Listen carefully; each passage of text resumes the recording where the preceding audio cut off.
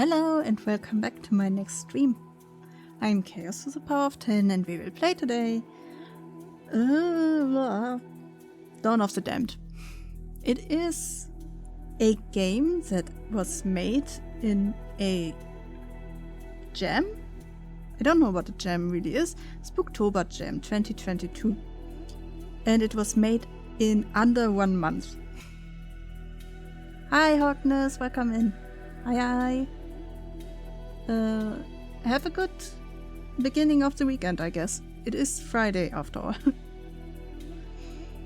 And it is a how do you call it? Visual novel horror game. So it looks cute, but as far as I know, there are some horror in there. And it has multiple endings. I don't know if we will play all of the endings, but today is a free day for me and tomorrow I also have free, so maybe I will stream a little bit longer. I have to decide when we are 2 hours in. So, there. Let's start. This game contains the following content warnings. Listen up. Blood. Injury detail. Threatening behavior. Bad language. Oh, maybe I should put bad language then in my... Ooh. Wait, what? Oh, I can back and forth in the text. That's weird. Then I will put bad language in my warnings, just in case.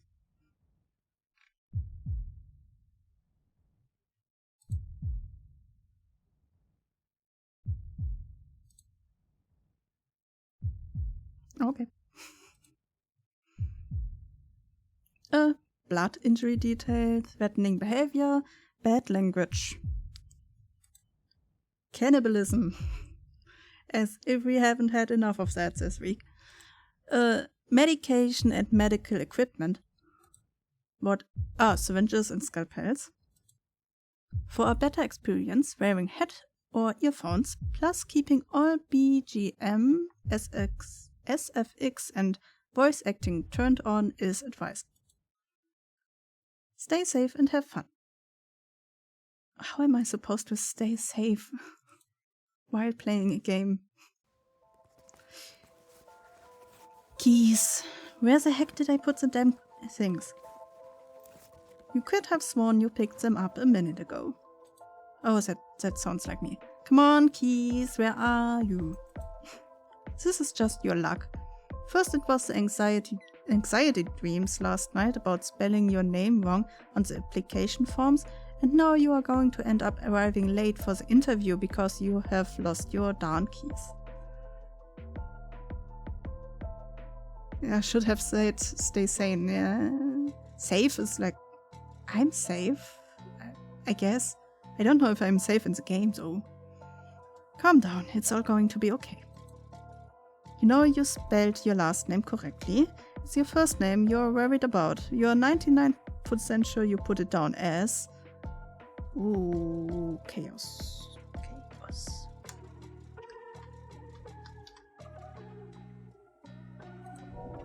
Yeah, I'm certain that's what I typed, so no need to panic, right? Whoa. My eyes didn't like that. Just gotta find my keys and then... there you go. There you are, you little devils. Okay, you can do this. Time to go. Can I take a knife? They are out here already.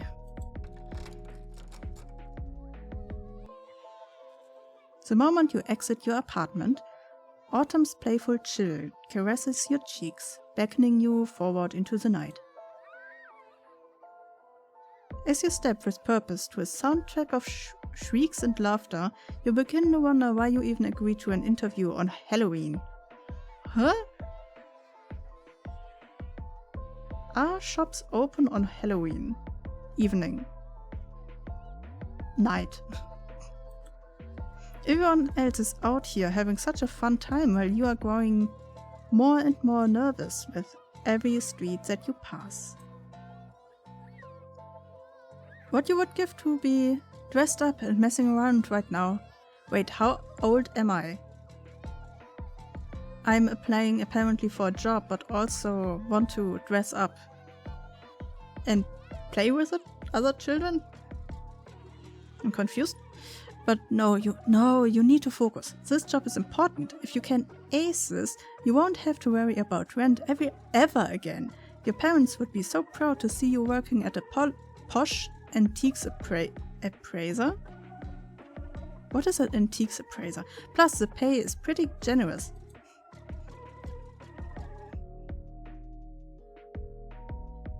Rounding the corner, you glance at your phone, cautiously checking you're heading in the right direction. That looks like an asylum. Upon arriving at your destination, you are faced with a familiar sight, though you have only ever seen it in images online before. Never too old for dress up. Yeah, for the dress up, but for the fun, like so messing around? Unless she means like a party, I guess. They. I don't know if I'm what I am. Okay. The prestigious Aurora Antiques looms large above you, and taking a deep breath in, you push gingerly on the gates, only to be met with resistance. Huh? That's strange. It won't open. Oh, okay. Oh, okay. Oh! That's German. I didn't know. Wer schön sein will, muss leiden. It means the one who wants to be beautiful has to suffer. And it kinda means like if you want to lose weight, for example, you have to suffer through diets. Kinda like that. Those who wants to be beautiful must suffer. Omnius much. Can I click on anything else? I like that it is a little butterfly. Skaman Dara Fin Pharma Leader Pin? I'm guessing. What's this? A paper. Antiques is closed for the day. Applicants, please use the back entrance. Aurora Antiques is closed for the day. Applicants, please use the back entrance. Mumbling the words out loud to yourself, you take a step back, feeling slightly silly for not having seen the notice first. Well, is it really silly? It is not really on the door. It is like laying down somewhere in the grass. If you want to look nice, you have to suffer pain. Yeah, it's... I never thought about that these sentences are in many languages. Okay, that means it's not just like read German, that is a little bit weird. The back entrance seems somewhat less polished and professional than the front. Well, why would the back entrance be more polished? A faint glowing light emanating from within. Well, here goes nothing. Pressing down on the handle with less enthusiasm this time, you feel the weight on the door creaking open in front of you as you anxiously step inside. Hello? If this is the back entrance, why is here like a cashier? Weird. But I like it. Old radios. Pretty. Why are they all... Well... You call out, hoping to be met by your prospective employer. Only silence greets you instead, further fueling your trepidation. Sweden and Germany have many cultural similarities, so makes sense. But apparently English people have the same.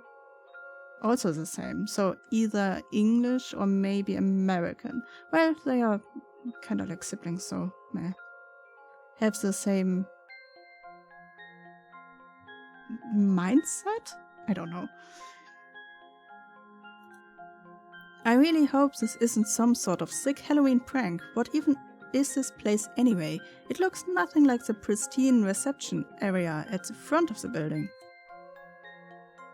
The more you peek around, the stranger it all seems, as though you are intruding on someone's private collection of bizarre antiques. What use could a store possibly have for all of this junk? Well, if they are selling it, of course they need junk. Eye starting from object to peculiar object, you catch a glimpse of a human outline in a darkened room just beyond where you are standing. Okay. I'm here for the job interview? Maybe? Still no response. Taking a gulp of stale air, you force yourself forward to investigate. Yet now the human shape is like a puppet. Treading with caution, you step into the dingy blackness, allowing it to engulf you entirely, guided only by the faint shafts of dust-speckled light glistening from an old lamp. Why don't you use your handy to, shine first before you go into that room? Arms outstretched and fumbling, you eventually confront a collection of what appear to be disused mannequins littering the otherwise empty space, standing guard, their featureless face as void of life as their surroundings. It is dolls. Ugh. Well, mannequins, but mannequins are big dolls, I guess. Your handy, your phone? I know that we learned handy in English class, but I believe it is the British English version. Smartphone, I guess, would be said these days.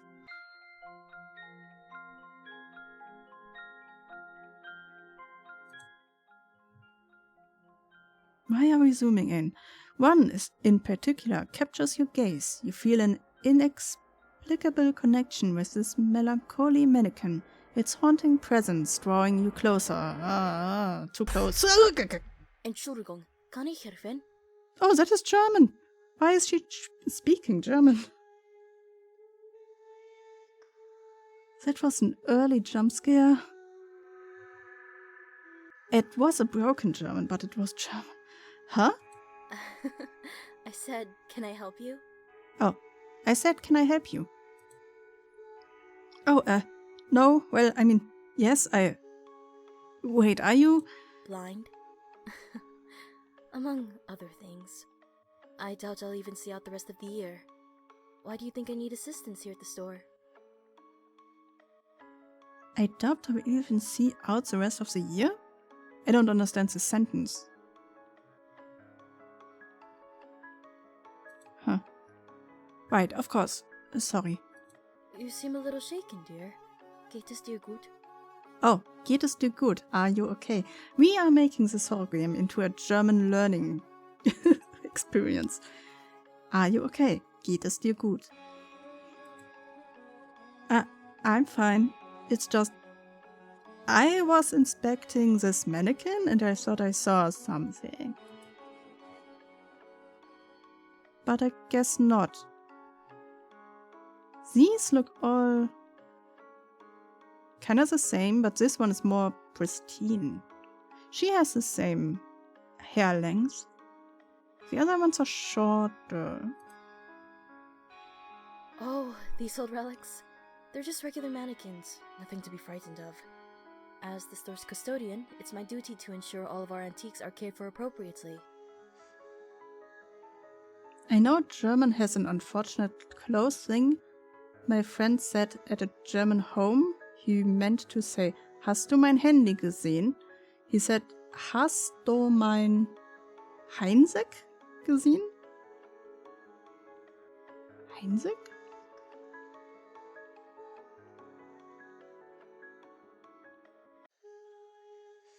Heinz is a name of a person.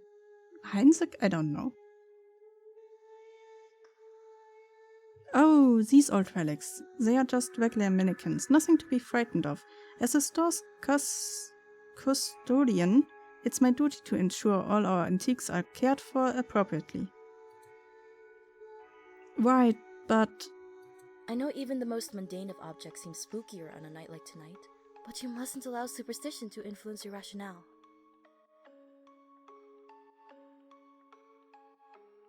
We just met each other. Could you maybe, back off a bit?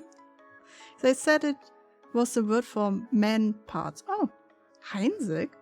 That's interesting. Maybe it's like a regional kind of term. Because I never heard it before. Besides, when you work here long enough, you get used to seeing so many blank faces. It's rare for any of our customers to take interest in these poor things.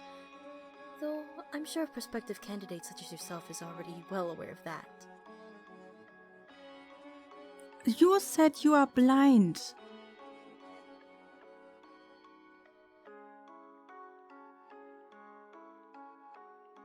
What?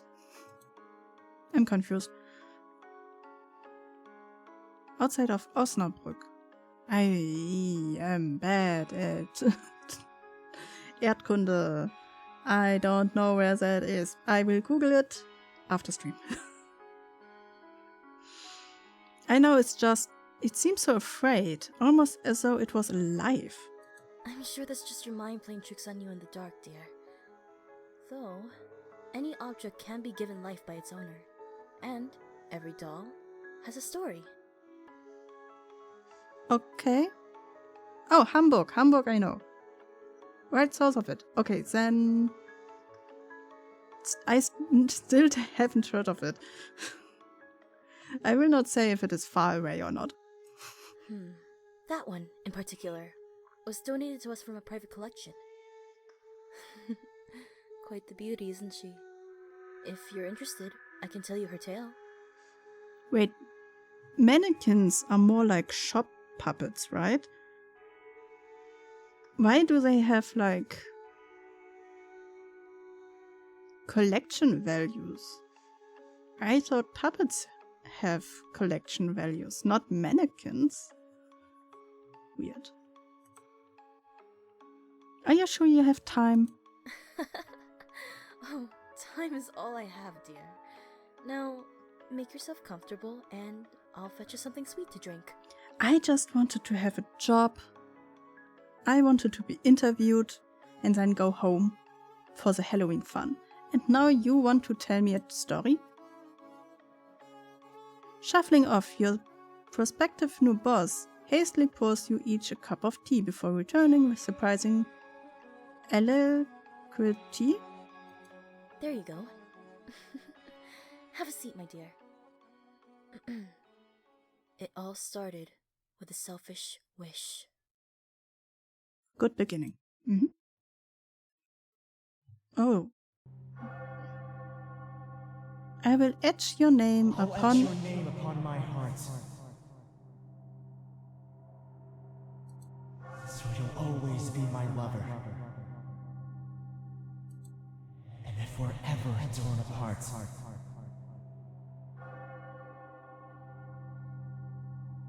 I'll restore you with another.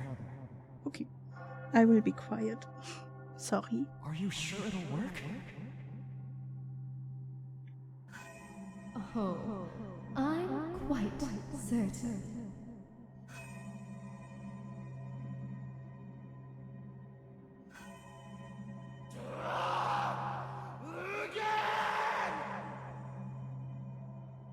Oh, Lügen. Lügen is lies.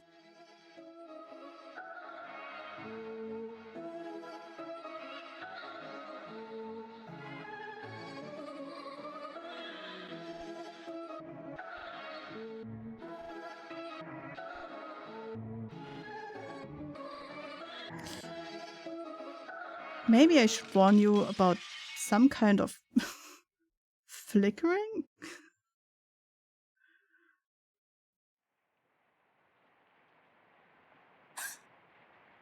Huh. What a strange dream. The people we lived with were old, so might be an older word. Another close thing to Swedish lögen. That I would maybe even kinda guess, I guess, if I would be asked.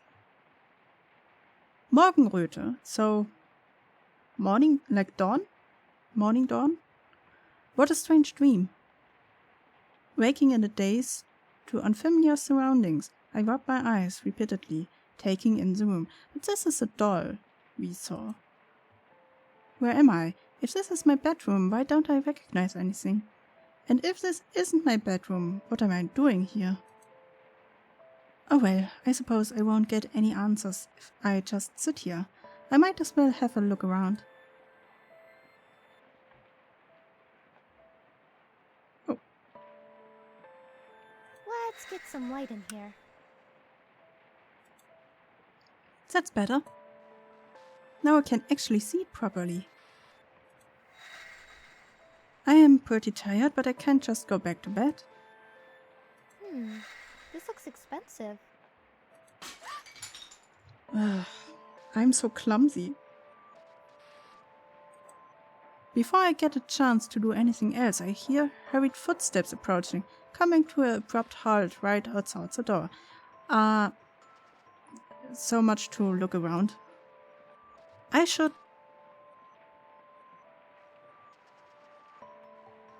do nothing. I don't know where I am or what this is. Cooked you up a little something since you seemed pretty hungry. Okay. He cooked for me. Why is the door closed? Are you a vampire? You have red eyes and a cape. You are a vampire. And this ruffles? Please. But this would be a good design for a VTuber, I guess. Unsure as to how I should answer him, I stand motionless as the stranger, who seems to know more about me than I do, casually enters the room. You're looking awfully pale, Morgan. Are you alright? Oh, they translated Morgenröte to Morgan. Morgan, is it my name? Here, you should eat. It'll make you feel much better. Are you my doctor? Yeah, he looks like a really normal doctor, I guess. Is this a knife or just a walking stick? Something like that. Now eat before it goes cold like last time. Last time? Last time? Never mind. I'm too tired to explain it all again to you today. Will you please just eat? Ooh, spaghetti. Well, not spaghetti, but sensing his wariness is genuine and feeling an uncomfortable rumbling in my stomach, I do as I told and begin tucking into the dish. How is it? Warm? Sitting back to examine my reaction, my downcast companion seems anxious. In truth, it is quite spicy, though not offensively, but something about each mouthful feels familiar as it coats my tongue, searing my throat as I swallow. It's great. Thank you. Delicious. Thank you, stranger. Releasing what appears to be a long-held sign of relief, the fatigued figure opposite me smiles for the first time since entering the room. Good. That's good. Well, as always, I hate to leave you alone when you're feeling so unwell, but I really don't have much choice. Unfortunately, it would appear there truly is no rest for the wicked. We must know him quite long. And this isn't the first time this happens. Of course, our character don't know about the text that was before this part began, but I'm guessing we get reincarnated? Or necromanced into real life, maybe. With a self-deprecating grimace, he holds himself up. Wait, I don't even know your name. Yeah. It's Demarum. But you usually just call me Deme. Oh, damn. Dämmerung is, how do you call it when the sun goes down in the evening?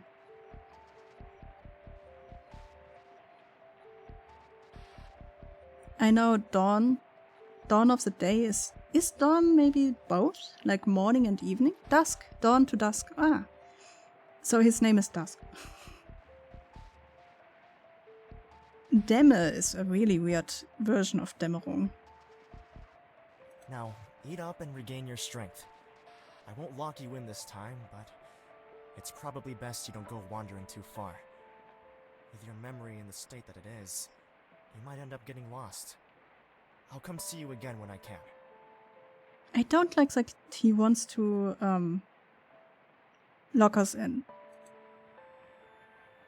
And just like that, the doctor leaves me alone to finish my meal in disquieting silence. Thank you, Harkness. I take my time with a carefully prepared dish, not to savor the taste, but to prolong the thought of leaving this room. As long as one more mouthful remains, I don't have to confront any of this. As long as one more mouthful remains, I will be okay. What? No, that's not how it works. The gentle pitter-patter of rain soon turns into a torrent outside the window. It's funny that I can remember what rain is, but not what it feels like. Have I ever even felt it before? Have I lived my entire life in this house? Or worse, in this one room? I guess I will have to ask the doctor when I next see him. He seems so exhausted. I hope I haven't caused him too much trouble. The last thing I want is to be a liability. Inevitable swallowing the final mouthful of food, I turn my gaze to the door, now ajar. I suppose I should probably take a little look outside the room, at least.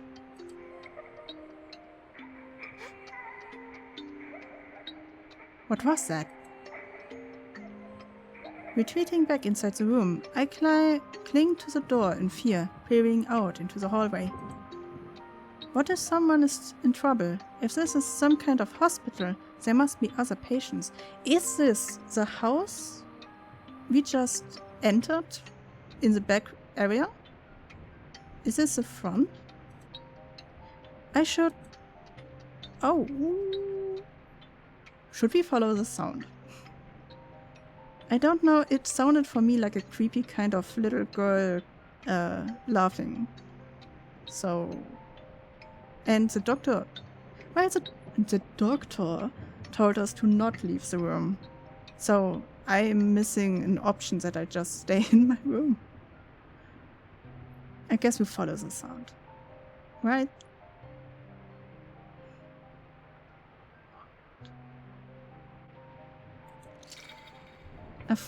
As foolish as it may seem, something urges me to leave the safety of my room in pursuit of the scream's origin.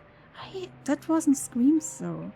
I don't know if I will be of any help, but the thought of doing nothing makes me feel too uneasy.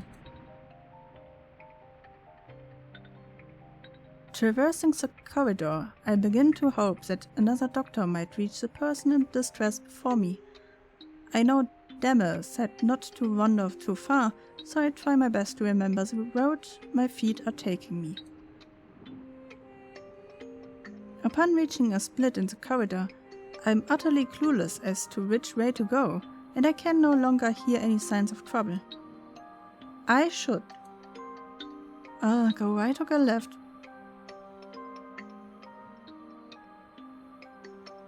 Wait, why can I not go up or why can I only go left and right? Guys, left or right? First or two? Or Hogness, I guess. Should we go left or right?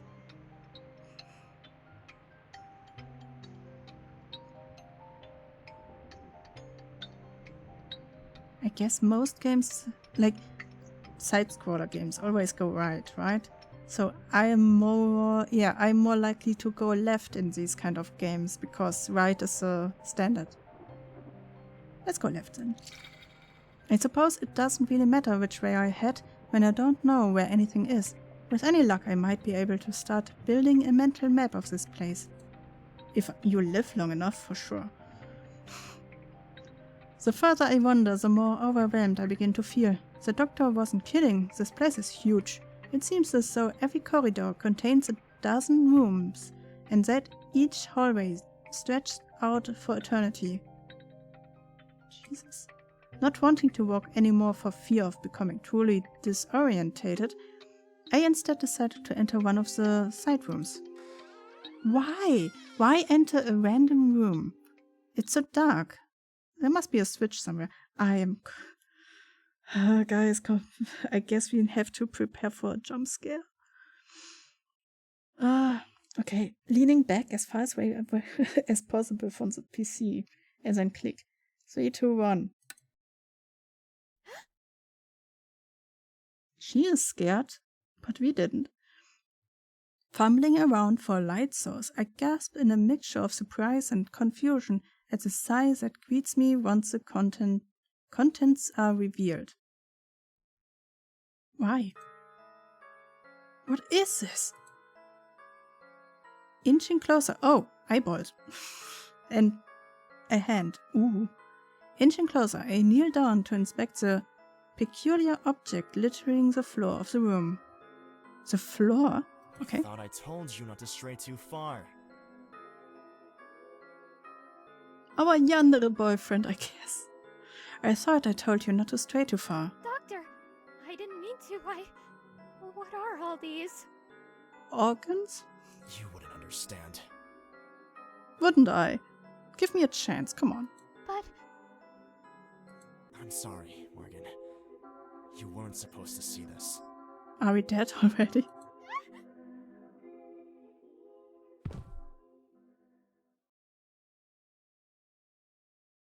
Are we starting over?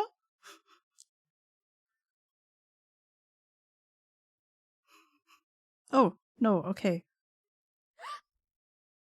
where am I? Oh, I'm in the red dress now. That was a black dress we wore. Okay.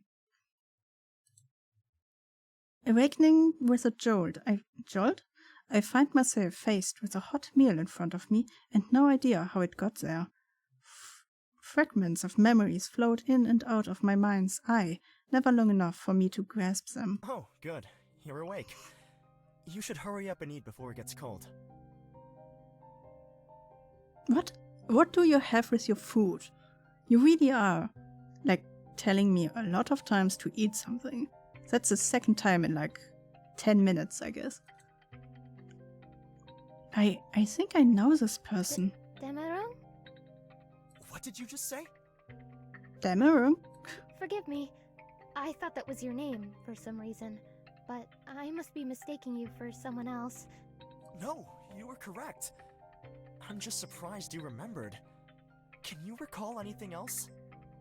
Wait, what? I'm confused. Did he knock us out, or are we re-alived again and he is confused because we remember now? Because if we would have been knocked out by him and then set here, then he shouldn't be surprised because he introduced himself to us earlier, right? So why is he confused right now, other than he killed us and we came back in another room again? I'm confused. I don't think so. Not to worry. These things take time. Please, tuck in. Are you not going to eat anything? I only just ate recently, so I'm not hungry. Don't let me stop you, though.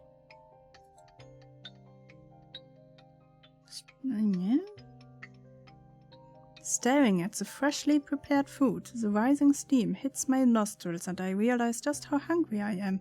I begin greedily forking mouthful after mouthful from the dish. That looks not appetizing. Pausing to regain my composure, I realize the doctor is studying me intensely.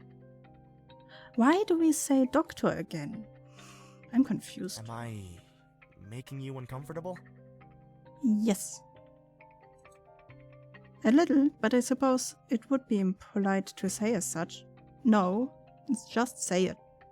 No, I was just taking a bit of a break. Sure. Well, don't wait too long. You need to finish every last bite if you're going to regain your strength. And it's already late, so you should be heading to your room for some rest as soon as possible. Mm-hmm.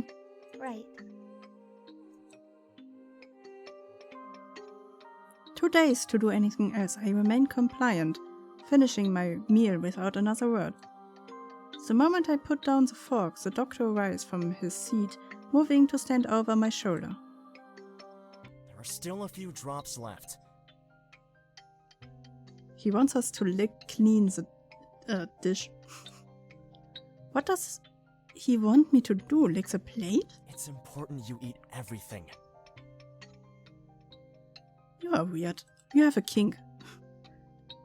I guess it's a yes then. Raising the plate to my lips, I begin licking it softly, lapping up the last of the juices until the plate appears clean. Good job. Now let's get you to bed. What about washing the dishes? Don't worry. I'll deal with that later. Also, why do you have so many? If we are the only ones here. Beckoning me to follow, the doctor holds out his hand and I grasp it gently. The pair of us set off down the hallway in silence, me gazing in awe at every detail in the decorations and ornaments littered throughout our short journey. Wherever this place is, it looks huge. Leading me into a room that seems somewhat familiar, the doctor released my hand to begin preparing something on the table. What is all that? A lot of pills. It's your medication, Morgan. And it's very important that you take all of it, okay? Okay. Okay. Now, I have a few things I need to sort out, and you need your beauty sleep. Can I trust you to take these by yourself? Why wouldn't he be able to trust me? Yes. Very well. I suppose I'll see you later then. Raising me with a gentle kiss on the forehead, the doctor leaves me to my own devices. I don't think he is a doctor.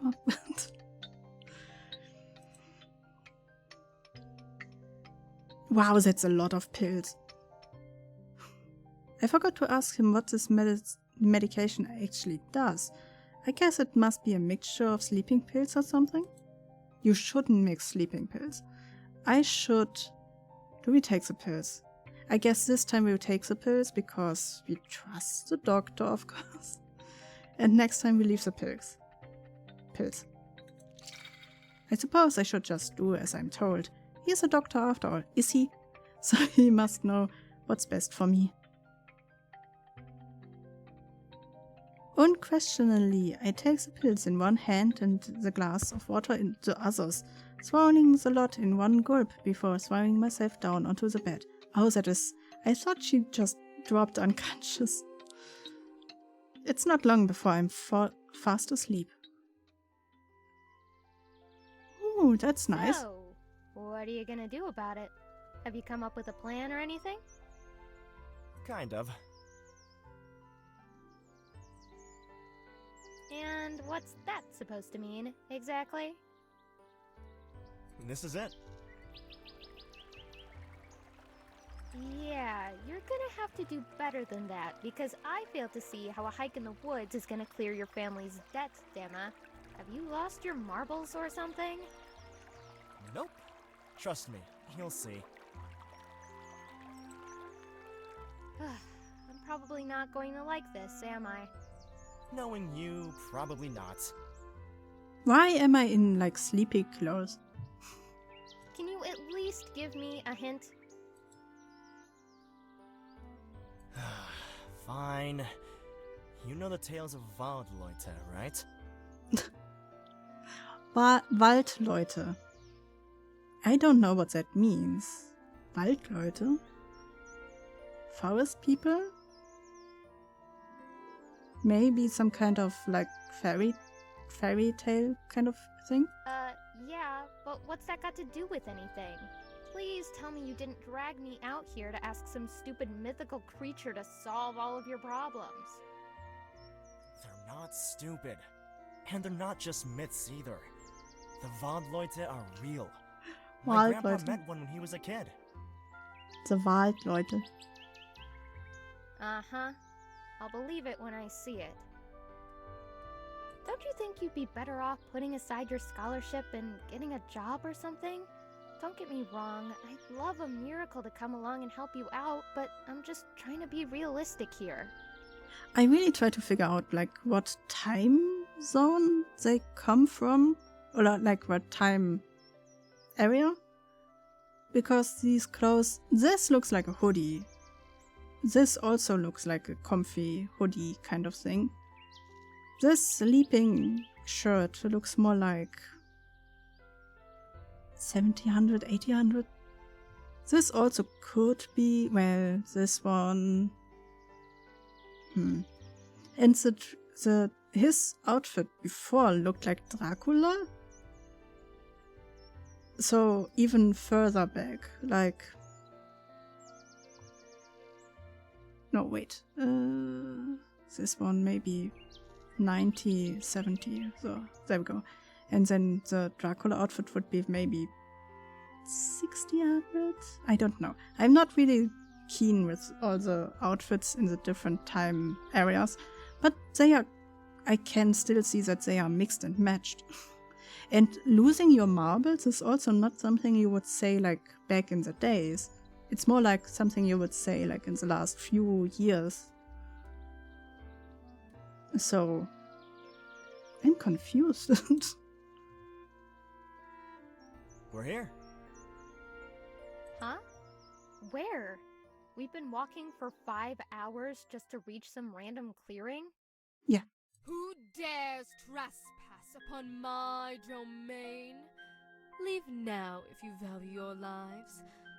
Unless you have a gift for me. In which case, hand it over and scram, vermin. Are you trying to be the princess kind of anime character?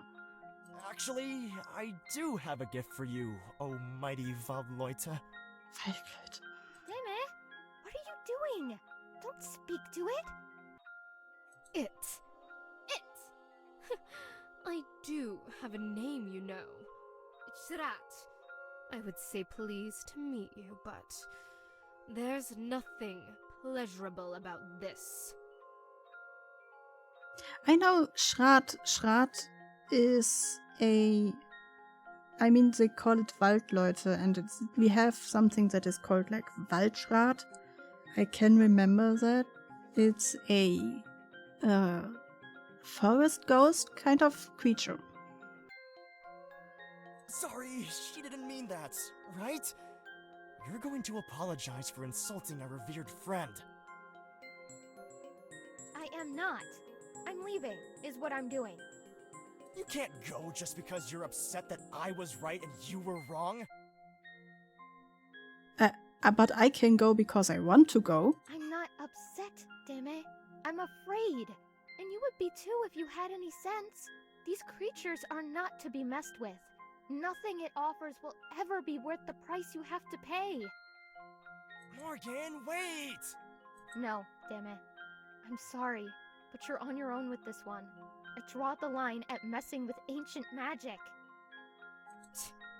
Your friend is a coward, and a rude one at that. You said that I should leave, so I left. Bye. But you were kind enough to bring me a gift.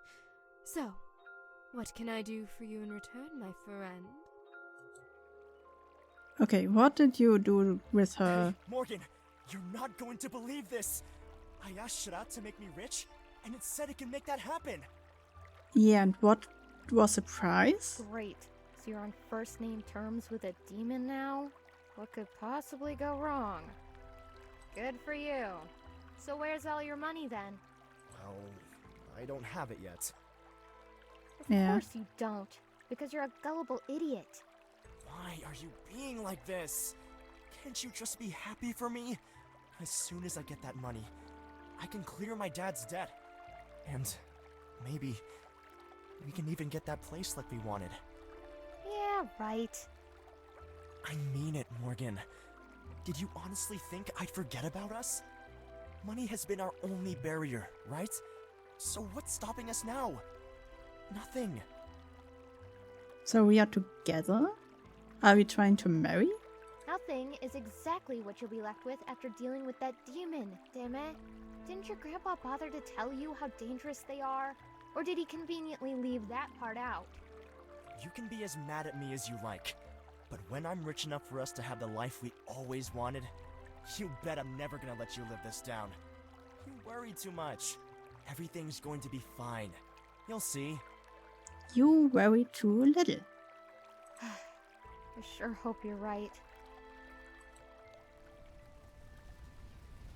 Oh, fire. Damn it, don't! It's too dangerous! Just wait for help to arrive! Is this your house? You are having this house and you say you are like poor? What? I can't just leave them all in there. I have to do something. It'll be fine. Yeah, it looks like that.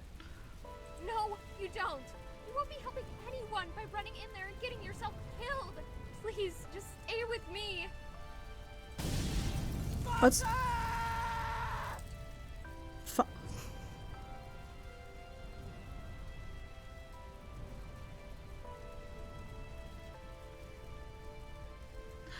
Father.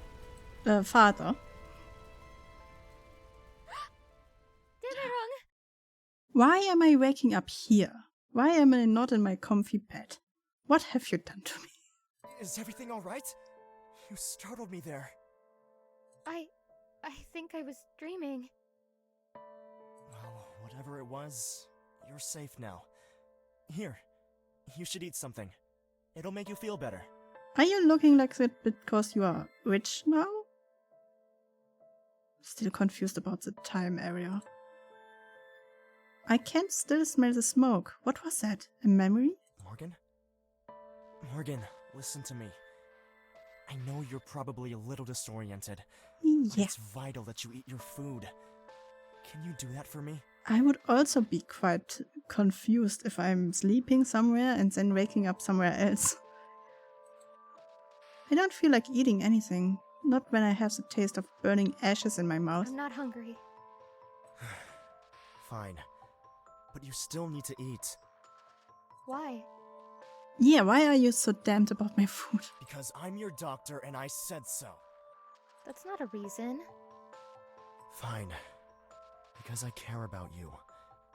And I don't want you to get sick. Okay? I thought I was already sick. Why else would I need a doctor? What if I make you a deal? If you finish that plate for me, we can go down to the main hall for a dance. Why would my doctor want to dance with me? This woman is so... either really confused or really dumb. A dance? Yeah. What a strange thing to suggest. You do remember what dancing is, don't you? No. I think so. Good. So eat up. And then we can have some fun. Okay. Fun, huh? Did I used to enjoy dancing then? I know what dancing is, but no matter how hard I try to recall the feeling of actually doing it, I just can't remember. What is that? Staring reluctantly at my plate, I can feel Dämmerung's eyes boring a hole into me, waiting. I suppose I should just get it over with then. Scuffing the meal down as quickly as I can manage, I barely registered the look of surprise on the doctor's face. Wow, you must have been really hungry, huh? I just told you I'm not. Can we go now? Ignoring his question, I press him, wanting to be anywhere but here, in this room. Of course. I'll lead the way. As soon as he takes my hand, the doctor's demeanor changes. His grip is soft yet firm, and I can't help but find it somehow comforting. How big even is this place? I blurt out my question without restraint as we step into the grand hallway, curious to know more. Big enough. Yeah, well, yeah, for how many people? Taken aback by his bluntness, I scoff a little. Wait, are you talking about something else? But why would anyone need so much space? Don't you ever get lost in here? I used to, but never as much as you. Well, maybe if you told me more about each room, I'd be able to find my way better. With your memory, I highly doubt that. I still can't tell if he's kidding around or if he's genuinely bitter. So, if this place is a hospital, where are all the other patients? I never said this was a hospital. Okay, why? But you're my doctor, right? So where else would we be? Pausing to take both of my hands in his, Dämmerung looks me up and down momentarily before releasing a soft sigh. This place is ours, Morgan. What? All of it? You're kidding, right? Nope. Not even for a minute. I bought this place for the both of us. It was supposed to be our forever home. Trailing off, he begins looking through me rather than at me. Our home? Why would a doctor live with his patient? Am I really so ill that I can't survive by myself? It's complicated. And even if I stood here and explained it all, you probably wouldn't remember by tomorrow. Because I'm sick? Something like that. But you're going to cure me, right? Because you're my doctor. That's your job. You're more than just a mere patient to me, Morgan. Yes, I will cure you. I swear it. But not because it's my job. Because I care about you. I feel my cheeks flush a little as he pulls on my hand, more forcefully this time, leading me into the grand hall. Gasping in awe, I begin to wonder if this entire thing is nothing more than a dream. Everything feels so strange. How would I even know the difference between reality and fantasy? You got a curse on you, baby. Yeah, the song does fit, but I'm a little bit, confused. I wonder, is the fire part of the deal? He made a deal with this Waldschrat ghost, and he must have paid a lot to get that much money to get this home for us. So, was the life of his father the price, or was my memory the price? And the fire just happened. Maybe that is something that will get answered. Morgan? Hmm? May I have this dance? Bowing dramatically in front of me, Dämmerung holds out his hand once more. I am starting to say the German words in an accent that is not my own. I guess we play along for the first ride, so take his hand. Oh, that is a different kind of drawing. Anxiously taking his hand, my cheeks flush an even brighter red as he suddenly pulls me in close to his chest, gazing deeply into my eyes. Even now, you're still so beautiful. Okay, thanks. Bit of both? Maybe. Before I have the chance to respond, I'm flung away at arm's length, fingers stretched yet firmly wrapped around each other's. We lean back before meeting chest to chest again just as swiftly. Moving his free arm to my waist, Dämmerung holds me in a gentle embrace as we sway from side to side beneath the painted ceiling, perfectly in sync with one another. So you do remember how to dance.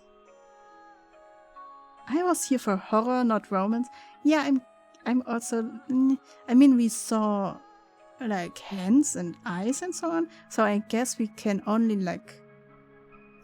There is this one ending, I guess, where you do not know anything and you will never see any of the horror if you are playing along with what he wants, because he doesn't want you to see what he's doing. And the next round, if we are doing everything against his will, maybe we see more horror.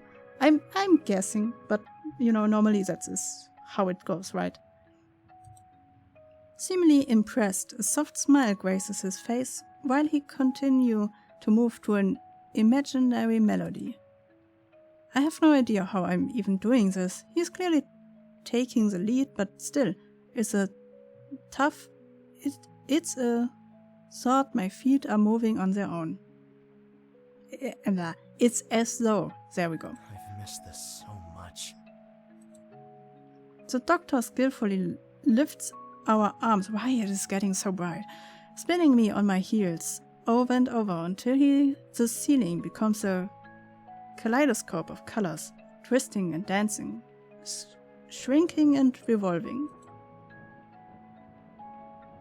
Just as I begin to go dizzy, I'm gently brought to a stop, my heart pounding in my chest from the excitement. Thank you for the dance. In a picture of perfect gentlemanliness, Dämmerung bows deeply once more before raising my hand to his lips. As I feel him softly kiss my skin, something stirs deep within me. This man, I love him, and yet I loathe him almost as much. Just who are you to me, Dr. Dämmerung? Dr. Dämmerung, that's a good one. I think that's enough excitement for one night. We should get ourselves to bed. Showing him a weak smile, I nod, still shaking by his kiss.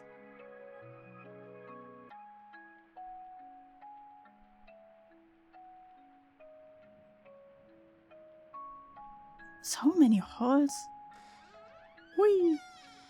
Upon arriving at my room, I begin to fear that I won't remember any of this when I awake.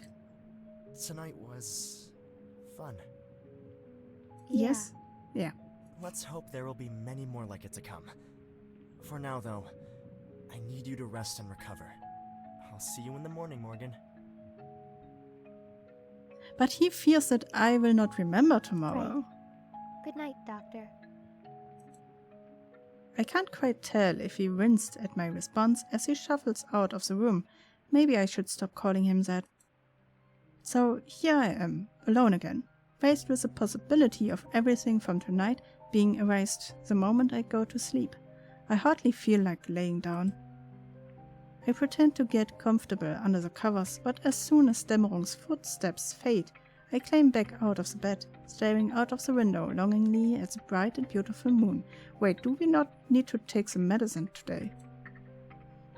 I catch a glimpse from the corner of my eyes of something glistening as the light grazes it. What do we have here? The very second my fingers skim the object, something shoots through my body, sending shivers down my spine. This key, I think I know which room it's for, somehow. Something tells me of its importance, of how hard I worked to secure it. How could I have forgotten this? Eager to find out why the key is in my possession in the first place, I leave my room, traversing the hallways and corridors with equal measures of anxiety and urgency. This is a place, I'm sure of it. Carefully pushing the key into the lock, I twist it, and just like that, the lock clicks. I gently push open the door with caution, eyes widening at the mess within. Yeah, that's a lot of books. What is all this? Books. They look like various notes of some sort. Research, maybe? Oh. Okay, that's a lot. Oh, everything is a little bit green that I can read off. Can I read them all? Or do I have to decide? I want to read this one. It's so dusty. Oh, ow! I finally made my first mannequin. But is the cost really going to be worth it? Can I justify taking someone else's life to get back another? I guess the horror starts. I feel sickened by my ability to create such a horrific piece of artistry. And the smell. I don't think I'll ever forget it. I don't know if I have it in me to lure anyone else here, and yet, if I stop now, their sacrifice will have been for nothing. I still won't have my Morgan back. It appears I have no choice but to complete the remaining steps. Lure people here? But I haven't seen anyone else around. Is Dämmerung sacrificing people in some sort of messed up ritual to get my memory back? Should I? I want to stay. I have the feeling that if we are staying too long, maybe we get, seen? There's so much of this stuff. Lies! It was all fucking lies! I did everything that wretched creature instructed. All those people, all that blood, and for what? She doesn't even remember my name. Why? What did I do wrong? Did I mess up one of the steps? Or is this just what I get for putting my trust in that devilish whore? I'm at a complete loss. Part of me is grateful to see my beloved again, but if she has no memory of our time together, can she truly be my Morgan? Can I mold her back to the way she used to be? Or do I need to try again? Yeah. Oh, Dämmerung, what have you done? I keep staying? I dislike this. Why do I have to, say if I want to stay or not? So, this one and this one we read. So, we go over here. Interesting. I'm beginning to lose track of all the bodies now, but never of how many times I've been forced to consume my beloved. Unlike the killing, that part never gets any easier. It's like I can feel her eyes all over me, judging me with each bite of her tender flesh. This time, I could barely hold it inside me without spilling it back out again. The only thing that keeps me going at this point is the thought that one day I might be able to fix her. I need to read this out loud for myself and a little bit slower because I'm confused.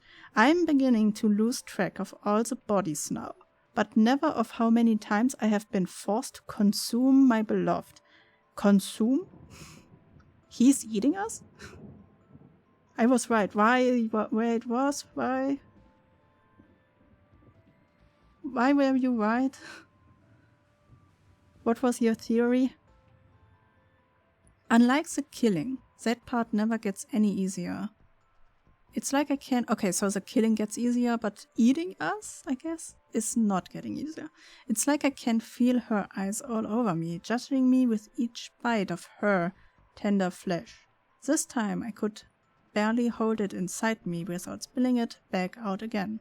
The only thing that keeps me going at this point is the thought that one day I might be able to fix her. Is he a vampire? Well, a vampire do not really eat the whole person, though. I'm confused. Beloved, is this about me? I can't see any bite marks on my skin. I keep staying? Can I close the door, maybe? I have the key. Let's take a look. Despite managing to create an entire collection of dolls, this is anything but a day of celebration. In fact, I'm left disturbed by how easy it's become for me to ignore their screams, to hollow them out, to harvest their essence, to bathe in their blood. Something so heinous should never be this easy. I fear my soul is so tainted, even hell would reject me now. Morgan shows no improvement in her memory, no matter how much of that mulch I feed her. When she's not acting like a zombie, she's starting to ask questions. I don't want to do what I must tonight, but it seems as though there's no other way but to try and repeat the process more carefully this time. With any luck, her death will be swift and painless. Is he bathing in people's blood to stay alive himself? Despite managing to create an entire collection of dolls. Okay, so there are multiple of us. This is anything but a day of celebration.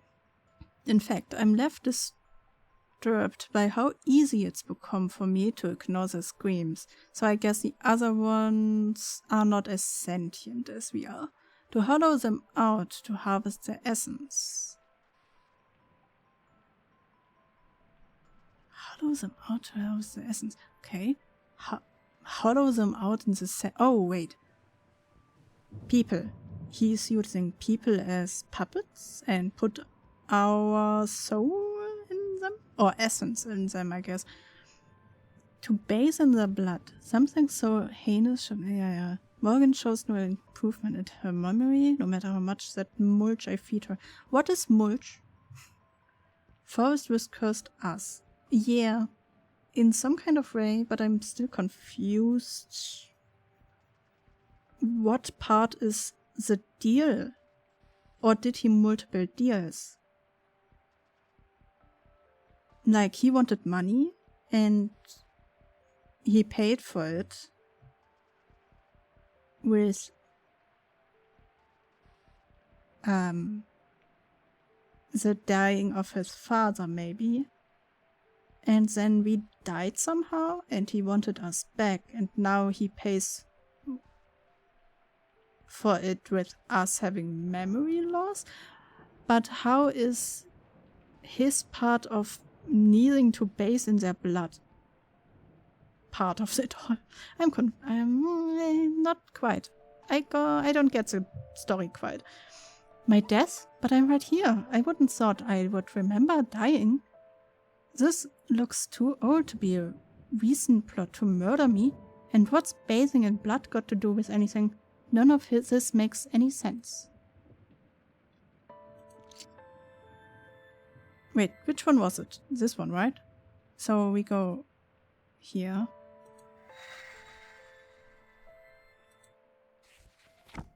Ooh. Greetings once again, my friend. Enjoying your newfound wealth? Is that supposed to be your idea of a joke? Excuse me? So, my family home burning down out of nowhere had nothing to do with you then? Okay, so the family house burning down is part of the money deal. Why, I have no idea what you're talking about. I merely gave you my blessing. But I'm sorry to hear you lost your home. These things happen sometimes. I tend to see it as the world redressing balance. Those who wish for power must also suffer. I lost a lot more than my home, and I think you damn well know that. I see. But you still got what you wanted, didn't you? Don't be mad at me. What I wanted was to help my family. How am I supposed to do that when they all burn to death in their beds? I mean, now you do not have to help them anymore. Listen, I understand completely. Why don't you let me make it up to you with another wish? For free this time. Sure. Don't trust that. Fine. No. There's someone. Okay. Go on. If you're seeking revenge, I can certainly help with that. No, I'm not after anything like that. There's someone, a girl, that I care about very much. She's so precious to me. I can't lose her too. And before, I wasn't brave enough to ask her. Now it's the only thing I can think about. I want us to be together for all eternity. That's a bad wish. Oh, that's a bad... that's bad. Ah, young love. So delightful and one of my absolute favorites to assist with. Though, if it was that friend of yours who abandoned you, I would personally reconsider. Oh dear, yeah, Hogness. Oh, dumb dear. It's not really any of your business, but yes, that was her. And she's the most incredible person I've ever met. You just don't know her like I do. And I have utterly no desire to. But if you wish to be with her, it shall be so. Take her to the church the morning after the next full moon and propose to her. What? And she'll say yes? Just like that? What's the catch? Yeah, what's a catch? You're asking for my aid with a love charm, are you not? What else would you expect? If she truly wishes to be your bride, she will answer without hesitation. And if not, well, she'll be unable to resist you regardless. Trust me, you have nothing to worry about. I dislike this part. But it'll still be her answering, right? No. You're not going to make her do anything she doesn't want to? She just said, even if she doesn't want to, she will not be able to resist. I won't be the one making anyone do anything. You're the one asking for my help, and you're the one asking for her to take your hand in marriage. If it's morality on your mind, you need to take a look in the mirror. No one's forcing you to do this, friend. I know that. I just... Yes, you love her, you don't want to lose her, etc. If you humans knew what awaited you in other worlds, you'd spend less time fixating on one or two objects of affection and enjoy yourselves a whole lot more. But of course, you can't see past your pitiful finite lives on this plane. Now, do you want my help or not, human? Suddenly from friend to human. I do. Oh, great, okay. Good. Then do as I explained and go with my blessing. I tire of your presence.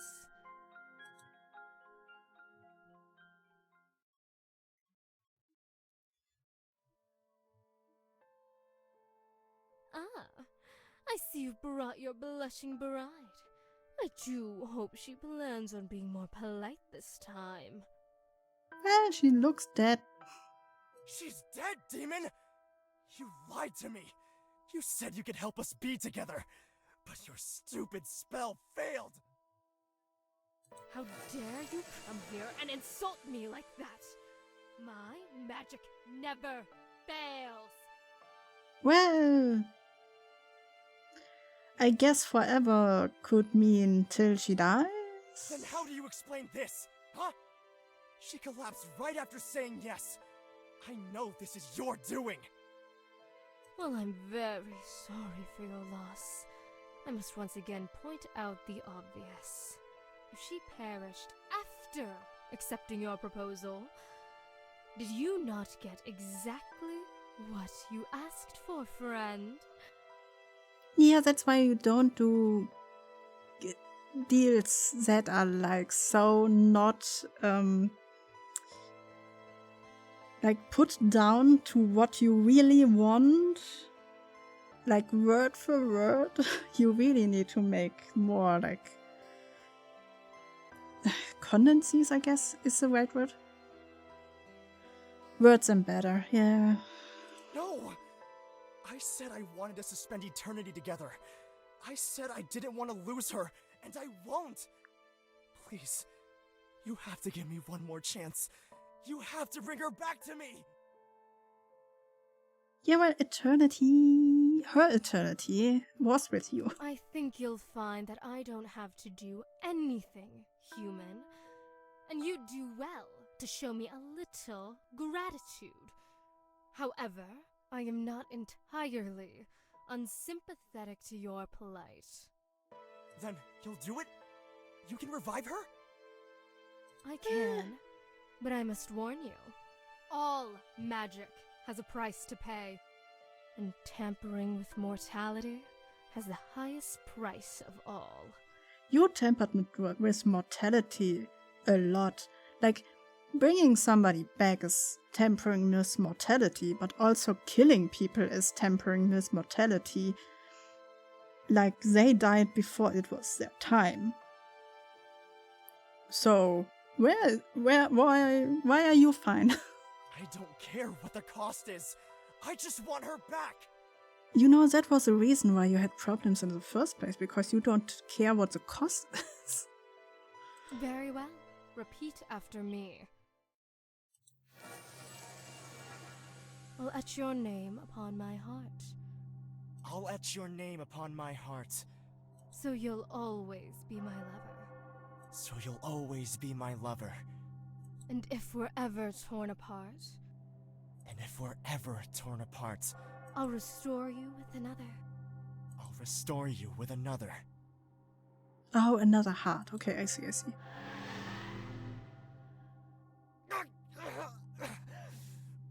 What was that? That was you signing a magical contract. You didn't think those words were a mere performance, did you? Your heart is now engraved with her name. Congratulations.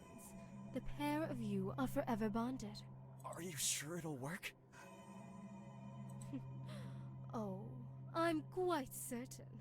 But I'm afraid you'll have some tasks to perform if you want to make your wish a reality. Tasks? What tasks? Yeah, these are the questions you should ask before, repeating what she said, you know? Listen carefully, human. I'll only say this once.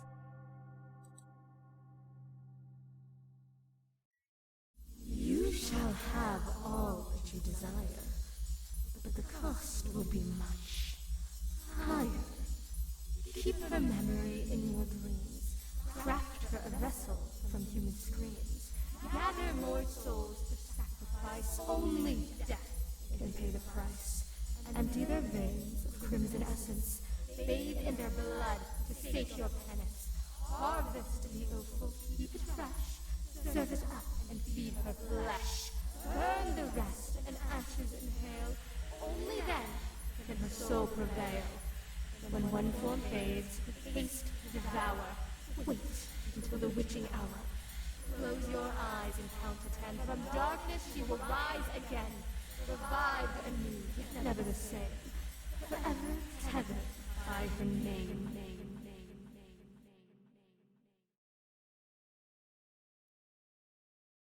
What was all that? I don't understand what I'm supposed to do. I just told you everything you need to know. I won't repeat myself. You're a clever little human, so I'm sure you'll figure it out. Now take the body and get out of here before I change my mind and eat you instead.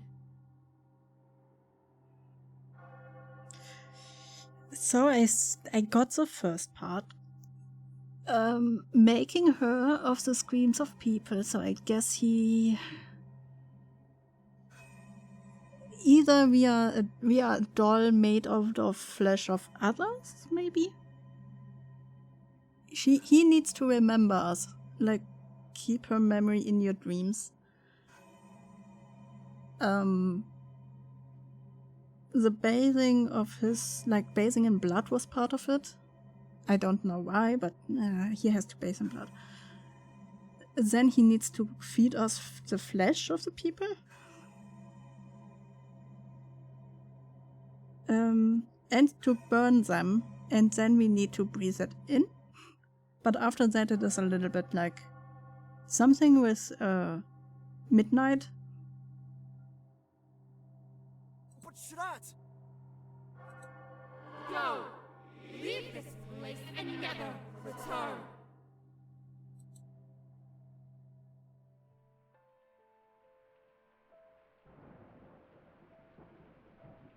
Should I... Of course I'll keep it going. Was it this one?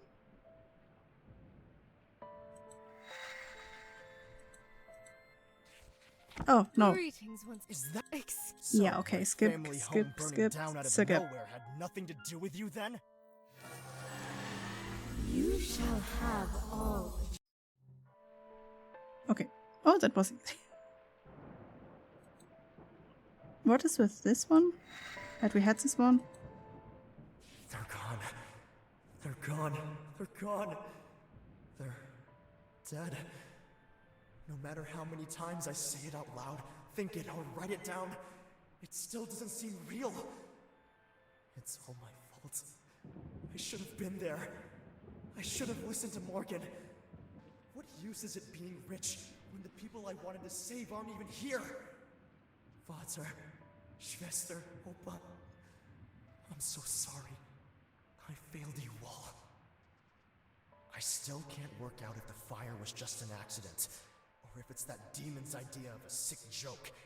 Yes, I asked it for wealth, but this isn't how I wanted it. But it couldn't have known I'd get so much insurance money, could it? So it must have just been some really messed up coincidence. Maybe I should just confront Shadat. I need to know the truth. The only thing I know for certain right now is I can't lose anyone else. I'm so scared of being left all alone in this world. What if something happens to Morgan? She's all I've got now. I have to make her mine. I have to protect her. I think I'll buy us that manor house that we've always joked about living in as kids, and we can hide away from the world there. So, father, sister, grandpa. Vater, Schwester, Opa. This must be the same fire that I dreamed about. So then, was it a memory rather than a dream? I keep saying. Nope, you done effed up. Yeah, he done effed up a big one. This one? How many of these are there? Yeah, a lot. I started seeing butterflies today. I have yet to determine if they are a mere product of my imagination or a result of the number of rituals I performed recently. Regardless, they seem to just follow me around as I work. I wonder if they're trying to show me something. Butterflies, okay.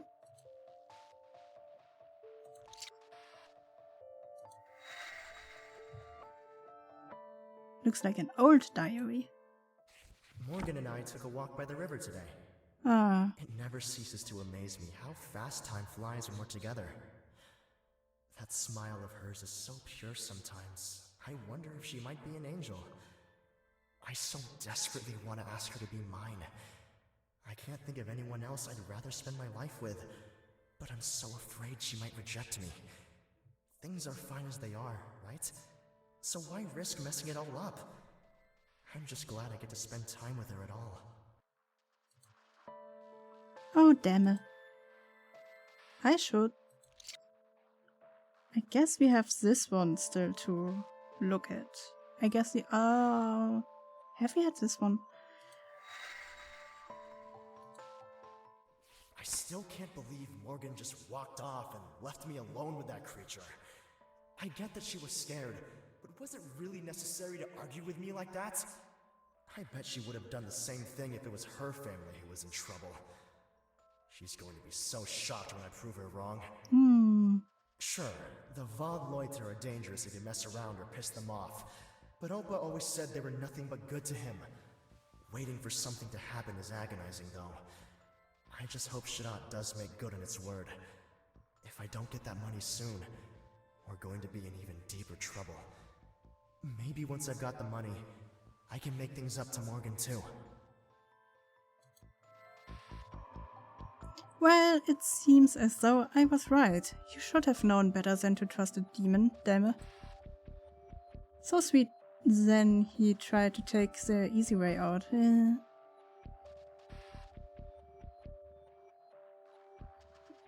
It's also, like, it would be interesting to, like, have them more in order. Like, I don't see oh, there's one more. I don't, like, it's kinda hard to pick out which one to read next. They are a little bit, like, all over the place. Is that blood? If Morgan could see me like this, she'd probably run for her life. I find myself wondering more frequently if she'll ever be able to forgive me for all I've done.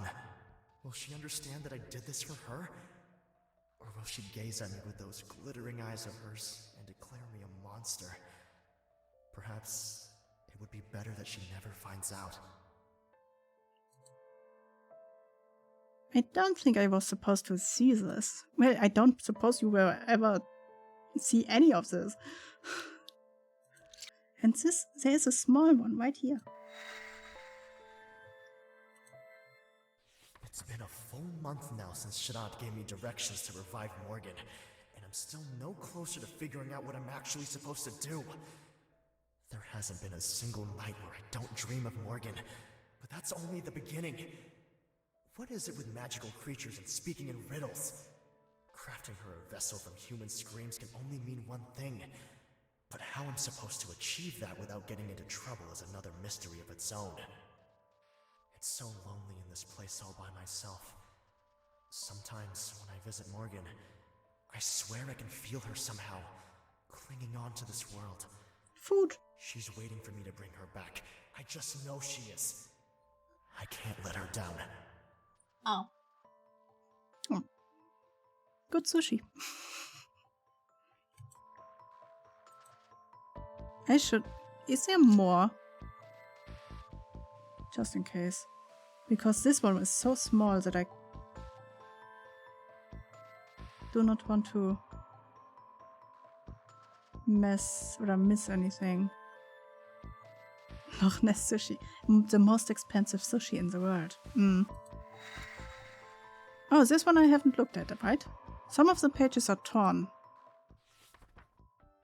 Oh no. Oh, there's an arm. There's just a whole arm in this. You are not a good cook. The night I finally get you back. As I write this, I hope with all my heart that you will return to me in good health. It took me a while to get the blend of spices just right to disguise what's in your food. I'm glad you at least have that luxury. If Shadat's words are to be taken literally, then before you can make the jump to your new body, I have to consume you completely. If Sharat's words are to be taken literally, then before you can make the jump to your new body, I have to consume you completely. What?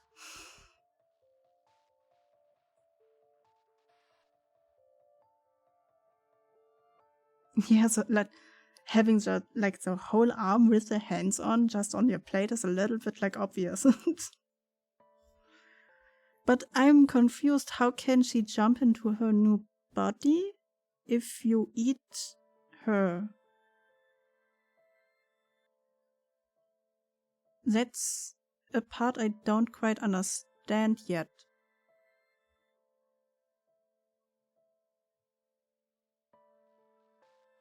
Because then the body would be gone, right? Or does he have like two bodies? Is it screaming from the other person who I should like take over? I won't lie. I'm afraid. Is magic mumbo jumbo? Yeah, magic mumbo jumbo doesn't have to make sense.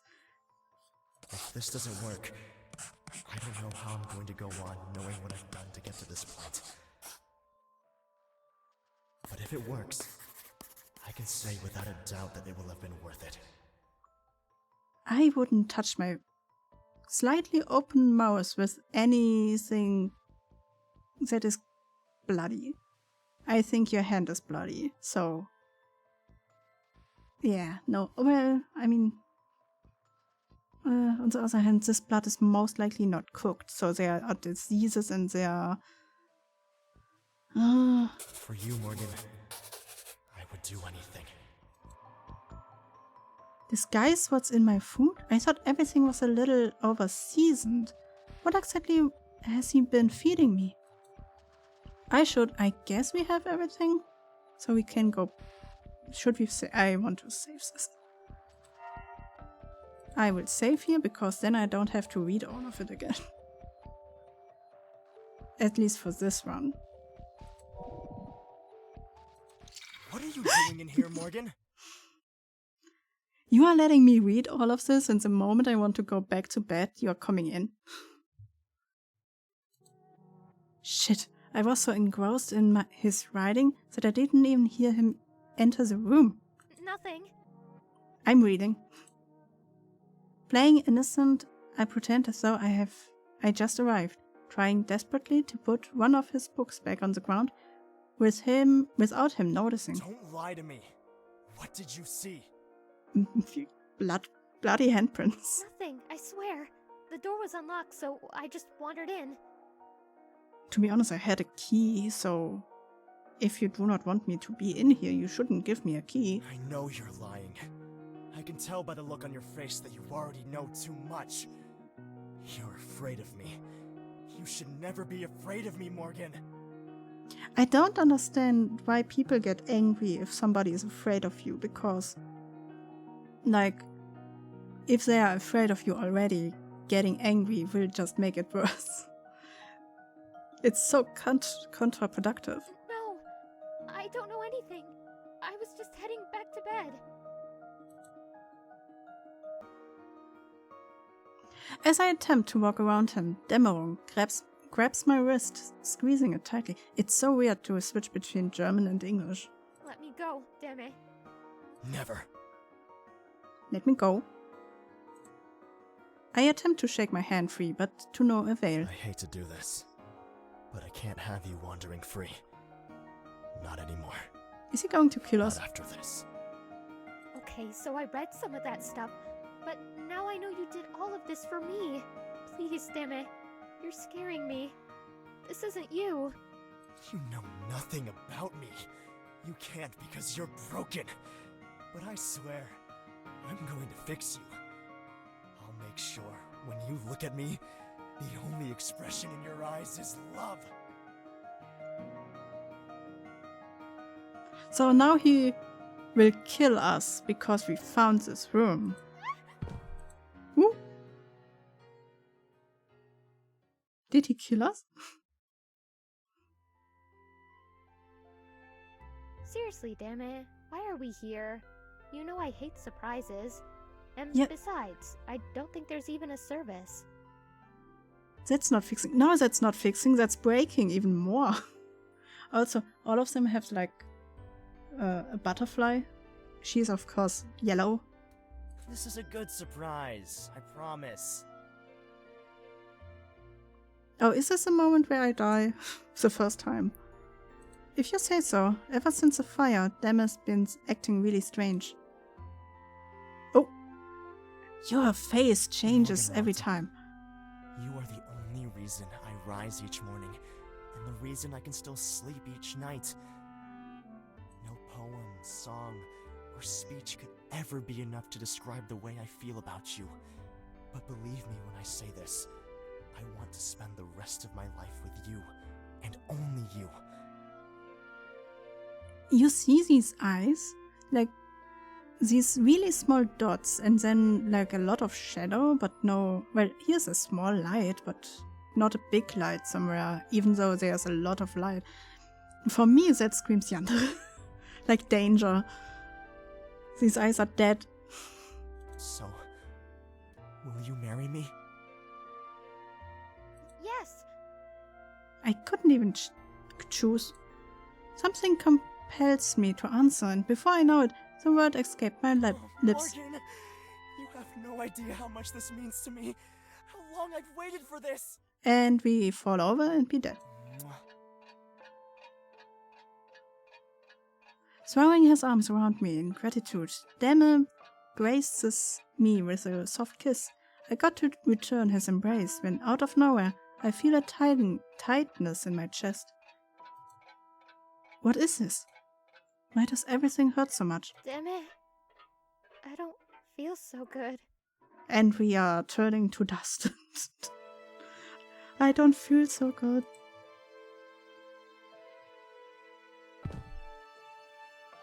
Morgan? Morgan! Morgan! Speak to me! Wake up! You can't leave me too. Please, just wake up. Oh, Okay. Come on, come on, come on. Just wake up already.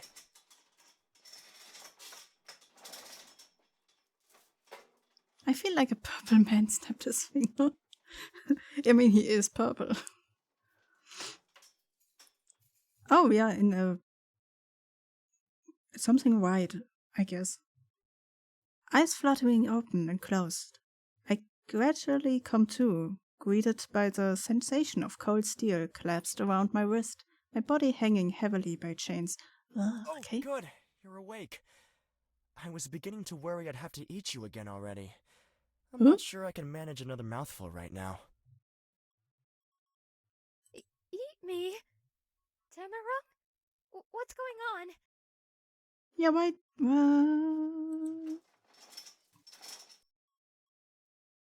Frightened by the casual tone of voice in contrast with his words, I pull at the chains, demanding answers. Oh, don't mind me. I was just talking to myself. Yep. It's nothing for you to concern yourself with. Now, let's get you somewhere more comfortable so we can begin. I was just talking to myself. It's nothing for you to concern yourself with. Me talking about eating you. It's nothing you need to be concerned of. Like, okay. Yeah. So casual, yeah. The moment Dämmerung unlocks my shackles, my body falls forward, slumped over his shoulder. I try with all my might to move, to run from him, but my limbs refuse to obey. What have you done to me? Yeah. What I haven't done would be a better question. I've tried almost everything I can think of at this point to bring you back. My supply of spares is beginning to run dangerously low. But don't worry. I think I finally found the answer. The answer to what? Ooh, okay. In a startled slur, I try desperately to get him speak to me properly, but my question goes unanswered as he lowered my body gently into an ominously looking chair. That wretched creature thinks it's so smart. Oh, its magic might bring you back, over and over and over again, but you've never been quite the same. Every now and then, I catch glimpses of you in there somewhere, but it's always fractured, never whole.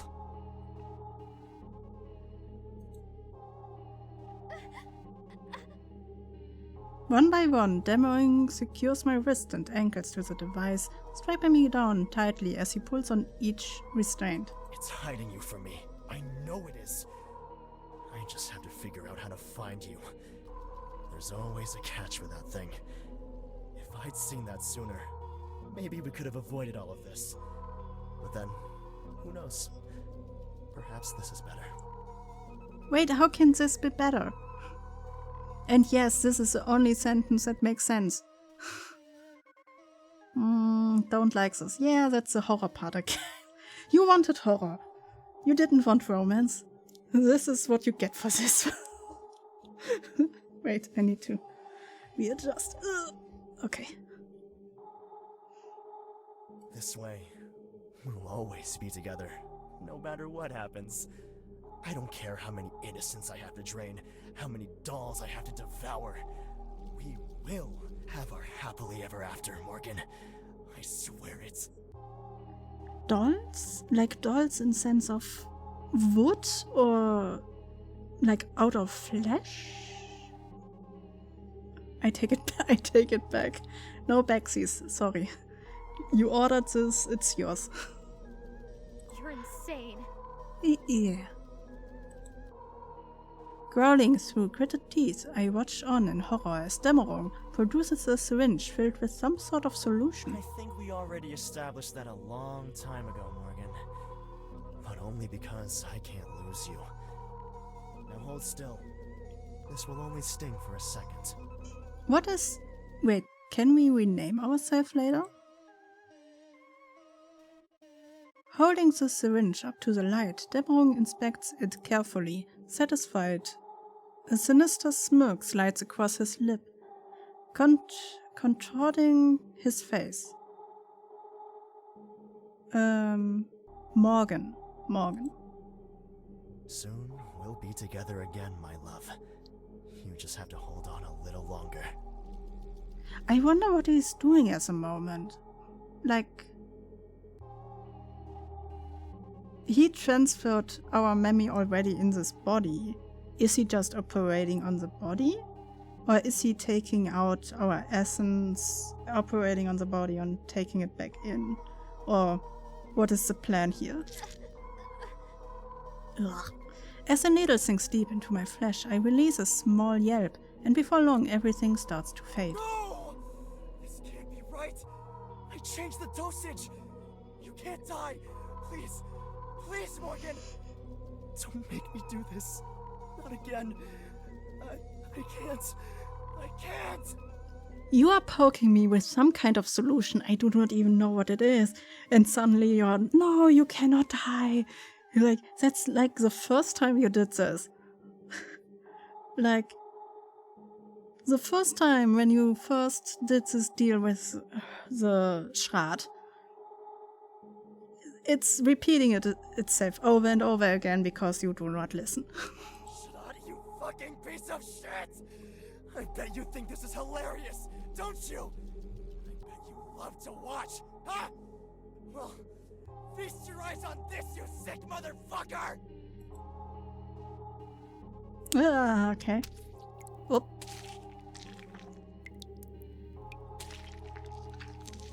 I guess it's mine. Then let us die, Miss. Okay, he's eating us. Okay, yeah.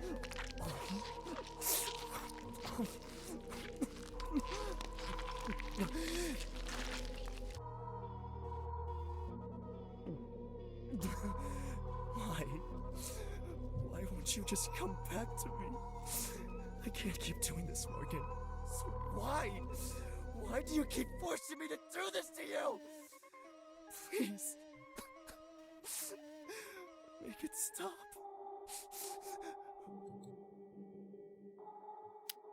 Okay. You shall have all that you desire, but the cost will be much higher. Keep her memory in your dreams. Craft her a vessel from human screams. Gather more souls for sacrifice. Only death can pay the price. Empty their veins of crimson essence. Bathe in their blood to sate your penance. Harvest the offal, keep it fresh. Serve it up and feed her flesh. Burn the rest and ashes inhale. Only then can her soul prevail. When one form fades, haste devour. Wait until the witching hour. Close your eyes and count to 10. From darkness she will rise again. Revived anew, never the same. Forever tethered by her name.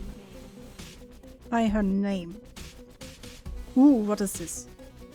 Oh, the church?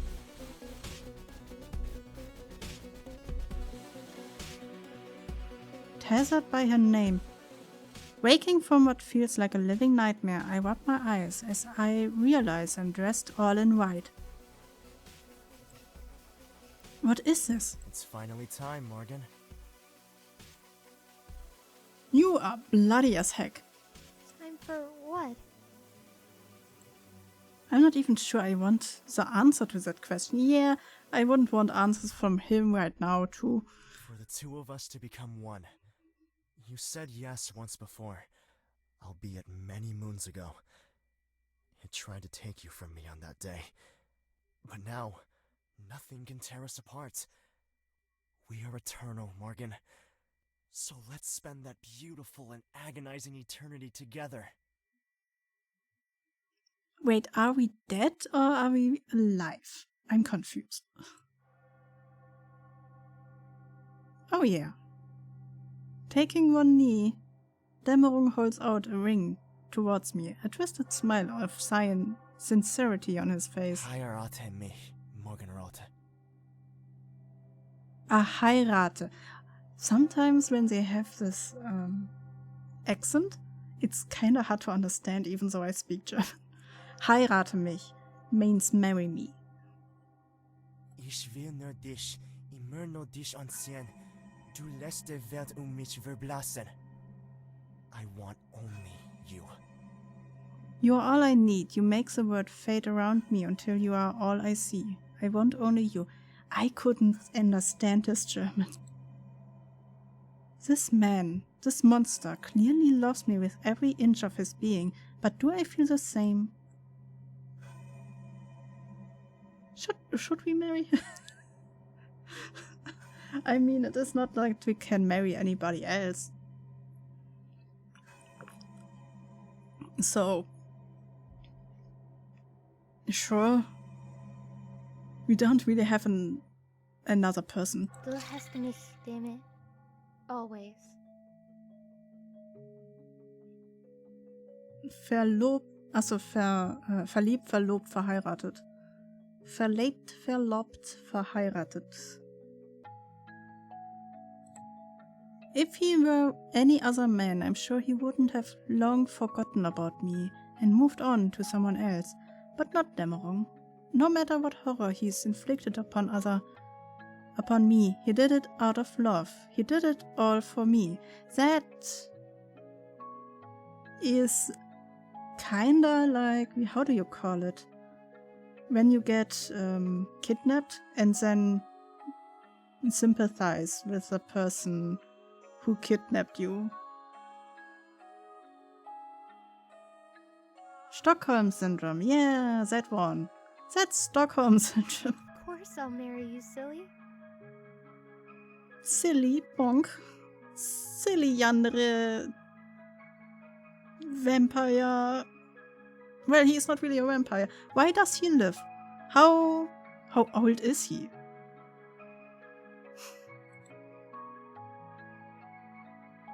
Oh, Morgan, you have no idea how happy I am to hear you say that.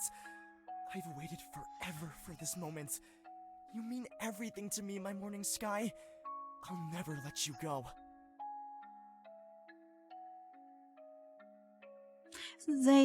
She hasn't had anything in doing this.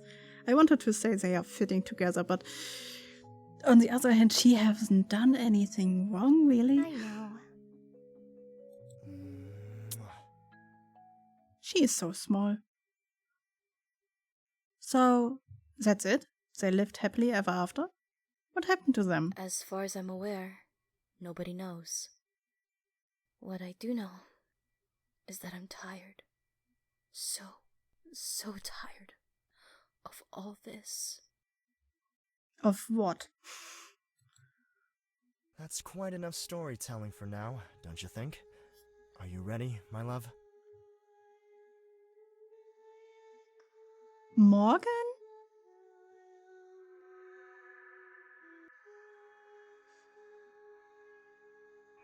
Am I a sacrifice? Am I one that they will like dismember because for the screams? Wait, what the fuck is going on here? You know I never am. Isn't it time we stopped all of this madness?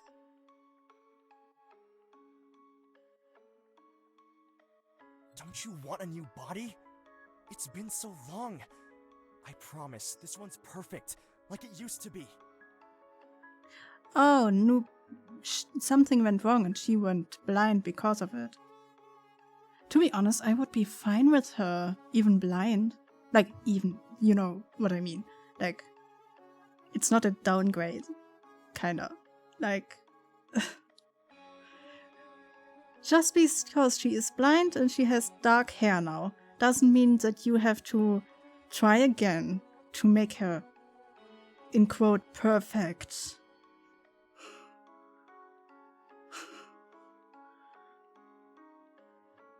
Different hair color, but I guess it's Morgan. I guess so too.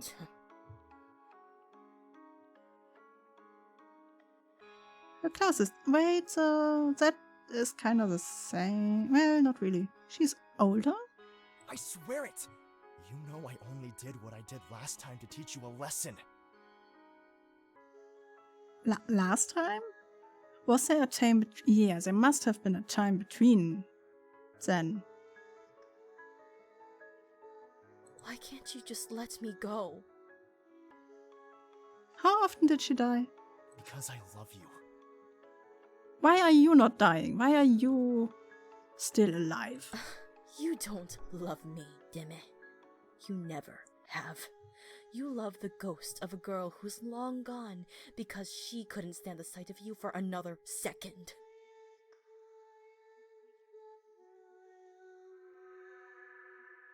Have you loved the ghost of a girl who longs? How can you say that after everything we've been through? I know exactly how she felt. I can't stand you either. You disgust me. Then perhaps this time, I'll take away more than just your sight. Oh, so that wasn't an accident. That was on purpose. You are really Yandere. You can't. Teach you a lesson, yeah. Like, he is not above killing her because he knows that he can bring her back again. You're my bride. You belong to me, and I'll do as I please. If you're not careful, I'll keep you crippled in the corner like that husk until you learn to appreciate the gift we share together. Wait, you belong to me and I'll do as I please. If you are not careful, I will keep you crippled in the corner like that husk until you learn. So the puppet back there is also one? Yeah, belong to me is also like, it can be romantic, you know. But in this context, I dislike it. Jesus Christ. Oh, and apparently I have to click fast if there's something here. I could have sneaked away. Is that what you want? Shall I put you behind glass and let customers gawk as though you're nothing more than another artifact in this wretched collection? Or perhaps I should advertise you for sale. Your love really changed. What is this game? It's a horror game. You wouldn't dare. Yeah, you wouldn't sell your wife. As a pair of them bickering, you attempt to hide. Ah, and you must be our much-needed sacrifice. It's so sweet of you to come waltzing right into my arms. I remember when I used to have to go hunting for your kind. Okay, I guess hiding doesn't work. I don't think I want to work here anymore. Yeah. Well, that's too bad, because we're in dire need of your services.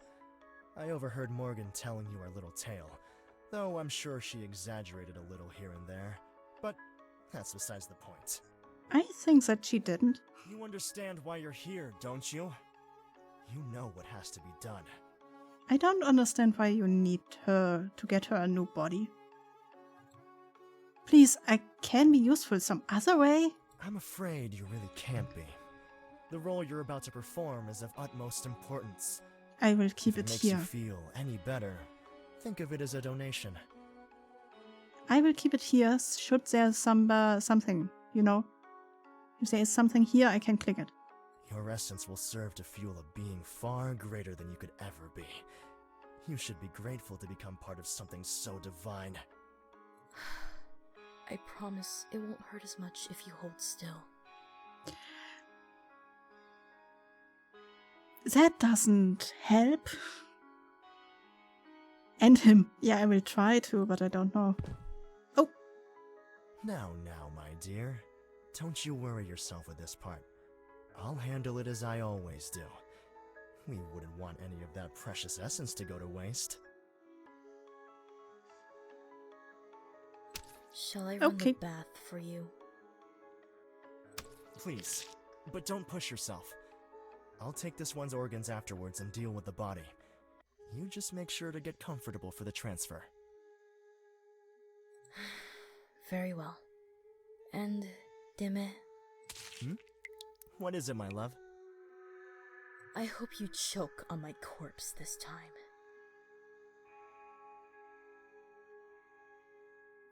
He has to eat her again.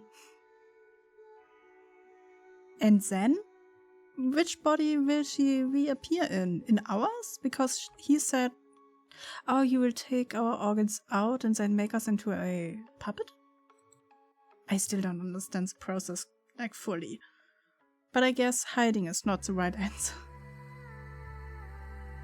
And this all was made in not even a month. The doll thing, yeah, the doll thing is still not really quite clear, I guess. Not for me, at least. And there are multiple endings, so we could go again and skip over everything that we don't need to hear again. And Morgenröte, Dämmerung. Morgen. If we call ourselves Morgen, will be like, it said tattered by the name or something like that.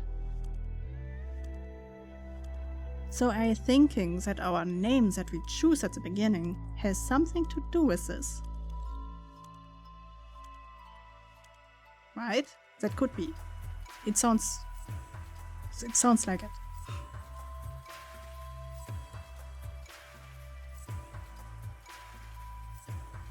Oh yeah, it is an HIO game and free, like, if you want to give money, of course you can give money, but you can also play it for free. I will send it to Owl.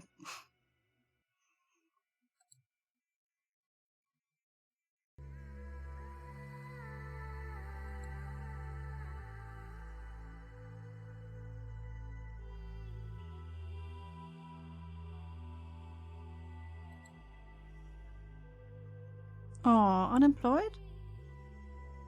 Autistic and stuck with anxiety and depression. Need to keep going. Oh, they are so great with their work, so. But the sound, it sounded kind of like another game. I know, like the voices. It sounded like another game. Also, like it was also a story game like this. I need to hear the voices again. Oh, extra section. The button is hidden near the bottom of the butterfly. Wait? The button is hidden near the bottom of the butterfly's abdomen. The button is hidden near the bottom of the butterfly's abdomen. That sounds like a tongue twister.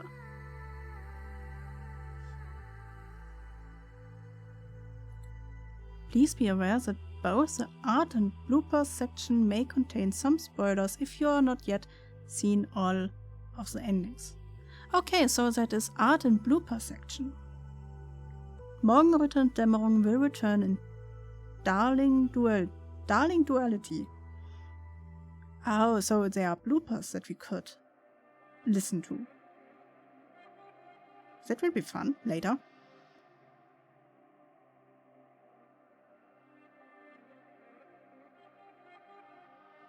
Press the button. But Biz, we are not yet ready with the game. Oh, there it is.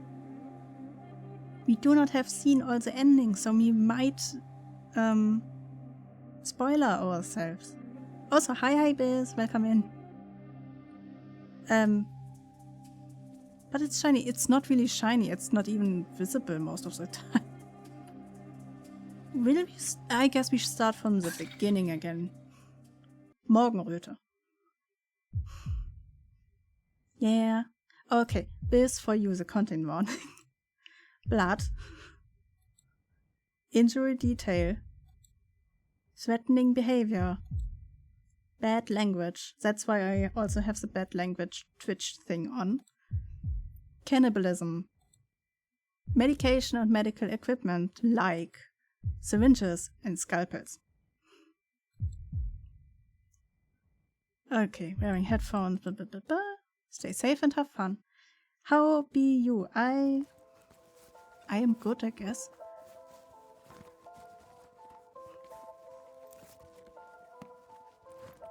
Yeah, it's bad. Yeah, it's bad. You could have sworn you picked them up. Yeah, it's Halloween, and I guess cannibalism is one of the easiest version of horror besides like, and I mean like really horror. I don't mean like shock. Like jump scares are shock. They are not really horror. They shock you for a moment, but do not give you that creepy feeling. Cannibalism is a whole topic that can give you the creeps for a long time. You could have sworn you picked them up a minute ago. Come on, Keys, where are you? This is just your luck. First it was anxiety dreams last night about spelling your name wrong on the application forms, and now you're going to end up arriving late for the interview because you have lost your darn keys. Calm down, it's all going to be okay. You know you spell your last name correctly. It's your first name you're worried about. You're 99% sure you put it down as Morgan. Do I have to spell it out fully? Röte? Wait, was it Morgenröte mit... Now I have to look up the spelling of Morgenröte. Morgenröte. Just in case. No, looks right. Okay. Let's try it. Let's see what happens if we are the same name as the person he tries to kill over and over again.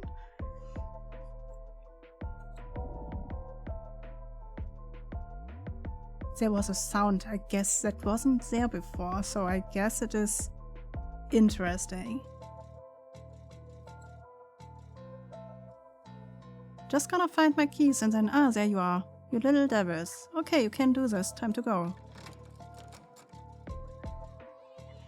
The moment you exit your apartment, autumn's playful chill caresses your cheek, beckoning you forward into the night. Also, I'm having a plush biz with me to keep me company.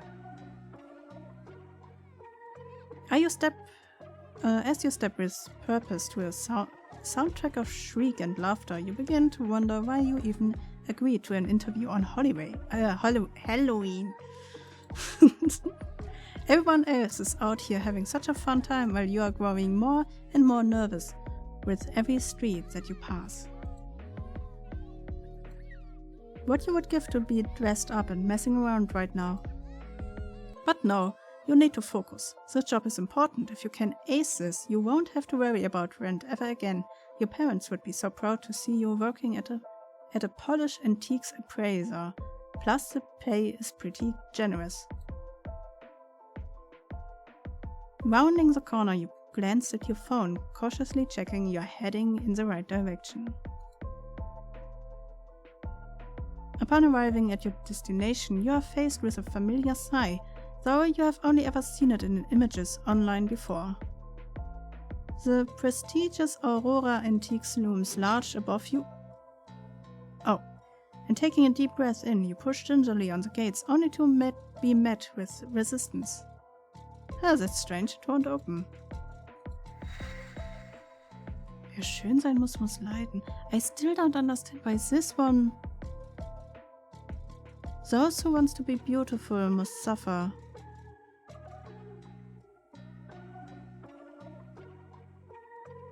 A plushie? Why did I not know this?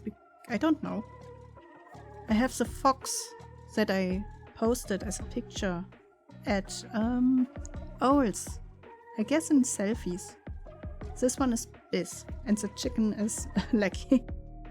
Because I have the feeling like Lecky is more of a... You know, when you see chickens in cartoons, they are like all over the place. I guess he is all over the place, and together with Biz, they are fighting quite a lot. So they are fitting together. I don't understand this in context of the game. Aurora Antiques is closed for the day. Applicants, please use the back entrance. Makes sense, what am I then? I don't have a plushie for you yet, so I will have to look around for this.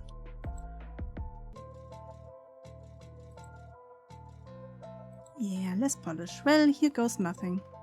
Pressing down on the handle, With less enthusiasm this time, you feel the weight of the door creaking open in front of you as you anxiously step inside. Hello! You call out, hoping to be met by your prospective employer. Only silence greets you instead, further fueling your trepidation. I really hope this isn't some sort of sick Halloween prank. What even is this place anyway? It looks nothing like the pristine reception area at the front of the building. The more you peek around, the stranger it all seems, as though you are intruding on someone's private collection of bizarre antiques. What use could a store possibly have for all of this junk? I have the feeling this backside is just a cover-up, and the front is the house we see while playing the game. Eye starting from object to peculiar object, you catch a glimpse of a human outlined in a darkened room just beyond where you are standing. I'm here for the job interview? Still, no response. Taking a gulp of stale air, you forced yourself forward to investigate. Treating with caution, you step into the dingy blackness, allowing it to engulf you entirely, guided only by the faint shafts of dust-speckled light glistening from an old lamp.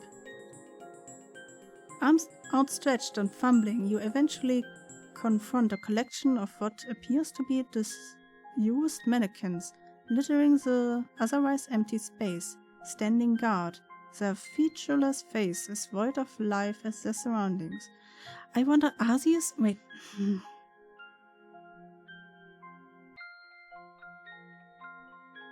I mean, this is apparently the original body?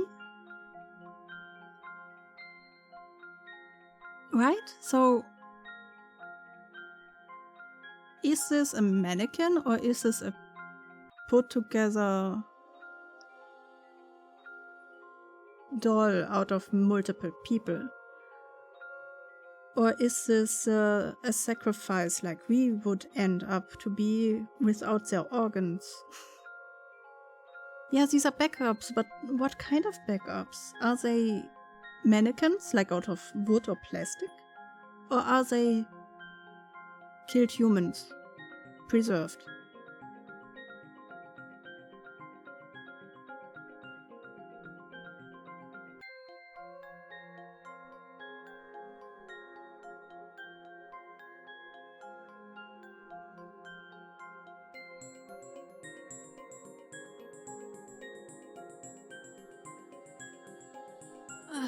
Well, the person we will meet in a second. That one has to be out of flesh because he has to eat her. So that must be a human. A body, let's say it that way.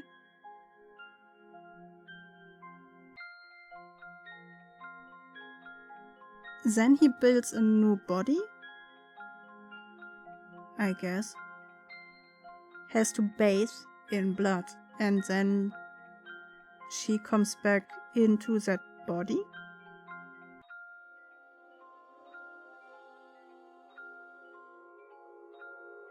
I think he puts the sacrifice into the dolls and that turns it into flesh. Okay. But this one in a second will look scared already. And scared. And unless he builds them with a scared look, would mean that they are more human and not out of plastic or wood.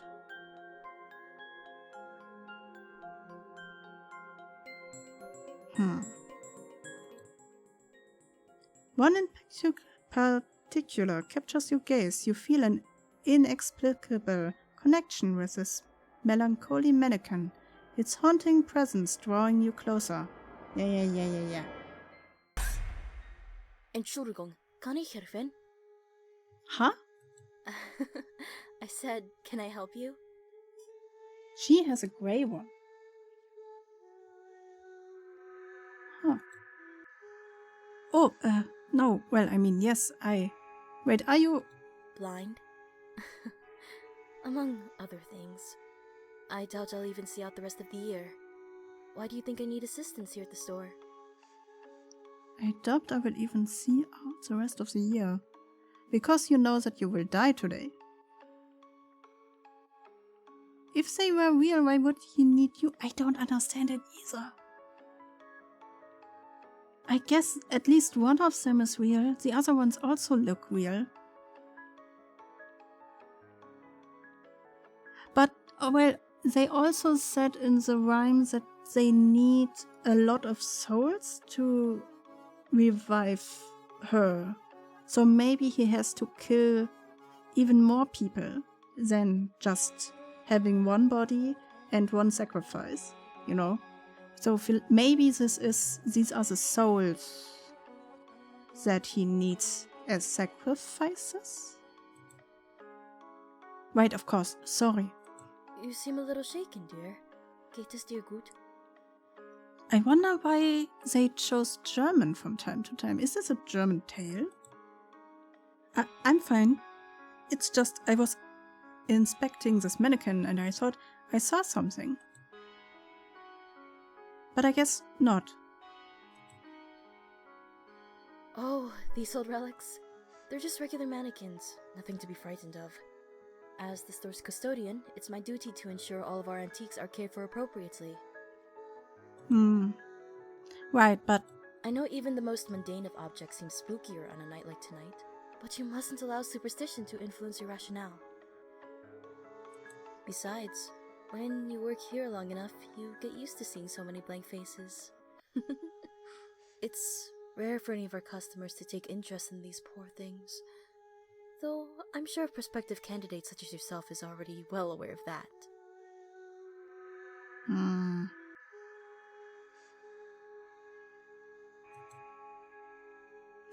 Maybe the bodies are made by him and you are the sacrifice to transfer to the body?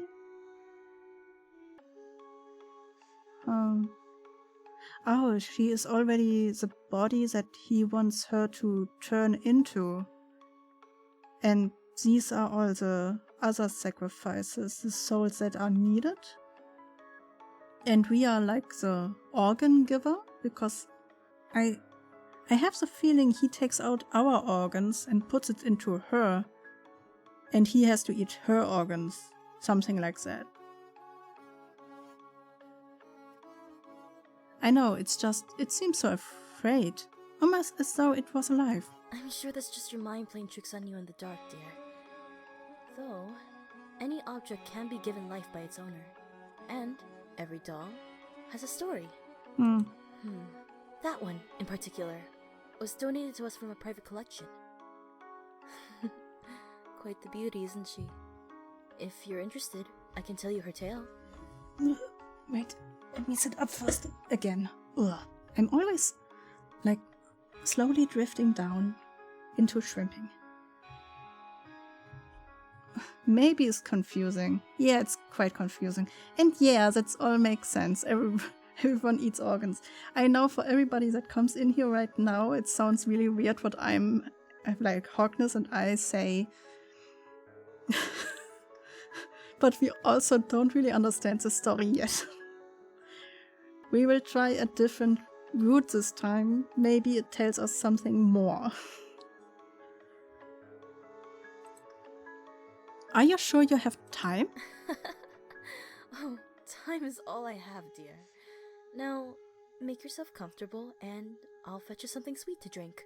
She has all the time, Hogness. Of course she has all the time, if she comes back over and over again. Shuffling off your prospective new boss hastily pours you each a cup of tea before returning with surprising alacrity. There you go. Have a seat, my dear. It all started with a selfish wish. Purgatory? No. It feels like it, but no.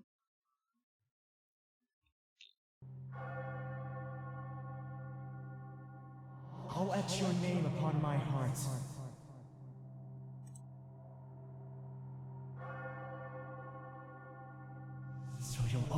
be my lover.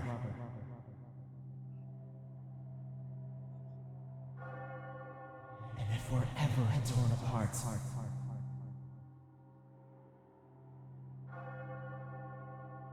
I'll restore you with another. Are you sure it'll work? Oh, I'm quite certain.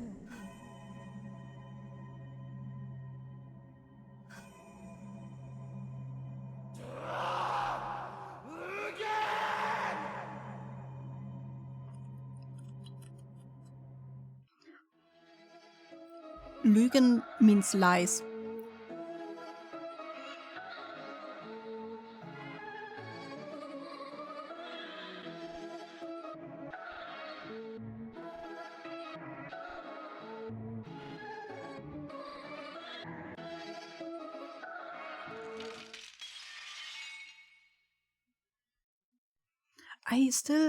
What? Another thing I don't quite understand yet is, who is he burning? What a strange dream. Okay, black dress. I have the feeling the dresses also tell us something. Otherwise, we do not have to change the color over and over again.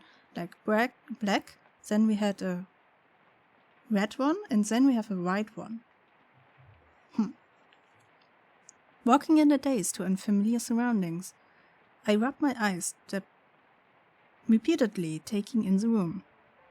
Where am I? If this is my bedroom, why don't I recognize anything? And if this isn't my bedroom, what am I doing here?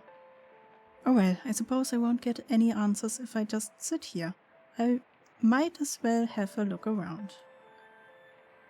Okay, and we cannot quite look at it yet because... Let's get some light in here. Do you know what colors mean? I don't know what these colors necessarily mean, but black is mostly for sadness. Well, it also depends on the area where you are living, but most people say it is sadness, the loss of somebody, darkness, of course, mourning, yeah, that one. Also, our butterfly is still yellow. Then red would be fire, heat, love, but also anger. White would be purity. Something else. White is also... Every color have some good meanings and some bad meanings. I know that one. Purity? Oh, if you are a little bit...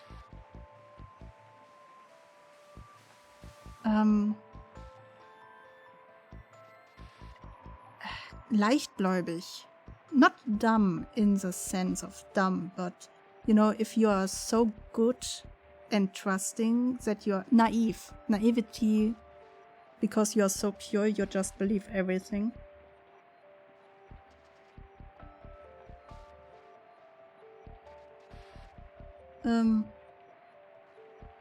And I believe sometimes it also means something like going over, like releasing the old stuff. Let's get some light in here. Yeah, that's better. Now I can actually see properly. Is there something... Oh, I can interact with other things. Okay, this one, if we interact with this, it will break and the lilac man will come. So think of the context. They are on dresses, so it may well be the color application for maidens. Color applications? What should we try first? We will look at this one. That's a lot of medication. Am I sick? Oh, if we would have looked at this, it would make more sense why we think he is a doctor. Is this really what I look like? When I stare at the mirror, I don't even recognize my own reflection. It's raining. Yeah, well, I was able to hear that. Thank you very much. A beautiful painting of a flowing river. Before I get a chance to do anything else, I hear hurried footsteps approaching, coming to an abrupt halt right outside the door. I should. Last time we did nothing. Should we? I guess we call out. It would be the next logical thing before, like, defending myself would mean I am in danger, and hiding also would think that I am scared of, and he do not want us to be scared of him, right? So I guess if we do this, it would lead to the ending again. So we call out. Who's out there? So think of something. Yeah. Okay. It's me, Morgan. Who else would it possibly be? Listen, I've got your dinner, so I'm coming in now, okay? Okay, this way he believes that we forgot again, so yeah, okay. Morgan? Is that my name?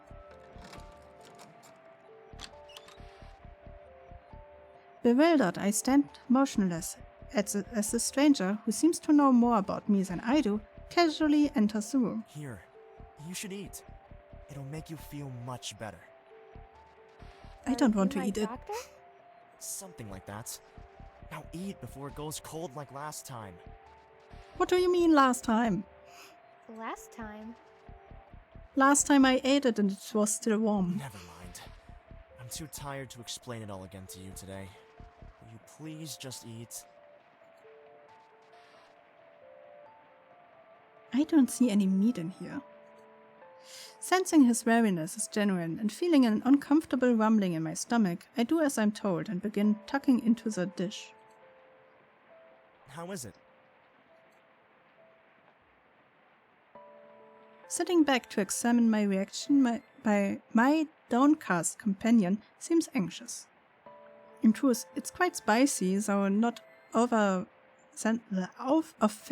though, but something about each mouthful feels familiar as it coats my tongue, searing my throat as I swallow. The food is different? I don't think so. We had noodles last time with red sauce and something green in it. It's great. Thank you. Delicious. Thank you. I still like this thank you because it's like, yeah. Releasing what appears to be a long-held sigh of relief, the fatigued figure opposite me smiles for the first time since entering the room. So that means we are just... We entered this world in this body. And he just ate... Well, just. More or less. Just ate the last puppet. Good. That's good. Well, as always, I hate to leave you alone when you're feeling so unwell, but I really don't have much choice. Unfortunately, it would appear there truly is no rest for the wicked. I thought it was meat and potato. Meat and potato should be the next meal. And then there are 2 slobs of meat, I guess, where he tells us to lick the plate clean. With a self-deprecating grimace, he hauls himself up. Wait, I don't even know your name. It's Demerum, but you usually just call me Deme. Now, eat up and regain your strength. I won't lock you in this time, but it's probably best you don't go wandering too far. With your memory in the state that it is, you might end up getting lost. I'll come see you again when I can. Lock in you again, this time. And just like that, the doctor leaves me alone to finish my meal in disquieting silence. I take my time with a carefully prepared dish, not to savor the taste, but to prolong the thought of leaving this room. As long as one more mouthful remains, I don't have to comfort any of this. As long as one more mouthful remains, I'll be okay. The gentle pitter-patter of rain soon turns into a torrent outside the window. It's funny that I can remember what rain is, but not what it feels like. Have I ever even felt it before? Have I lived my entire life in this house? Or worse, in this one room? I guess I will have to ask the doctor when I next see him. He seems too exhausted. I hope I haven't caused him too much trouble. The last thing I want is to be a liability. Oh, I must have missed the other meals. Yeah, that's fine. We will play this game maybe like after this time, maybe one more time. I don't know. I cannot really remember how many endings there are. Inevitable, swallowing the final mouthful of food, I turned my gaze to the door, now ajar. I suppose I should probably take a little look outside the room at least. I'm wondering why is he keeping the door ajar for us?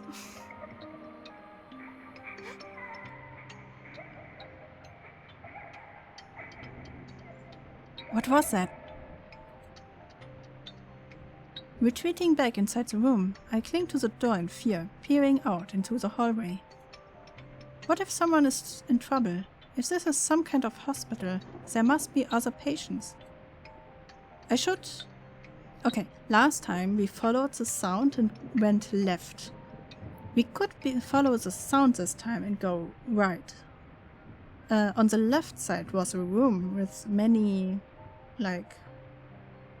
vials, I guess, with different kind of body parts in it, like an eyeball or a hand and a brain. And then the doctor came and he was not happy about us being there. And then we blacked out and awakened in the dining room. So I guess we follow the sound this time and then go right. As foolish as this may seem, something urges me to leave the safety of my room in pursuit of the scream's origin.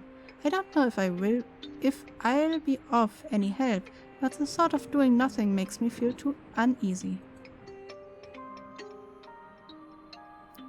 Traversing the corridors, I begin to hope that another doctor might reach a person in distress before me. I know Damon said not to wander too far, so I try my best to remember the route my feet are taking me. There, yeah. Upon reaching a split in the corridor, I'm utterly clueless as to which way to go, and I can no longer hear any signs of trouble. Okay, we went left, this time we go right. I suppose it doesn't really matter which way I head when I don't know where anything is. With any luck, I might be able to start building a mental map of this place. Yeah, I will do the mental map. It's fine. The further I wander, the more overwhelmed I begin to feel. The doctor wasn't kidding. This place is huge. It seems as though every corridor contains a dozen rooms, and that each hallway stretches out for eternity. Not wanting to walk any more for fear of becoming truly disorientated, I instead decided to enter one of the side rooms. It's the same, but on the other side now. Okay. That's different. What happened here? Oh boy. The other room was nice. It looked like a living room. Just with some vases around with organs in it. Preserved. This is different. The moment I push open the door, I gasp in horror at the sign before me. What is this? Almost choking on the foul metallic odor in the air, I cover my mouth, gagging reflexively. Well, you are already in a bathroom, so gagging is not that bad. Gross, yeah. This is old. This is new. This is old because it's kind of turning brownish. This also, but this is new, so somebody needs to clean. Who would do something like this? What exactly? Oh, Too terrified to seek the answers to that question, I turn tail and run as fast as I can back down the corridor. Only I can remember which way it was that I came from. I can't remember. There we go. I'm too scared to stop, and so my eyes dart from room to room, hoping to find my way back. Sprinting scared for my life, I collided with something solid in my path, of course. What's the matter, Morgan? You look like you've seen a ghost. Are you wondering why, really? I cannot imagine why I would be like this. Have you ever saw a mirror? Like in the last, I guess, 5 minutes. Bloody man. Yeah, it's a bloody man again. And he's like, oh my god, what happened?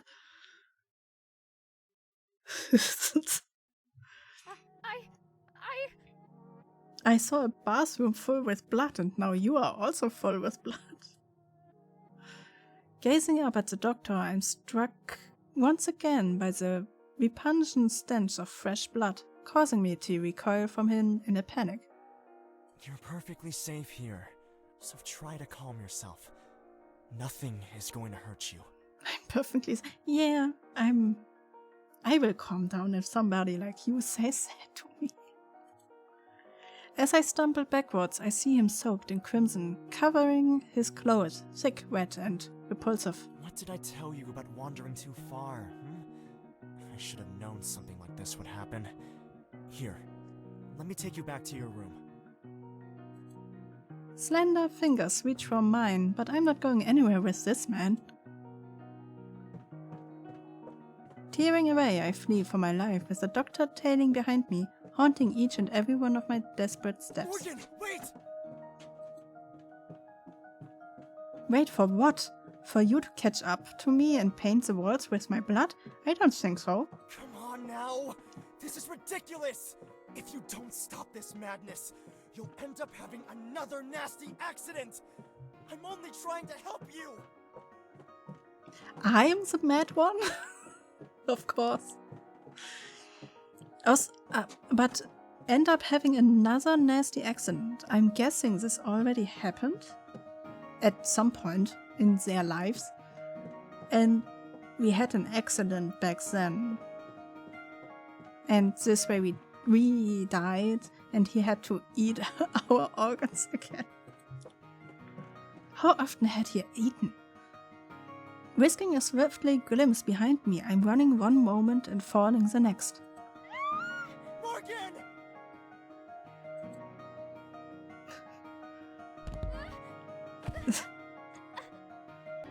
Snack time! My feet betraying me, I tumble down a flight of stairs, head first. One blow shattered my nose, the next almost knocked me unconscious, before the final few snapped my neck in two, and I lay in agony in a crumbled heap. Well, you have food now, I guess. Urgent footsteps follow, but I am unable to act as the last of my light slips away, leaving me surrounded by darkness. No! Why couldn't you just listen to me? What am I going to do with you? Such a waste.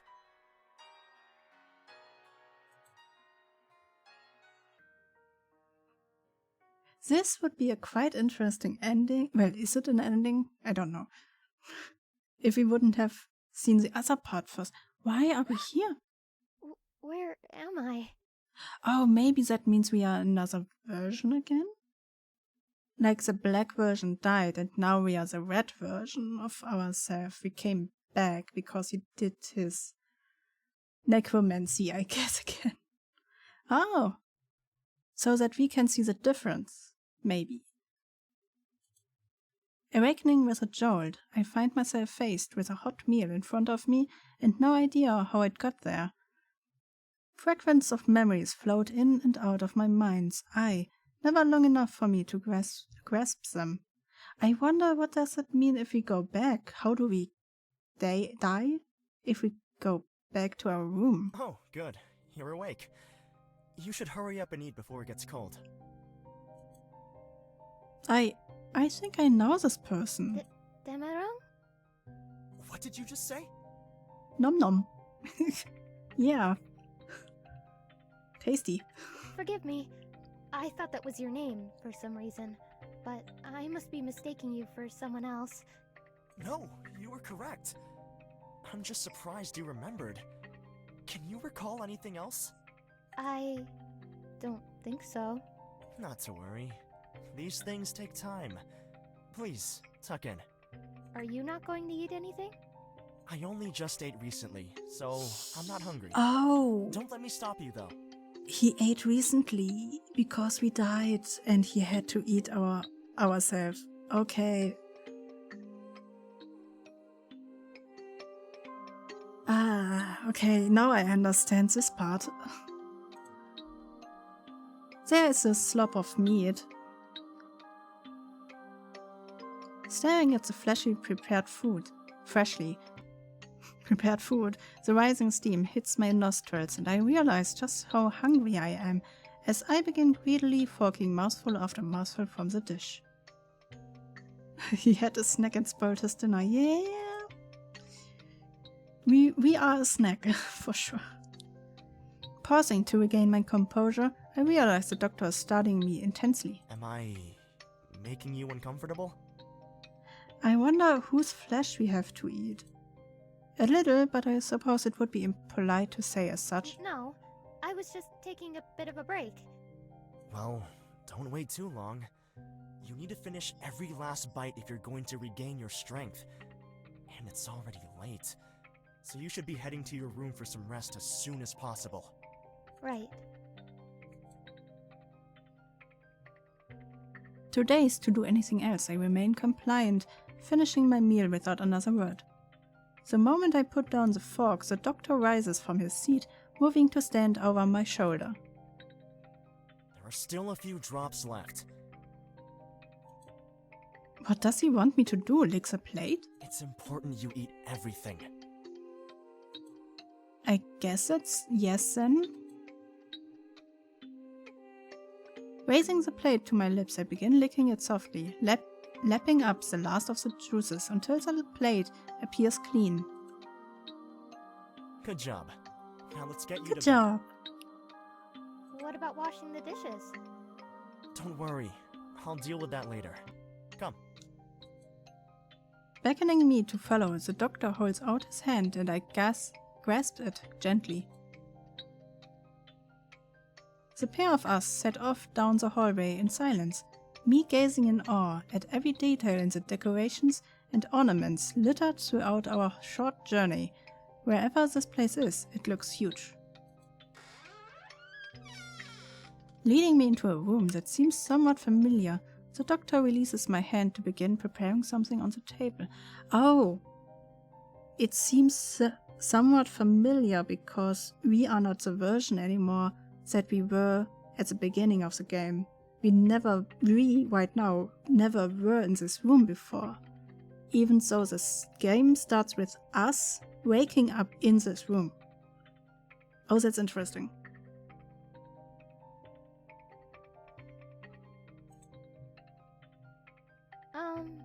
What is all that? It's your medication, Morgan. And it's very important that you take all of it, okay? Okay. Okay. Now, I have a few things I need to sort out, and you need your beauty sleep. Can I trust you to take these by yourself? Sure. Why wouldn't he be able to trust me? Yes. Very well. I suppose I'll see you later then. Gracing me with a gentle kiss on the forehead, the doctor leaves me to my own devices. So, I forgot to ask him what this medication actually does. I guess it must be a mixture of sleeping pills or something. I should.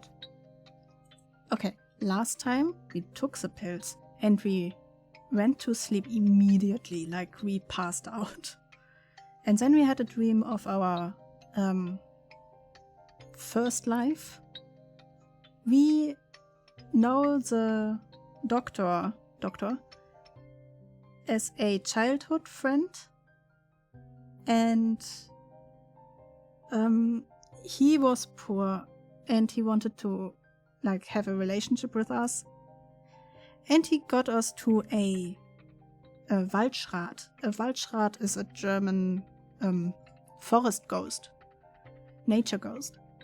And we as Morgenröte, the first one, said, you are crazy, you shouldn't do deals with ghosts and the kind. And we just go. We didn't want to do anything with that. He gave her a gift, because this way you can get their good graces. And he wished for money, but he never knew what he needs to pay as price for it. Then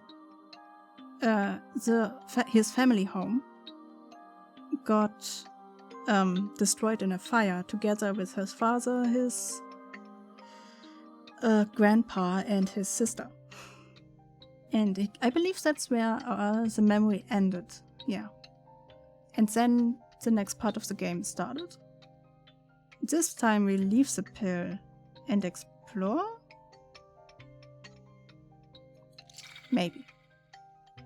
The doctor says it's important that I take these and rest, but I don't even feel remotely tired. In fact, if anything, I feel like I need to stretch my legs a little. Everything's so stiff, as though I have been stationary for far too long. Time to die again. Yeah, I guess every time I go somewhere he doesn't want us to be, we die. Either by him or by an accident.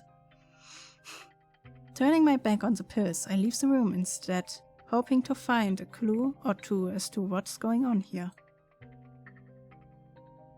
One of the rooms in the corridor seems to be emitting huge plumes of steam, a sticky humidity crawling through the air towards me, drawing me in.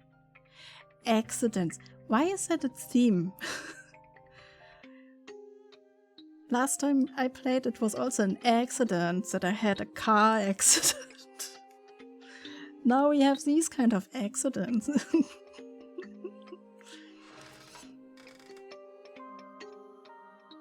When I push open the door, billows of warm steam clouds caress my cheeks, covering everything in the room in an eerie mist. Oh, he takes his bath in the blood. Oh. Oh, I see. Almost jumping at the sloshing sound coming from the back of the room, I see a shadow emerge from the steam. Wait, why is here steam if this is blood? Is he watering the blood down with hot water? Doctor? Fully clothed and yet soaked in crimson, the doctor enveloped me in a wordless embrace. Stay away from me! Eyes wide in fear, I struggle in his grip, attempting to pull away from him, but to no avail. You don't have to be afraid of me, Morgan. This might look frightening, but I promise you, it's all for you. What's for me? I don't understand. Please, just let me go. Why didn't you take the pills, Why did you never do as I asked? Growing increasingly distraught, the doctor's eye contorted in a mixture of disappointment and rage as his grip on me tightens. The moment I think we're finally making progress, you go and ruin it all again! How many times do we have to go through this tiresome routine before you wake up and realize I'm trying to save you, huh? It maybe would help if you just tell me, you know? Okay, he do not want us to, see him as a monster, but it would be easier for us to not do dumb stuff if we would know why the stuff we do would be dumb, you know? Because we are brats. Yeah, we are brats. We do not listen just because somebody tells us to do something. We need a reason to listen. You know, a good reason. And even then we are like, maybe.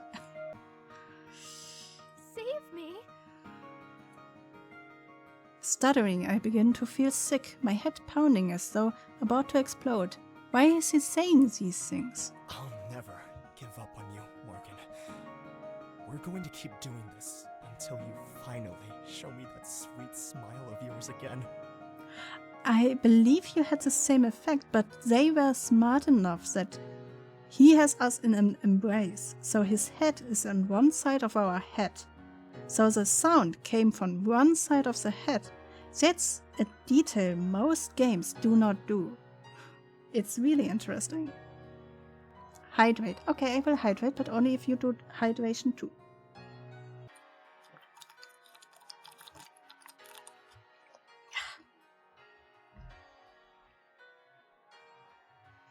Also, do not hydrate in blood like him. That's not working. Oh, he killed us again. He just ate us. How can he eat us again? So, what are you gonna do about it? Have you come up with a plan or anything? Oh, I just realized there's like this one. This is the dream we have if we take the pills I talked about. Kind of. And what's that supposed to mean, exactly? That is yes. This is it. Yeah, you're gonna have to do better than that, because I fail to see how a hike in the woods is gonna clear your family's debt, Dema. Have you lost your marbles or something? Nope. Trust me, you'll see. I mean, you can get more iron if you hydrate with blood. The only thing you will do is, like, vomit it all out. Because that will happen if you drink too much of it. I'm probably not going to like this, am I? No. Knowing you, probably not. So why are you taking us with you? Can you at least give me a hint? Fine. You know the tales of Waldleute, right?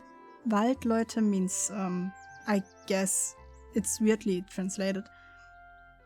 Waldschrat. And Waldschrat is a word that you would describe for these kind of forest ghosts. Yeah, but what's that got to do with anything? Please tell me you didn't drag me out here to ask some stupid mythical creature to solve all of your problems. They're not stupid. And they're not just myths either. The Waldleute are real. My grandpa met one when he was a kid. Uh-huh. I'll believe it when I see it.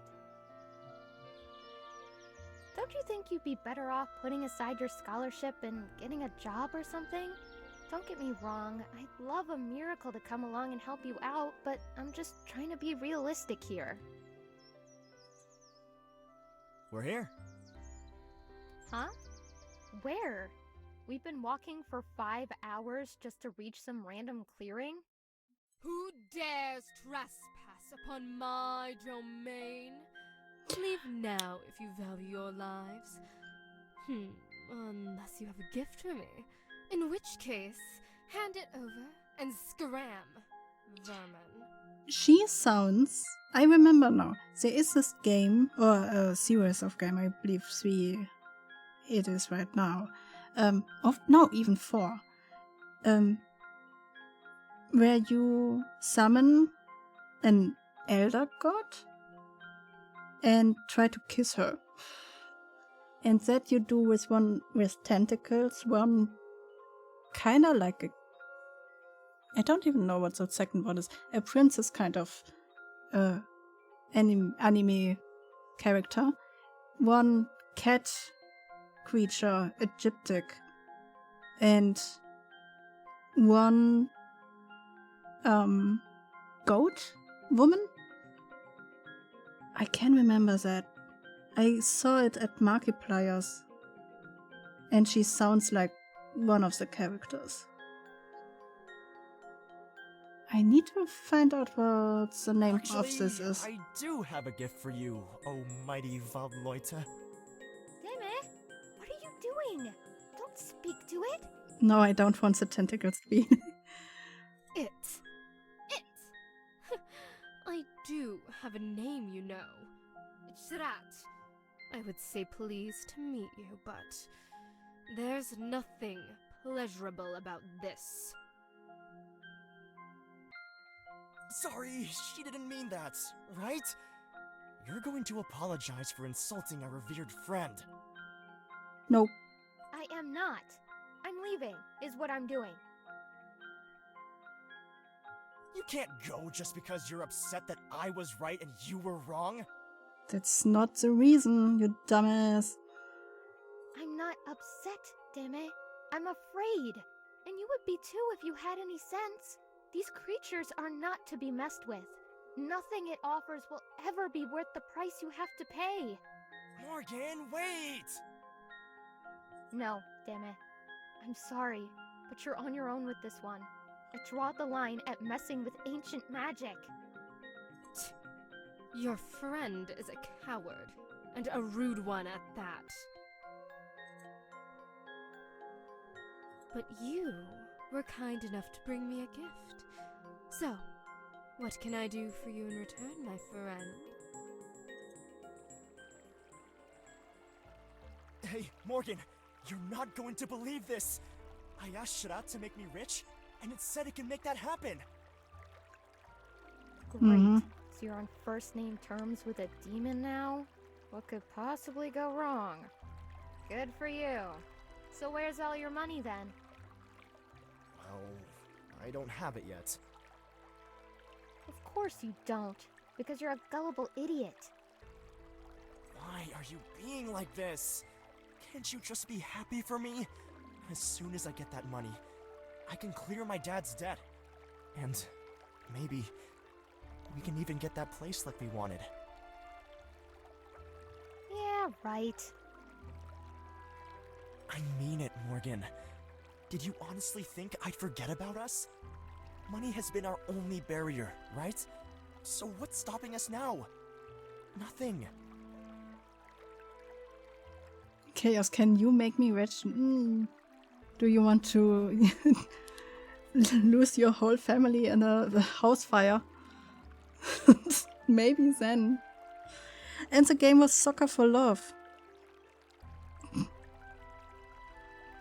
If you want to see it.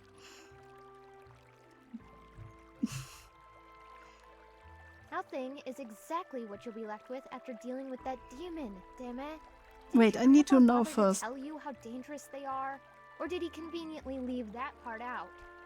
Do you know anybody with a life insurance that is on your name? You can be as mad at me as you like, but when I'm rich enough for us to have the life we always wanted, you bet I'm never gonna let you live this down. You worry too much. Everything's going to be fine. You'll see. I sure hope you're right. Chaos, could you make me a cannibalist? I guess we can, you know, if Biz says yes, then I can make you into a cannibalist. This way I can grant 2 wishes with 1 stone. Or 1 knife, depending. Damn it, don't! It's too dangerous! Wait, what? Wait for help to arrive! I can't just leave them all in there. I have to do something. No, you don't! You won't be helping anyone by running in there and getting yourself killed! Please, just stay with me!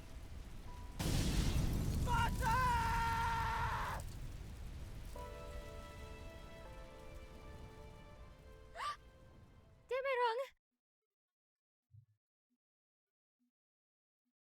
Wait, he didn't kill us.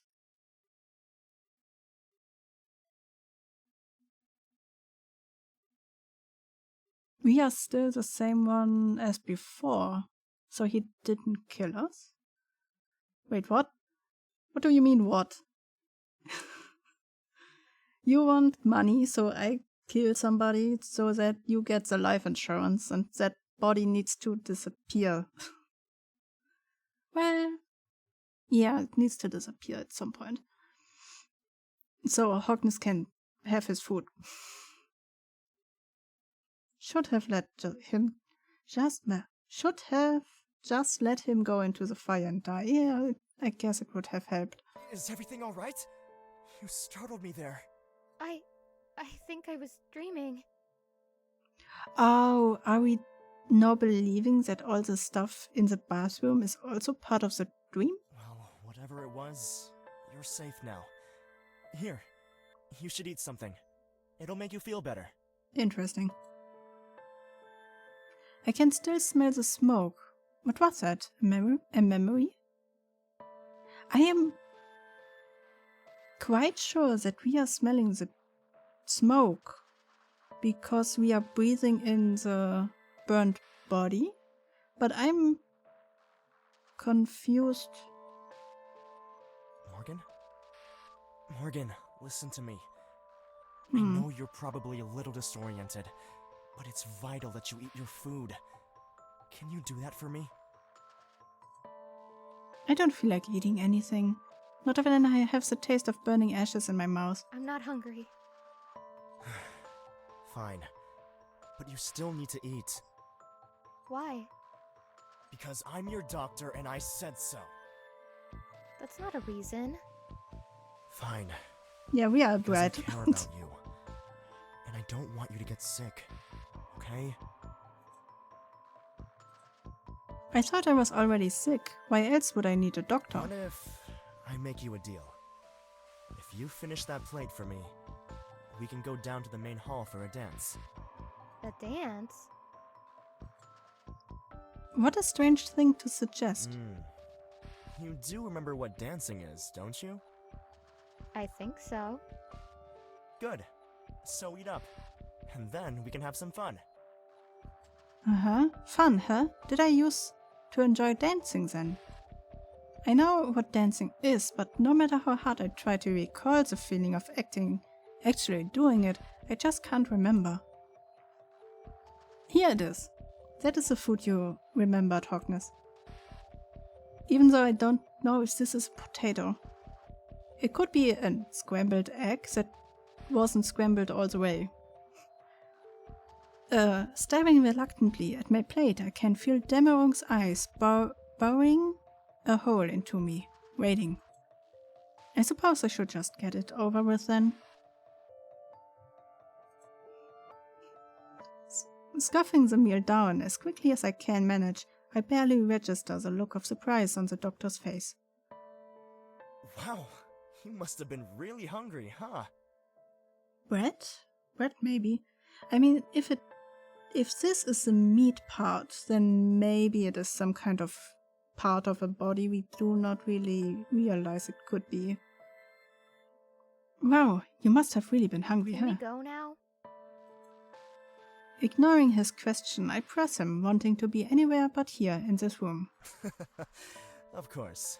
I'll lead the way. As soon as he takes my hand, the doctor's demeanor changes. His grip is soft yet firm, and I can't help but find it somehow comforting. How big even is this place? I blurt out my question without restraints as we step into the grand hallway, curious to know more. Big enough. Taken aback by his bluntness, I scoff a little. But why would anyone need so much space? Don't you ever get lost in here? I used to, but never as much as you. Well, maybe if you told me more about each room, I'd be able to find my way better. With your memory, I highly doubt that. I still can't tell if he's kidding around or if he's genuinely bitter. So, if this place is a hospital, where are all the other patients? I never said this was a hospital. Okay, but you're my doctor, right? So where else would we be? Pausing to take both of my hands in his, Dämmerung looks me up and down momentarily before releasing a soft sigh. This place is ours, Morgan. What, all of it? You're kidding, right? Nope. Not even for a minute. I bought this place for the both of us. It was supposed to be our forever home.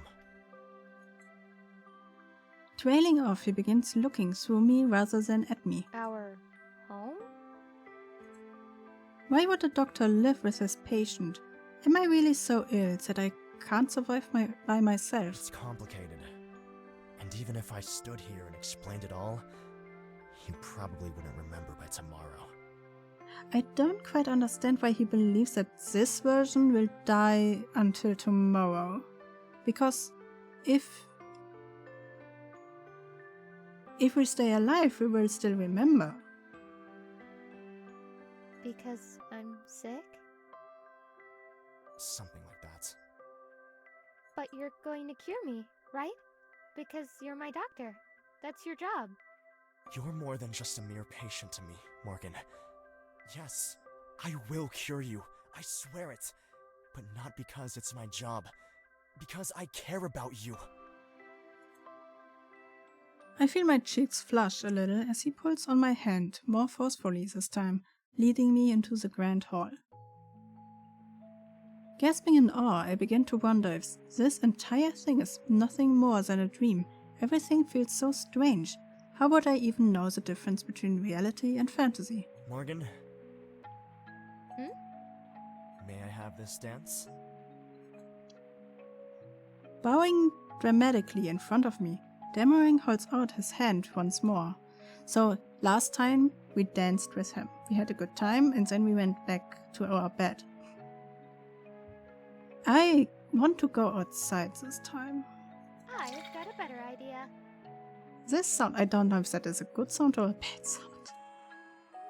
Enthralled by glimpses of the glistening night sky outside. I am done work, yay! Wait.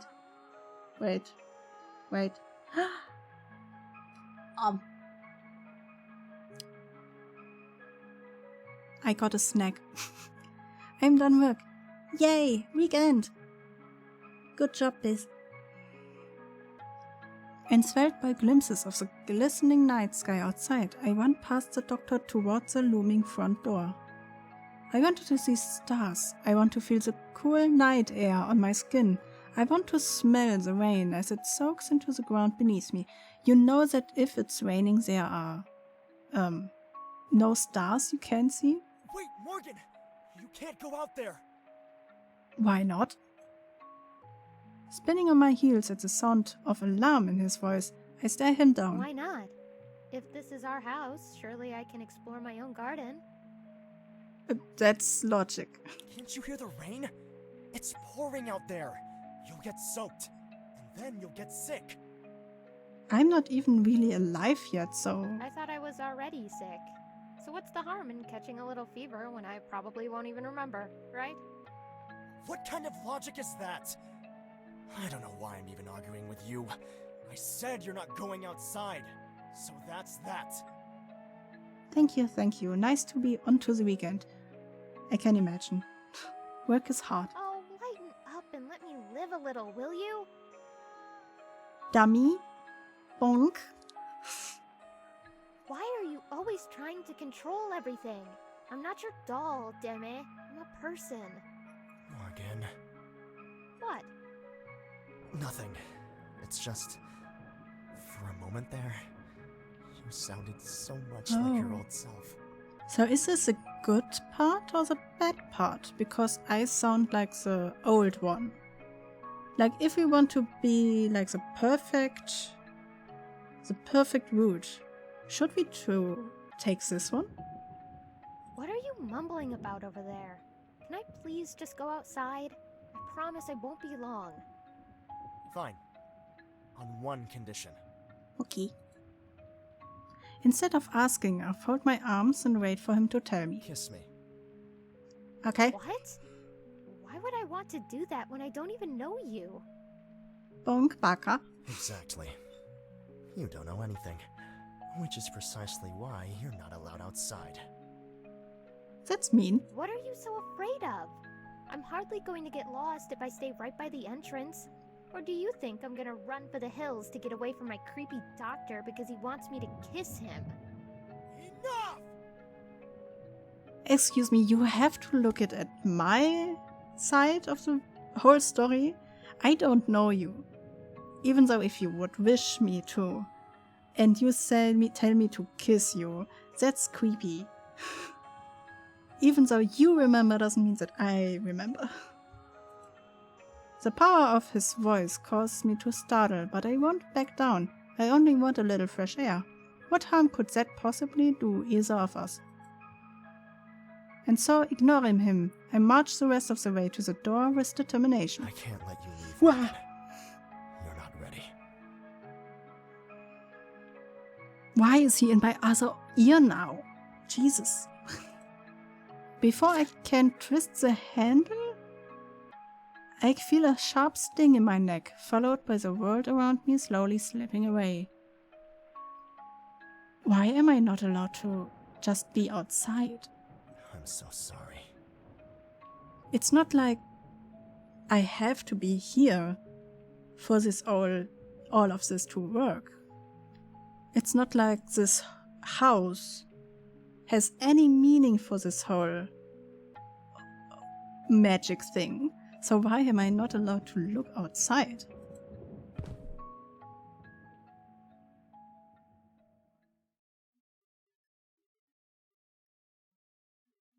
Waking in a groggy haze, I rub my eyes, wondering how I managed to end up in bed with no memory of laying down.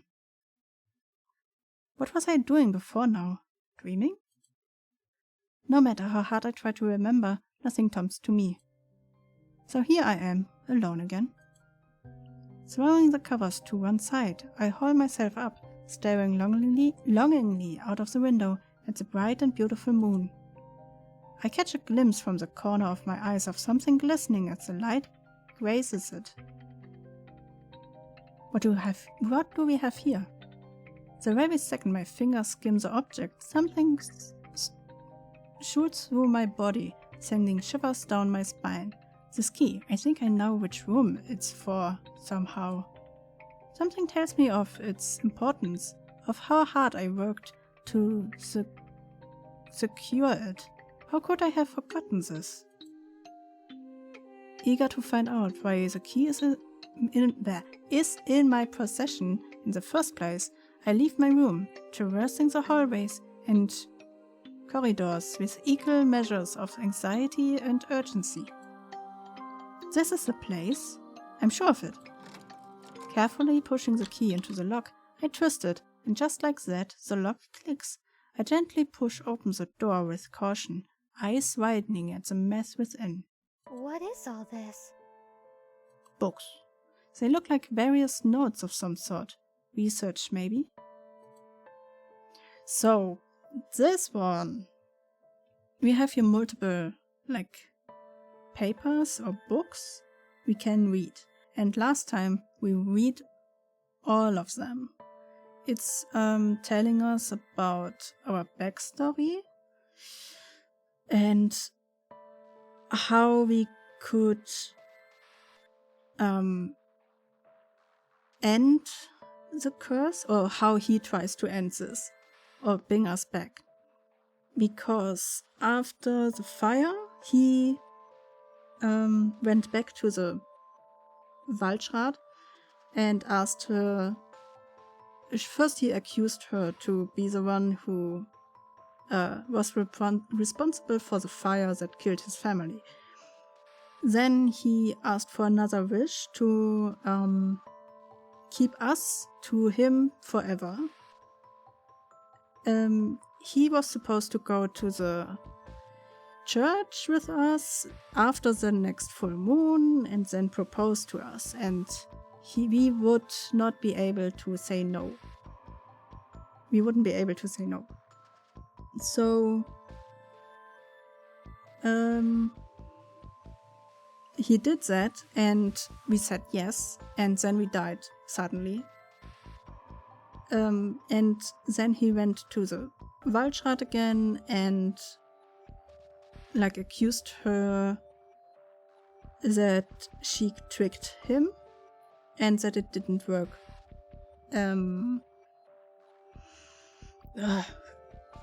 Then, Jesus, there is so much and so little that I understand, to be honest.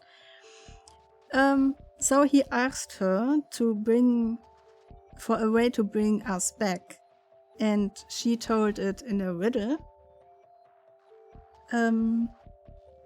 That he has to bathe in the blood, eat our flesh, and kill people to get enough souls for a sacrifice and build a new body for us and everything that we saw at the moment. I wonder which one was it. Apparently, I cannot leave without reading at least one book. Maybe he catched us last time. And then he brought us into his basement where he dismembered us, I guess. And that way everything started over. So I wonder...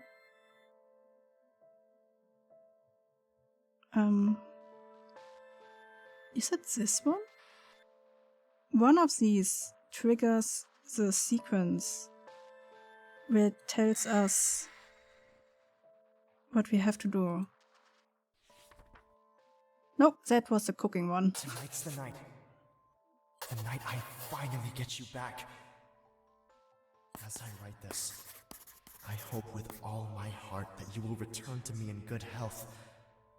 It took me a while to get the blend of spices just right to disguise what's in your food.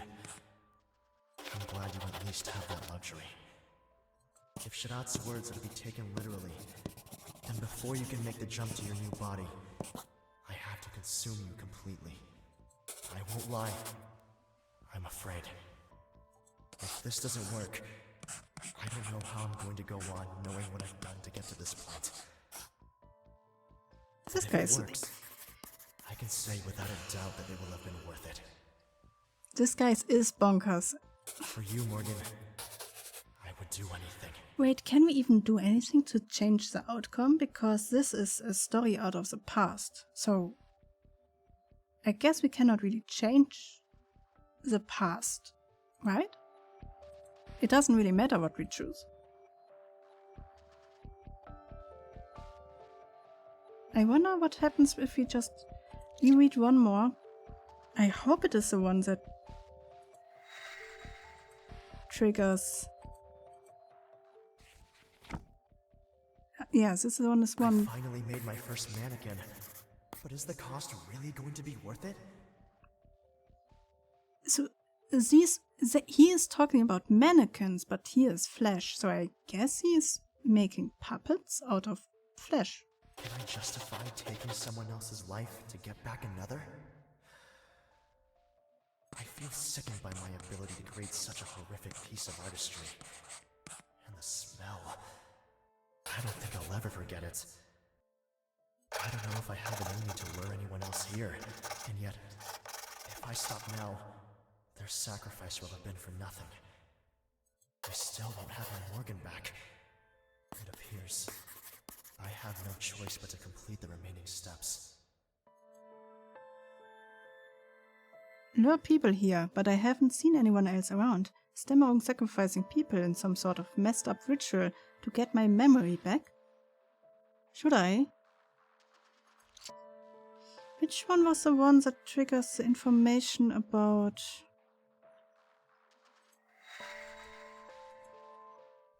Oh, I'm beginning that's... to lose track of all the bodies now, but never of how many times I've been forced to consume my beloved.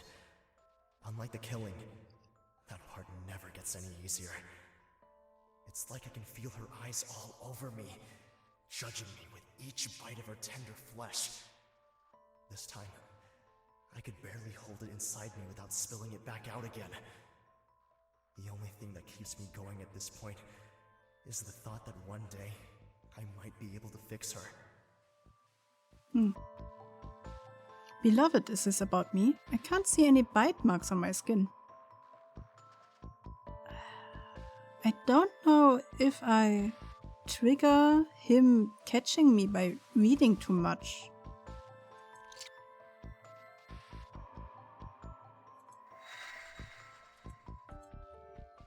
They're gone. They're gone. They're gone. They're dead. No matter how many times I say it out loud, think it, or write it down, it still doesn't seem real. It's all my fault. I should have been there. I should have listened to Morgan. What use is it being rich when the people I wanted to save aren't even here? Vater, Schwester, Opa, I'm so sorry. I failed you all. I still can't work out if the fire was just an accident, or if it's that demon's idea of a sick joke. Yes, I asked it for wealth, but this isn't how I wanted it. But it couldn't have known I'd get so much insurance money, could it? So it must have just been some really messed up coincidence. Maybe I should just confront Shadat. I need to know the truth.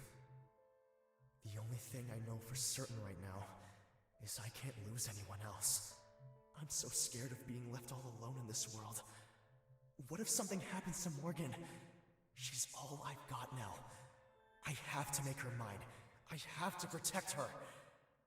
I think I'll buy us that manor house that we've always joked about living in as kids, and we can hide away from the world there. That's why I asked for the insurance money biz, because it was in the story. This must be the same fire that I dreamed about, so then was it a memory rather than a dream?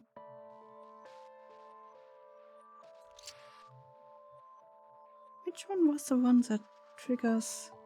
We had this one triggers something, this one triggers stuff.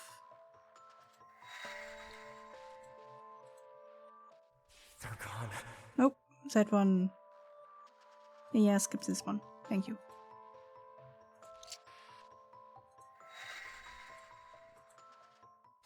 Despite managing to create an entire collection of dolls, this is anything but a day of celebration. In fact, I'm left disturbed by how easy it's become for me to ignore their screams, to hollow them out, to harvest their essence, to bathe in their blood. Something so heinous should never be this easy. I fear my soul is so tainted, even hell would reject me now. Morgan shows no improvement in her memory, no matter how much of that mulch I feed her. When she's not acting like a zombie, she's starting to ask questions. I don't want to do what I must tonight, but it seems as though there's no other way but to try and repeat the process more carefully this time. With any luck, her death will be swift and painless.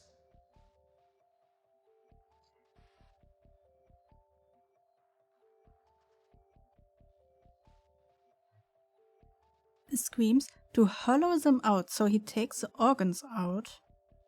To harvest their essence, I believe that is their blood. Like, not the soul, but the essence, the blood. To bathe in their blood. Something so heinous should never. So, the puppets, or the mannequins, are hollowed out people. Okay. So, when they are talk about mannequins, they are talking about the real people. Huh. What is... I don't know still what the mulch is, so...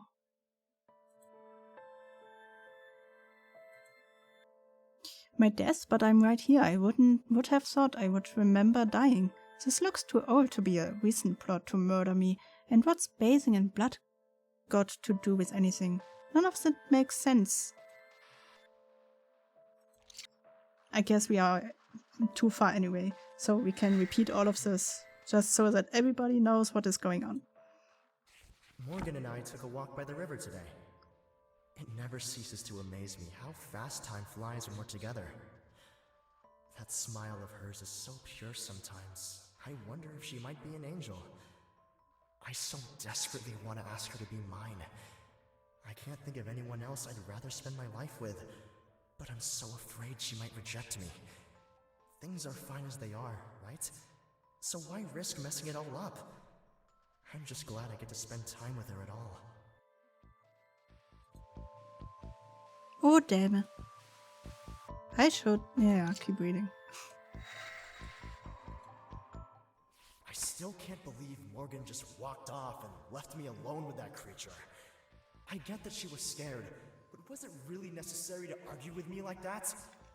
I bet she would have done the same thing if it was her family who was in trouble. She's going to be so shocked when I prove her wrong. Sure, the Vod Loiter are dangerous if you mess around or piss them off, but Opa always said they were nothing but good to him. Waiting for something to happen is agonizing, though. I just hope Shadat does make good on its word. If I don't get that money soon, we're going to be in even deeper trouble. Maybe once I've got the money, I can make things up to Morgan too. Well, it seems as though I was right. You should have known better than to trust a demon, damn it. Okay, these two I had. I believe these two I had. What do we have here? It's been a full month now since Shaddad gave me directions to revive Morgan, and I'm still no closer to figuring out what I'm actually supposed to do. There hasn't been a single night where I don't dream of Morgan, but that's only the beginning. What is it with magical creatures and speaking in riddles? Crafting her a vessel from human screams can only mean one thing, but how I'm supposed to achieve that without getting into trouble is another mystery of its own. It's so lonely in this place all by myself. Sometimes when I visit Morgan, I swear I can feel her somehow, clinging on to this world. She's waiting for me to bring her back. I just know she is. I can't let her down. Dämmerung. I should. Yeah, sure. Keep reading. Wait, did we read this one last time? Some of the pages are missing. It worked! It actually worked! Getting her to eat all that crap wasn't exactly easy. I didn't think everything would be so stiff, but once it was inside her, once the clock struck midnight, I counted, and there she was, eyes open in front of me, staring innocently, as though she never left. She seemed a little shaken when I hugged her, but I suppose that's to be expected when she's been gone for so long. There's so much I want to say to her, but I figured it would be better to let her rest. We have eternity together now, so what's the harm in waiting one more night? This one we didn't read the last time. Interesting. Eternity? It's really hard to keep track of which one we already had. The good thing is we can skip over them. Oh yeah, this one we had. I don't know if I still it appears. Click, click, click, click, click. Sorry. So this one, I guess we already had. I started seeing butterflies Oh no. today. I have yet to determine if they are a mere product of my imagination or a result of the number of rituals I performed recently. Regardless, they seem to just follow me around as I work. I wonder if they're trying to show me something.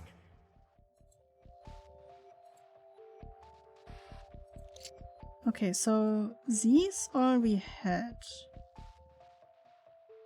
This one we haven't had yet. Is that blood? If Morgan could see me like this, she'd probably run for her life. I find myself wondering more frequently if she'll ever be able to forgive me for all I've done. Will she understand that I did this for her? Or will she gaze at me with those glittering eyes of hers and declare me a monster? Perhaps it would be better that she never finds out. I don't think I was supposed to see this. Ooh. Is this the one that maybe triggers that he comes here? Because we are not supposed to see this one? Maybe. They're gone. Oh yeah, this one we had already. Skip. This one? Ooh, not the skipping. Well, now we can skip the whole thing, I guess. And start over. Shall have all. Sorry for this one. This about this one, I guess. No! How can I end the skipping between them going? Huh.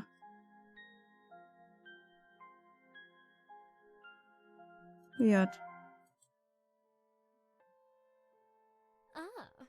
I see you've brought your blushing bride. But you Yeah. hands all polite this time. I'm breaking the game. Oh no. Keep her memory in your dreams. Craft her a vessel from human screams. Gather more souls to sacrifice. Only death can pay the price. Empty their veins of crimson essence. bathe in their blood to sate your penance. Harvest the offal, keep it fresh, serve it up and feed her flesh. Burn the rest and ashes inhale, only then can her soul prevail. When one form fades, with haste to devour, wait until the witching hour. Close your eyes and count to 10. From darkness she will rise again, revived anew, yet never the same. Forever tethered by her name. Okay, at least we have What was part all of that? the story. I don't understand what I'm supposed to do.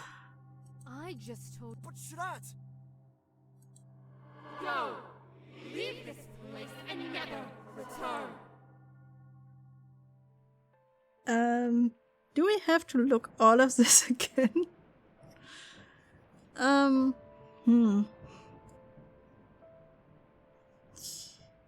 I guess we can go through it without the skipping at least one more time.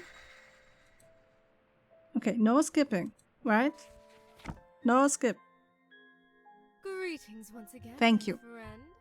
Enjoying your newfound wealth? Is that supposed to be your idea of a joke? Excuse me? So, my family home burning down out of nowhere had nothing to do with you then? Why, I have no idea what you're talking about. I merely gave you my blessing. So, my Yeah. family home burning down. I forget that I Excuse can. I can skip forwards and backwards. I forgot about that one. So, my family home burning down out of nowhere had nothing to do with you then? Why, I have no idea what you're talking about. I merely gave you my blessing. But I lost a lot more than my home, and I think you damn well know that! I see. But you still got what you wanted, didn't you? Don't be mad at me. What I wanted was to help my family! How am I supposed to do that when they all burn to death in their beds? Listen, I understand completely. Why don't you let me make it up to you with another wish?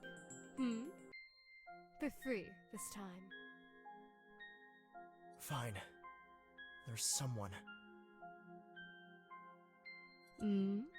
Go on.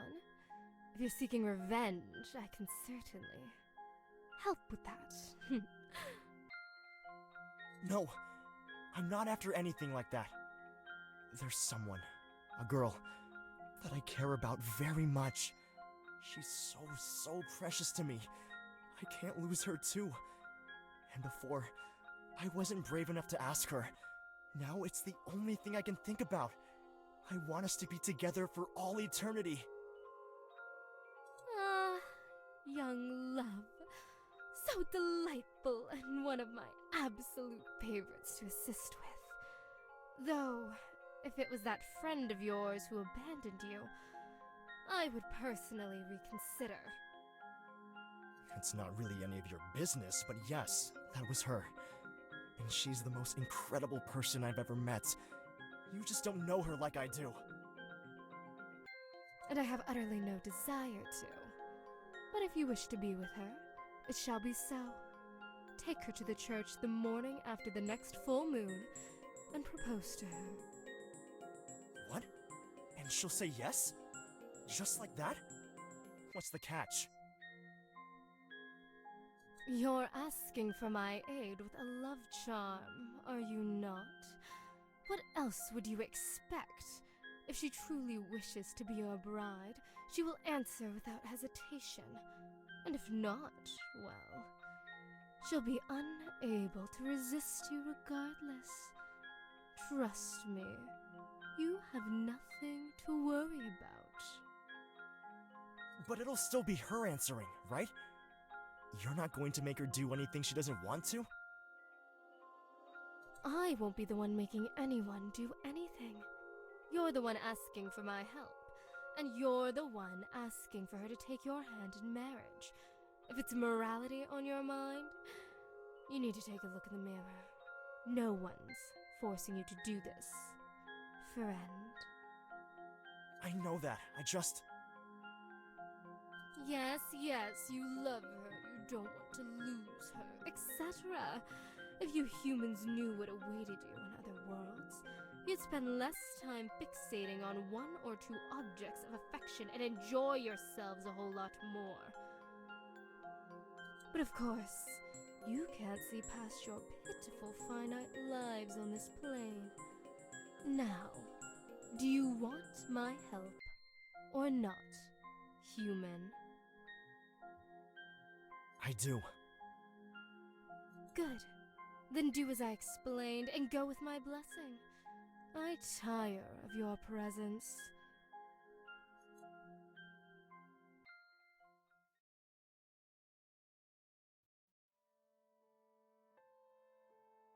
Ah, I see you've brought your blushing bride. I do hope she plans on being more polite this time. She's dead, demon! You lied to me! You said you could help us be together, but your stupid spell failed! How dare you come here and insult me like that? My magic never fails! Then how do you explain this, huh? She collapsed right after saying yes.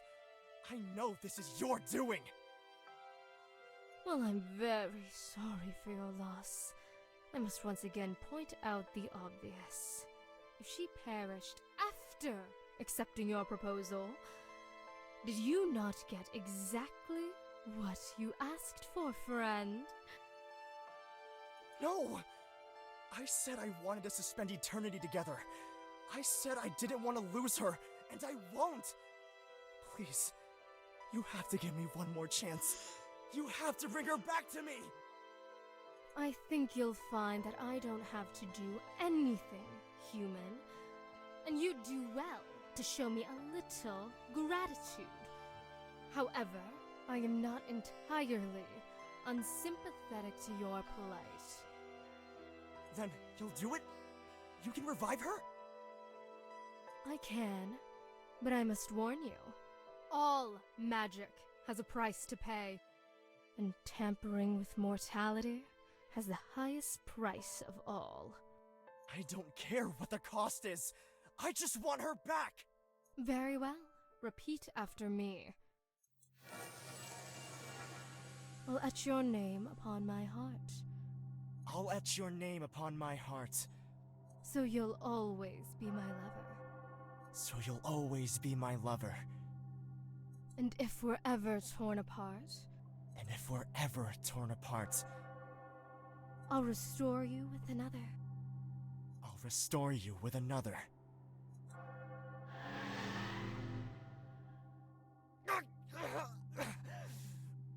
That was you signing a magical contract. You didn't think those words were a mere performance, did you? Your heart is now engraved with her name. Congratulations. The pair of you are forever bonded. Are you sure it'll work? Oh, I'm quite certain. But I'm afraid you'll have some tasks to perform if you want to make your wish a reality. Tasks? What tasks? Listen carefully, human. I'll only say this once. Okay. You shall have all that you desire, but the cost will be much higher. Keep her memory in your dreams. Craft her a vessel from human screams. Gather more souls to sacrifice. Only death can pay the price. Empty their veins of crimson essence. Bathe in their blood to sate your penance. Harvest the offal, keep it fresh. Serve it up and feed her flesh. Burn the rest and ashes inhale. Only then can her soul prevail. When one form fades, haste to devour. Wait until the witching hour. Close your eyes and count to 10. From darkness she will rise again. Revived anew, yet never the same. Forever tethered by her name. Tethered by the name. What was all that? I don't understand what I'm supposed to do. I just told you everything you need to know. I won't repeat myself. You're a clever little human, so I'm sure you'll figure it out. Now take the body and get out of here before I change my mind and eat you instead. But Shrat! Go! Leave this place and never return!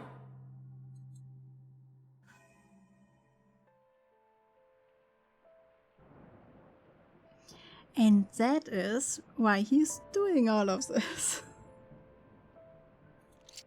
Have we read all of them now? Have we read this one? I'm beginning to lose track of all the bodies now. But Yeah, this one we had already.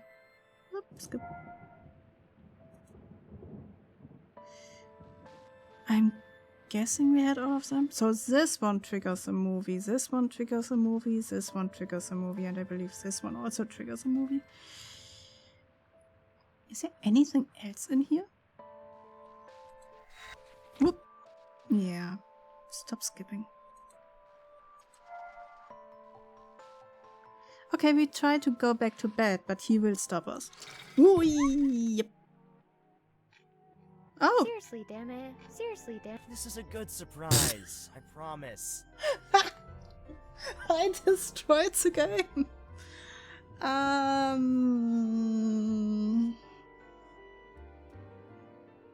Oops. I have two of them now. I wanted to go back because it would let me while loading. So he went back and then it loaded. So now I have evil Demme and good Demme in one room.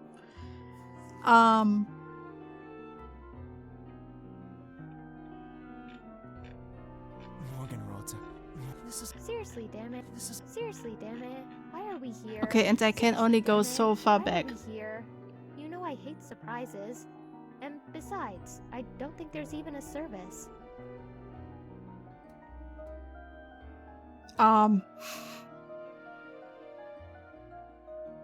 I don't like the skipping option. I don't like if I have to press it and it makes it automatically, but I cannot like end it after the text closed and it suddenly skips everything the next time I open something. This is a good surprise, I promise.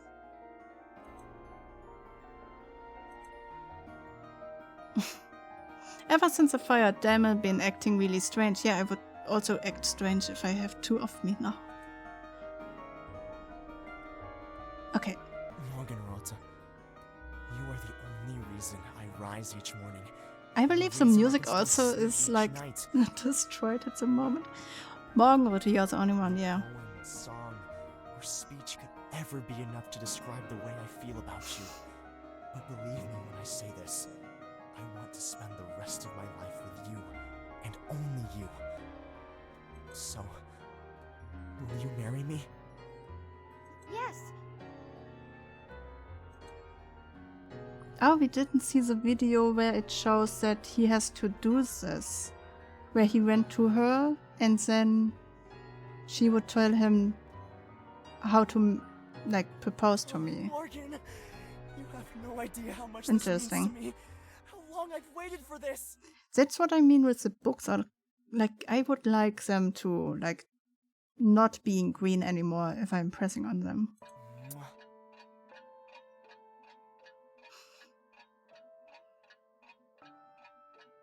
Throwing his arms around me in gratitude, Demme graces me with a soft kiss. I go to return his embrace when out of nowhere I feel a tightness in my chest. What is this? Why does everything hurt so much? Damn it. I don't feel so good. Morgan?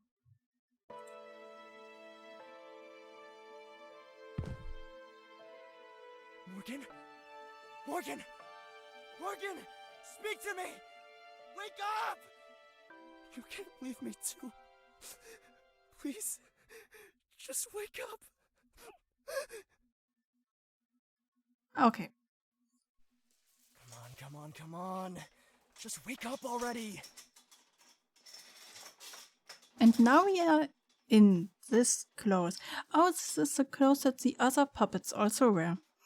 Eyes fluttering open and closed, I gradually come to, greeted by the sensation of cold steel clasped around my wrist, my body hanging heavily by chains. Oh, good. You're awake. I was beginning to worry I'd have to eat you again already. I'm not sure I can manage another mouthful right now. Eat me? Tamara? What's going on? Frightened by the casual tone of voice in contrast with his words, I pull at the chains, demanding answers. Oh, don't mind me. I was just talking to myself. It's nothing for you to concern yourself with. Now, let's get you somewhere more comfortable so we can begin. The moment Dämmerung unlocks my shackles, my body falls forward. Slumped over his shoulder, I try with all my might to move, to run from him, but my limbs refuse to obey. What have you done to me? What I haven't done would be a better question. I've tried almost everything I can think of at this point to bring you back. My supply of spares is beginning to run dangerously low. But don't worry. I think I finally found the answer. Mm-hmm. The answer to what?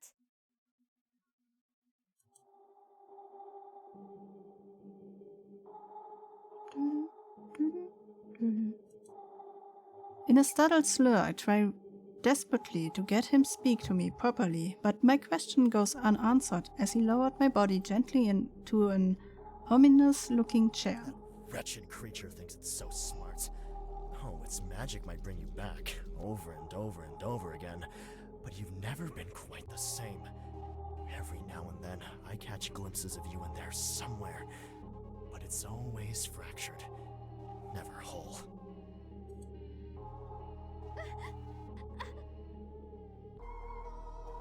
One by one, Dämmerung secures my wrist and ankles to the device, strapping me down tightly as he pulls on each restraint. It's hiding you from me. I know it is. I just have to figure out how to find you. There's always a catch with that thing. If I'd seen that sooner, maybe we could have avoided all of this. But then, who knows? Perhaps this is better. This way, we'll always be together, no matter what happens. I don't care how many innocents I have to drain, how many dolls I have to devour. We will have our happily ever after, Morgan. I swear it. You're insane.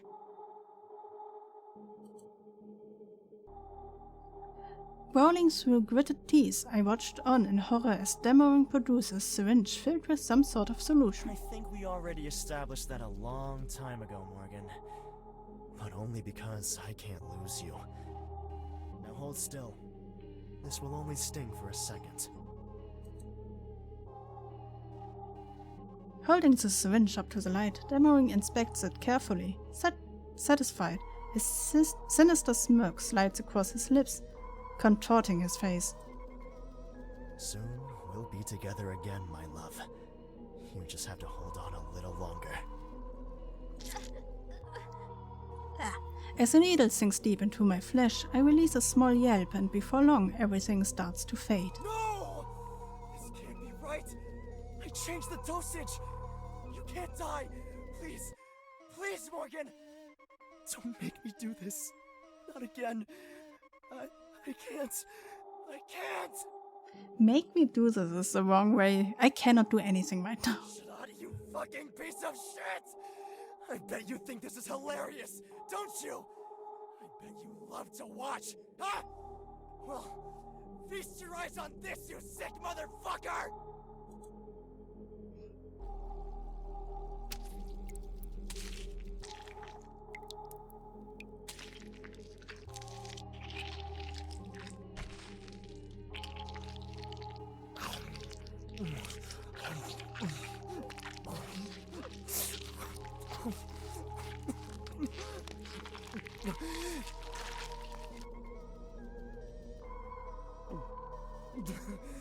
Why? Why won't won't you just come back to me? I can't keep doing this, Morgan. So why? Why do you keep forcing me to do this to you? I am the dead person. I don't force you to do anything.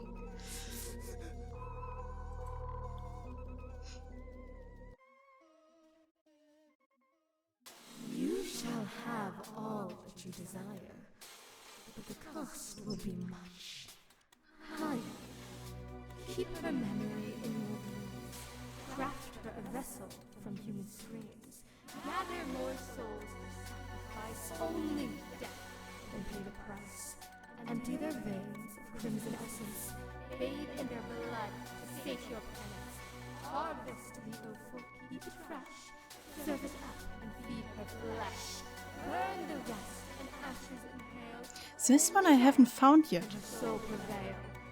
When one form fades, haste devour. Wait until the witching hour. Close your eyes and count to 10. From darkness she will rise again. Revived anew, never the same. Forever tethered by her name. And because of the tethered by her name last time, when this game started over, we named myself also Morgenröte.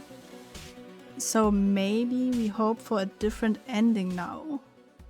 Waking from what feels like a living nightmare, I rub my eyes as I realize I'm dressed all in white.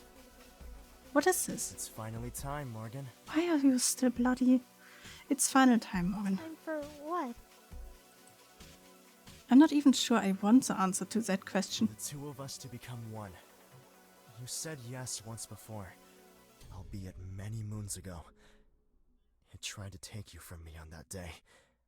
But now, nothing can tear us apart. We are eternal, Morgan. So let's spend that beautiful and agonizing eternity together. Okay, he is proposing again. Taking one knee, Dammering holds out a ring towards me and twisted smile of sincerity on his face. Heirate mich, Morgenröte. Marry me, Morgenröte. Ich will nur dich, immer nur dich ansehen. Du lässt die Welt mich verblassen. That I want is only so bad. you. You are all I need. You make the world fade around me until you are all I see. I want only you. This man, this monster, clearly loves me with every inch of his being, but do I feel the same? So, last time we said yes. Just because. And the scene was he is holding us up and we are kissing. What is... Like last time, also the first time he asked, we hadn't had any saying in the question. So maybe we should say no this time. Get up, doctor. You're embarrassing yourself. That is so clinical. If he were any other man, I'm sure he would have long forgotten about his beloved and moved on to someone else. But not Dr. Dammering. Only now can I truly see him for what he is. Of all the horrors he's inflicted upon others, upon me, he did it out of love. I pity him, but I'm not her. I'm not the girl he wants me to be. I'm not his Morgenröte. I'm not even sure who I am. Morgan, have you lost your mind? Yeah, you already know this one.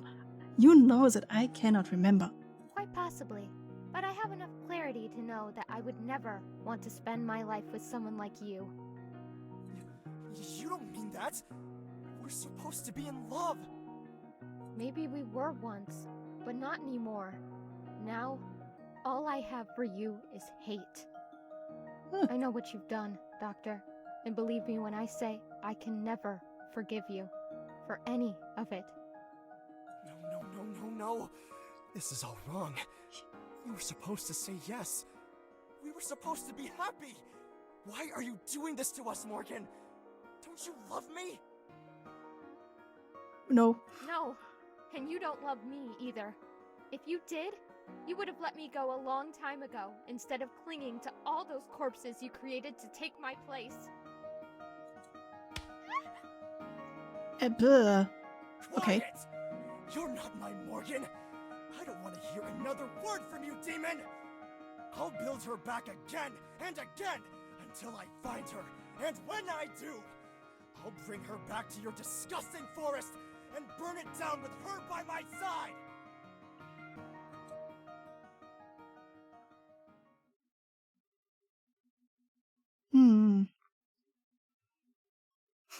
Wait, is that it? You can't just end it like that? What happened to them? As far as I'm aware, nobody knows. What I do know is that I'm tired. So tired of all this. Which is why you're going to take my place. That is different. Last time, the doctor comes in and they argue. And then I have the opportunity to run and hide. And I believe there could be other opportunities afterwards. But she didn't say that. So, because of this rhyme, at the end it says, tethered by the name, we called ourselves also Morgenröte, like the person that we are right now. That is just here to get a job. I guess naming ourselves also Morgenröte changed the outcome. Which is why you're going to take my place. Lunging at you from out of nowhere, the woman lands a blow directly to your head, knocking you to the ground. As you groan in pain, she leans down to stare deep into your soul. Names have power, you know. My name was Aurora when she stole it from me. She said that language is inconsequential. If you share a name, you can share a curse. And so, I have been unfortunate enough to share her fate. Wait, names have power. My name was Aurora when she stole it from me. She said that language is inconsequential. If you share a name, you can share a curse, and so I have been unfortunate enough to share her fate. Stole it from me? She trapped me here with him, left me to suffer alone with that monster. I don't even know who I am anymore. Parts of her still remain, mixed up with me, and who knows how many others. Oh, is that why she is so different? We learned that she is Morgenröte, apparently. And isn't Aurora also something like Morgenröte or Dawn? Dawn is another word for Morgenröte. So I guess they shared the name in another language? And they switched places? How did they do that without him noticing? No, though I am sure he wouldn't just take any Morgenröte. No, it can't be. You're lying. The contract that was made can never be broken. Demirong must always have a dawn. But it doesn't have to be me. Now that you're here... Huh. I couldn't believe my luck when I saw your name on the forms. I wouldn't wish this fate on anyone. But I can't bear it any longer either. When you've been brought back as many times as we have, you'll understand why we're doing this. In desperation, you attempted to crawl away from her, your head pounding fiercely, but your body refused to cooperate. It took a long, long time to learn the process. But then I suppose when you're immortal, time is irrelevant. I'm sure you'll figure it out for yourself one day. And if you're lucky, you might even do the same to someone else. Demirong doesn't have to be the one to perform the ritual. Since I need to expect you this evening, I took the liberty of following the first few steps myself. In fact, I made this doll especially for you. All that remains is to complete the transfer. Oh, she made the puppet. Once I slit your throat, your soul will enter your new body, and mine will finally be free!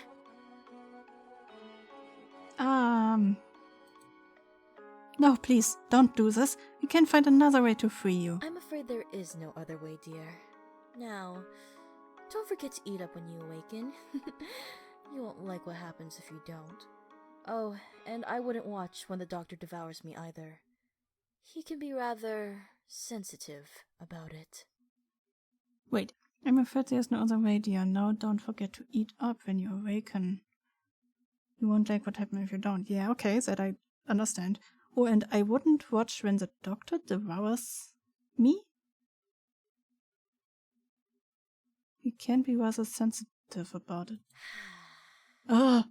Thank you for this, my precious liberator. Not in the ear, please. Oak. As you lay there on the ground, bleeding out, you gaze helplessly at your killer, watching her wipe her weapon on her dress. With each second, your world grows darker. You feel yourself slipping away, and as you do, a sinister presence invades the last of your consciousness. Through different eyes, you witness your attacker's body fall to the floor, while what was once yours hauls itself up, clutching its throat, now miraculously healed. With a sickening smirk, you are helpless to stop her as the imposter casually walks away with your visage, leaving you trapped in a new vessel, cold and numb. Oh, okay, so we switched our soul into the puppet and she put her soul into our body, so her body is still there, that he can then eat and therefore waken our body up. Okay, I see. Precious chaos, it fits. I don't want to be part of this triangle situation. Someone's eager tonight. Sure. Oh, and he doesn't even know that his first love, the first Dämmerung, is gone already, like years and years. Because the one woman we saw isn't even the real one. That's somehow tragic. You didn't even wait for me this time. Were you so desperate to finally see me again with fresh eyes? Sure. You try to speak, but your body betrays you, too stiff to say a word. I'm sorry for blinding you, by the way. But you understand I had to do something to teach you a lesson, right? And now you know what will happen if you don't behave. Still too stiff to speak, huh? Don't worry. You'll loosen up eventually. Now, hold still so I can kiss those precious lips of yours. Frozen in fear, trapped within your new body, you try with all your might to cling to your old identity as your mind becomes ravaged by Schwarz's curse. In a matter of moments, you only have the faintest sense of self, lost and afraid. With no way to escape your fate, you have become the new dawn in a never-ending cycle of the damned. Oh.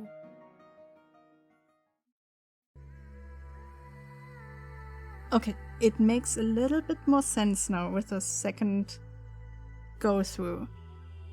There is not one puppet in this whole situation. The mannequins we saw were emptied out human bodies.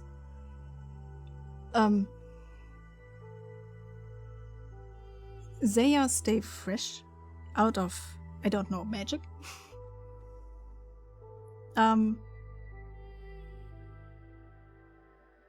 He has to eat the body?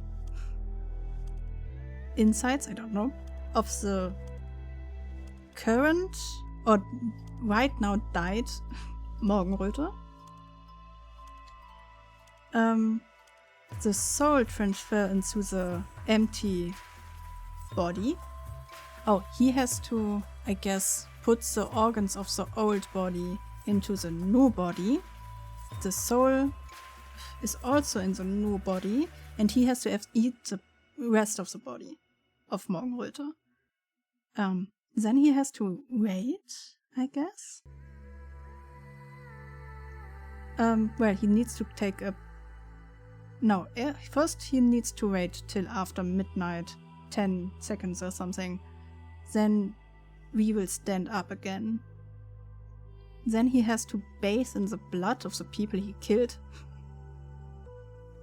And give us the bodies of the people he killed. It's still a little bit confusing, but it makes a little bit more sense, I think. As much as magic can make sense.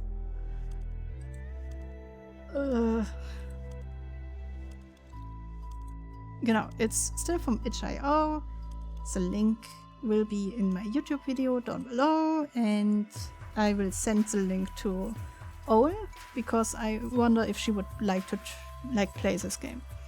So while they talked a lot, I looked up what endings there are. There are 3 endings. First is the ending our first ending where we got killed, and the cycle started over normally.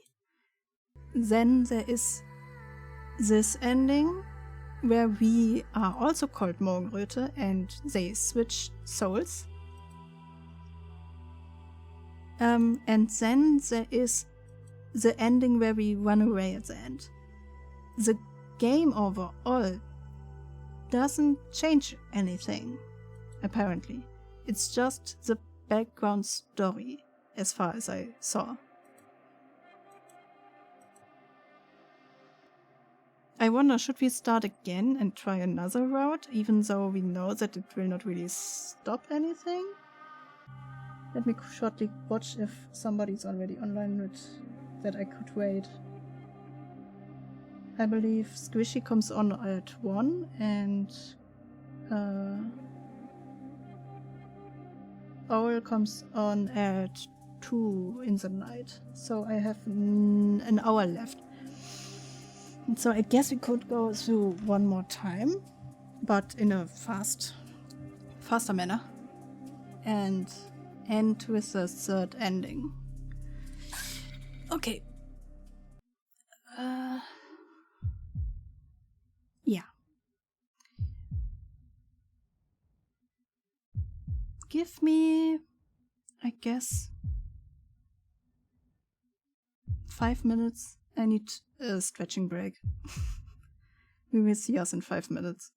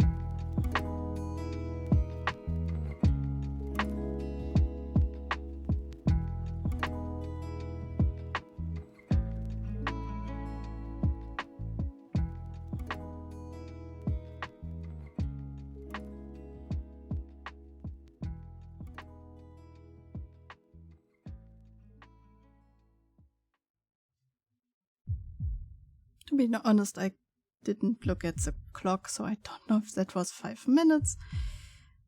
But I guess it fits. Okay, content warning, blood, injury detail, threatening behavior, bad language and cannibalism, and medication and medical equipment.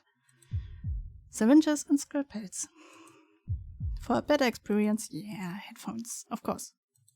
Safe and have fun. Okay. Keys.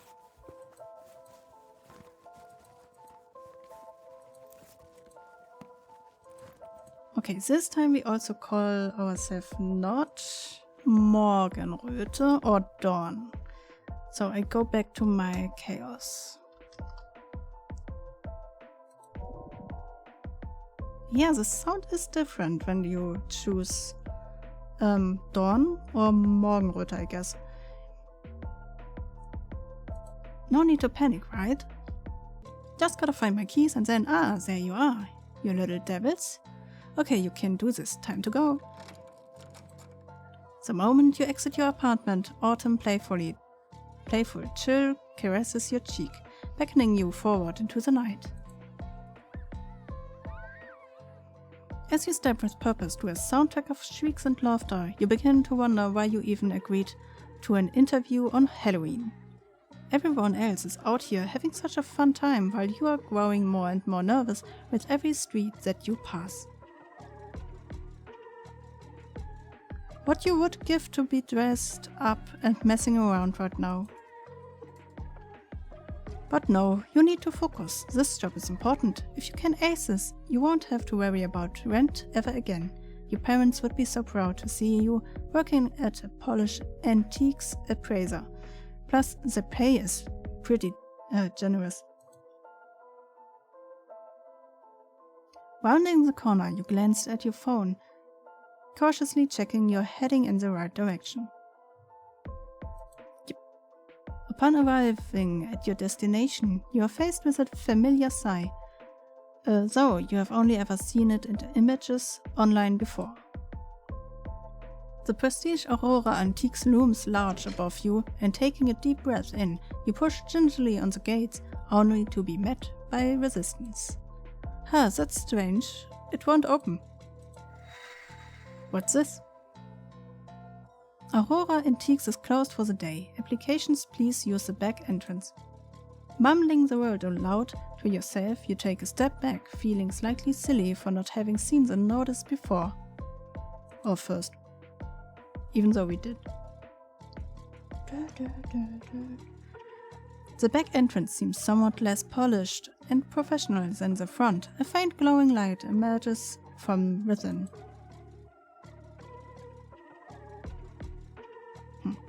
Well, here goes nothing.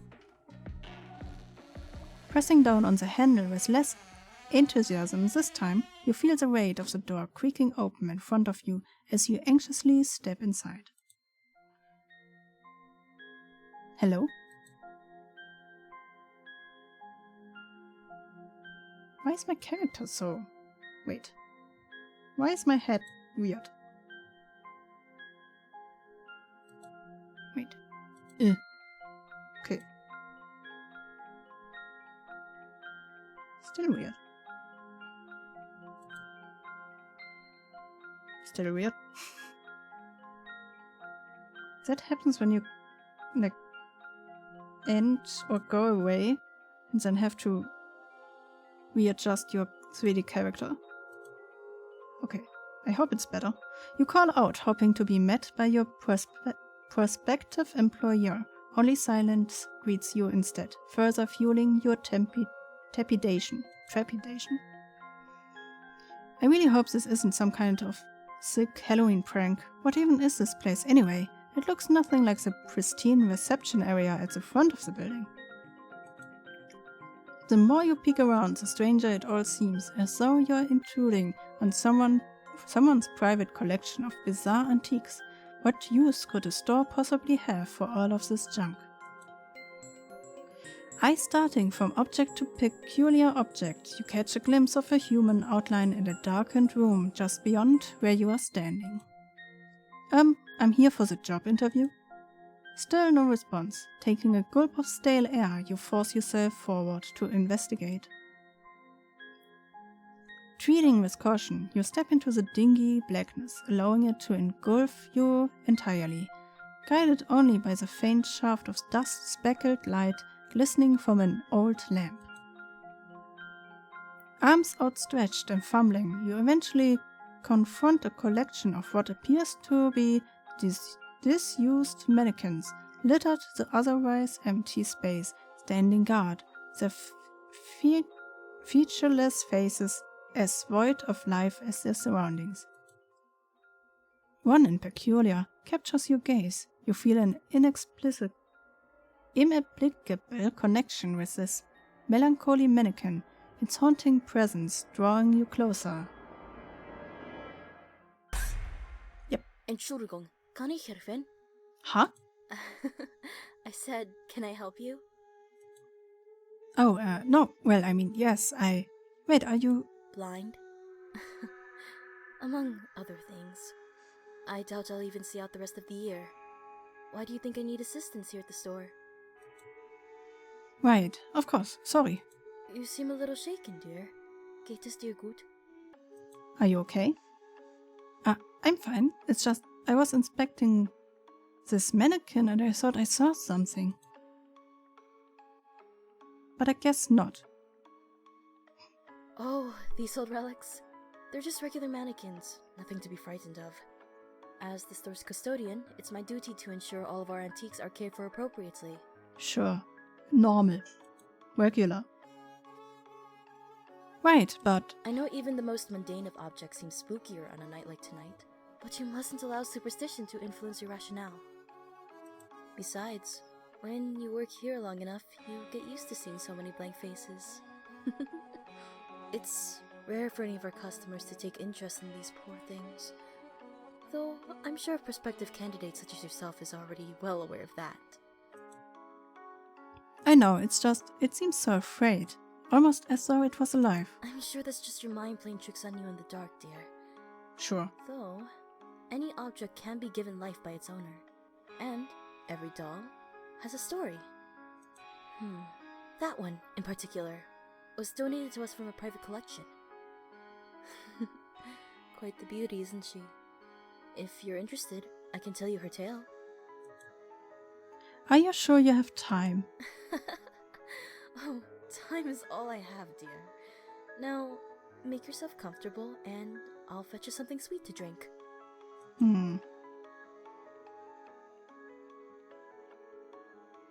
Shuffling off your prospective new boss hastily pours you each a cup of tea before returning with surprising alacrity. I still don't know. Have a seat, my dear. It all started with a selfish wish.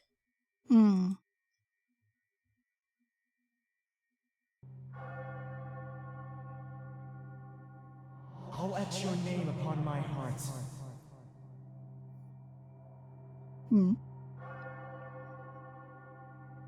So you'll always be my lover.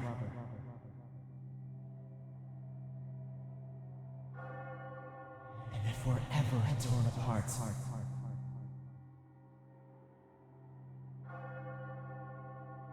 I'll restore you with another.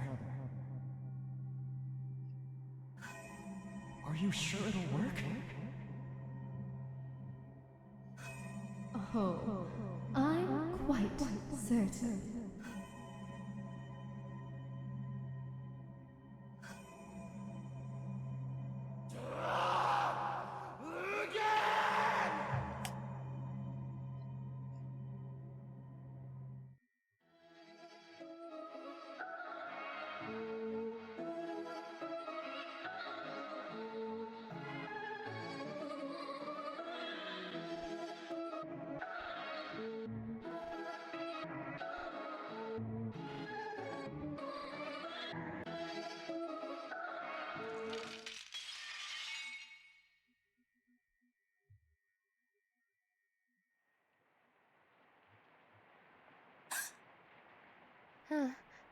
What a strange dream.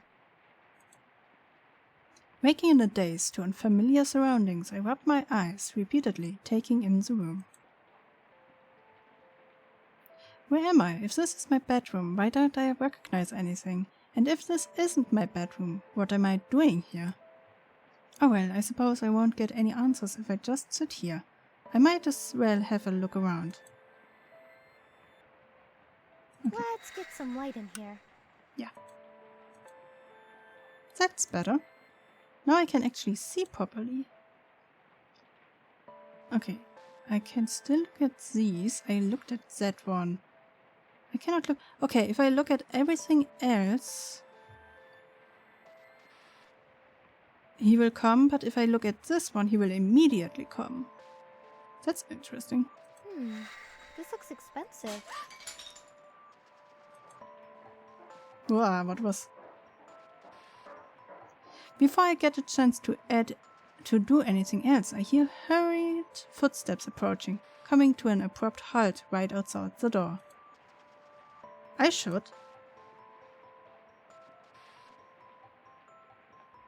Last time, or the first time, we did nothing. Then we called out. Should we defend ourselves or hide?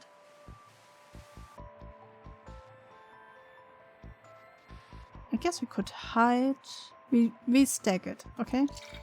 Not that it changed anything anyway. Without wasting another second, I dive underneath the bed, hoping the intruder won't notice. Please. Please don't play games with me, Morgan. I know you're in here. Morgan? Is that my name?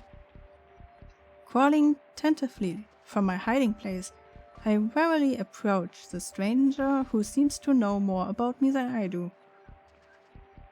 You just hide to not be seen. Why would you give up so fast? Here, you should eat. It'll make you feel much better. Are you my doctor? Something like that. Now eat before it goes cold like last time. Last time? Never mind. I'm too tired to explain it all again to you today. Will you please just eat? Yeah. Sensing his wariness, it's genuine, and feeling an uncomfortable rumbling in my stomach, I do as I'm told and begin tucking into the dish. How is it? Sitting back to examine my reaction, my downcast companion seems anxious. In truth, it's quite spicy, though not offensively so, but something about each mouthful feels familiar, as it coats my tongue, searing my throat as I swallow. It's great. Thank you. Delicious.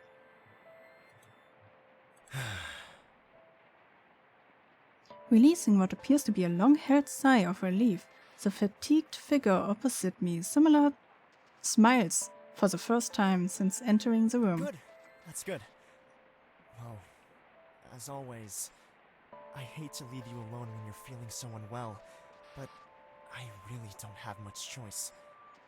Unfortunately, it would appear there truly is no rest for the wicked.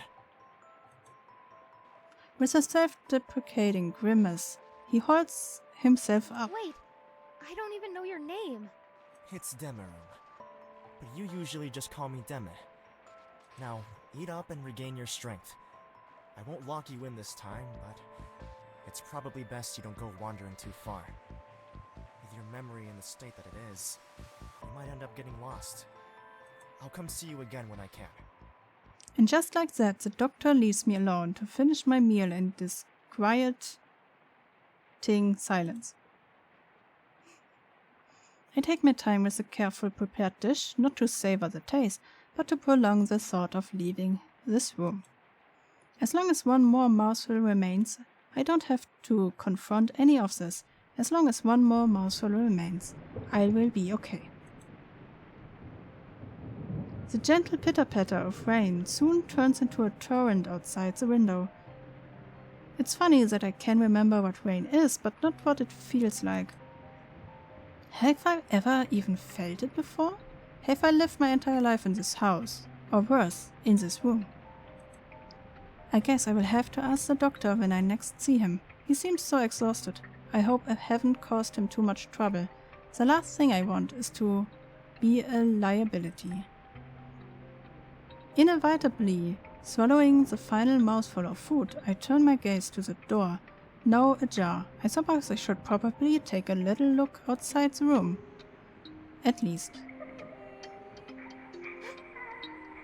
What was that? Retreating back inside the room, I cling to the door in fear, peering out into the hallway. What if someone's in trouble? If this is some kind of hospital, there must be other patients. I should... Okay. The first go-through, we followed the sound and went left. We entered a room full with harvested organs. Then the doctor came and we blacked out. Because he wasn't happy. Then we followed the sound, the next playthrough, and went right, where we found a bloodbath in the bathroom. Then we went back to our room, but bonked against the doctor who was covered in blood. Then we ran away from him and fall down the stairs and died. So this time we will explore elsewhere. There's no way I'm chasing after whatever it is that made that sound. I doubt I would even be able to help when I know nothing about this place. With any luck, there are other doctors around to assist. The further I wander, the more overwhelmed I begin to feel. The doctor wasn't kidding. This place is huge. It seems as though every corridor contains a dozen rooms, and that each hallway stretched out for eternity. Not wanting to walk anymore for fear of becoming truly disorientated, I instead decide to enter one of the side rooms. Why are we still in this room? This is the room when you follow the sound and then went... Right. The moment I push open the door, I gasp in horror at the sign before me. What is this? Almost choking on the foul metallic odor in the air, I cover my mouth, gagging reflexively. Who would do something like this? Okay, now we run away. Too terrified to seek the answer to that question, I turn tail and run as fast as I can back down the corridor, only I can't remember which way it was that I came from. I'm too scared to stop, and so my eyes dart from room to room, hoping to find my way back. Sprinting scared for my life, I collided with someone solid in my path. What's the matter, Morgan? You look like you've seen a ghost.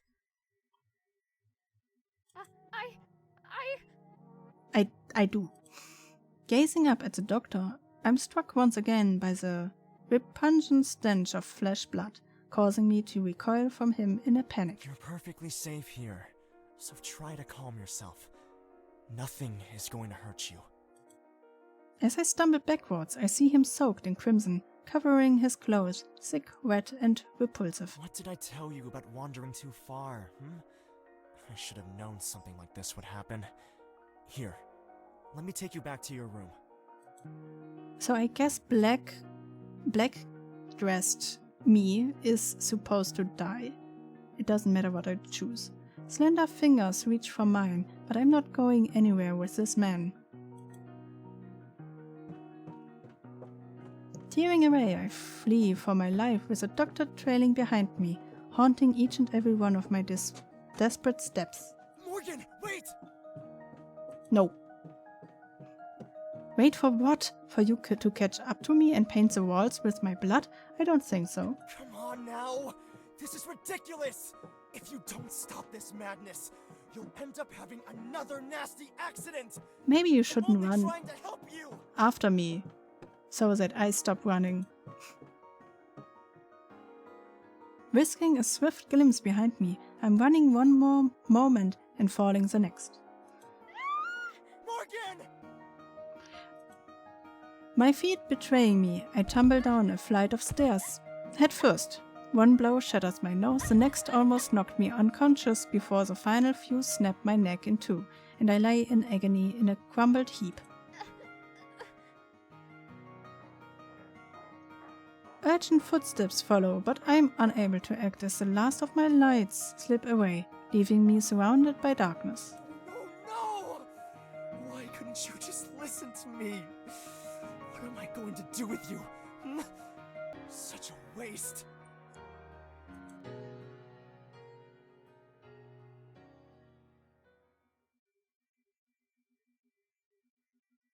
I would have guessed that if we, like, we would see the room where everything gets Where am burnt, I? because we see it in between, like, sequences sometimes. And I thought one would get me to the bathroom where he is, like, bathing in blood, one would get me to the room with all the organs, and one would bring me to the fire room.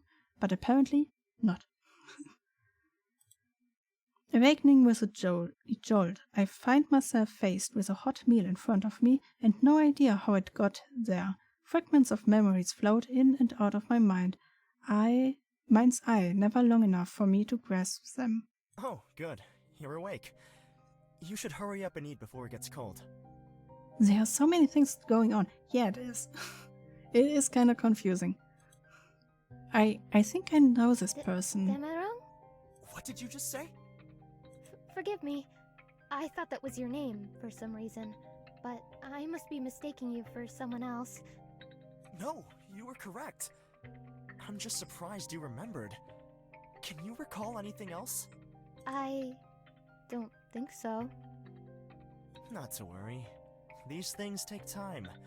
Please, tuck in. Are you not going to eat anything? No, he just ate us. I only just ate recently, so I'm not hungry. Don't let me stop you, though.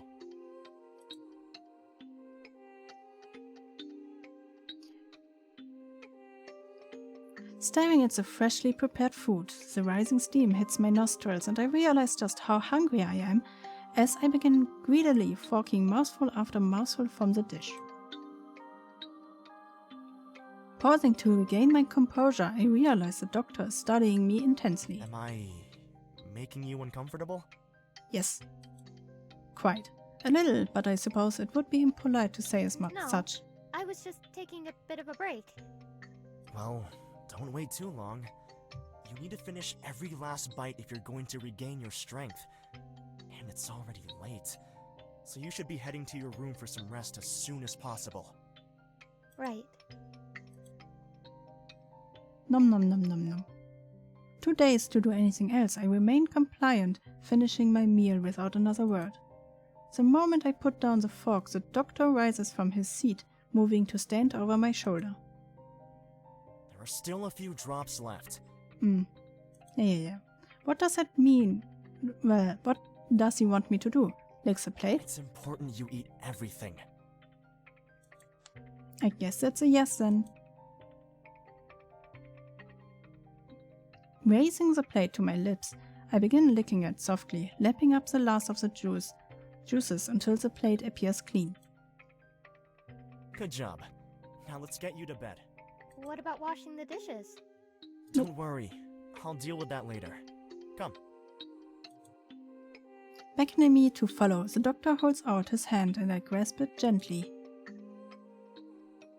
The pair of us set off down the hallway in silence, me gazing in awe at every detail in the decoration and ornaments littered throughout our short journey. Wherever this place is, it looks huge. Leading me into a room that seems somewhat familiar, the doctor releases my hand to begin preparing something on the table.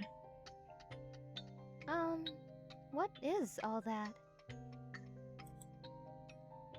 It's your medication, Morgan. And it's very important that you take all of it, okay? Okay. Now, I have a few things I need to sort out, and you need your beauty sleep. Can I trust you to take these by yourself? Why wouldn't he be able to trust me? Yes. Very well. I suppose I'll see you later then. Gracing me with a gentle kiss on the forehead, the doctor leaves me to my own devices. Wait, so if I take the pills, I remember that I will just sleep and dream of our past life. If I don't take them, I will leave and explore. And I don't believe that after this is a choice. I will just find the bathroom again. And he will bathe in there. And then I will be knocked out. And then my past life with him appears anyway. I cannot remember that there would be a decision after this one, so it doesn't really change anything if we take it or not. So to make it a little bit shorter, we will take some medicine this time. Right? There wasn't any decisions after not taking the pills.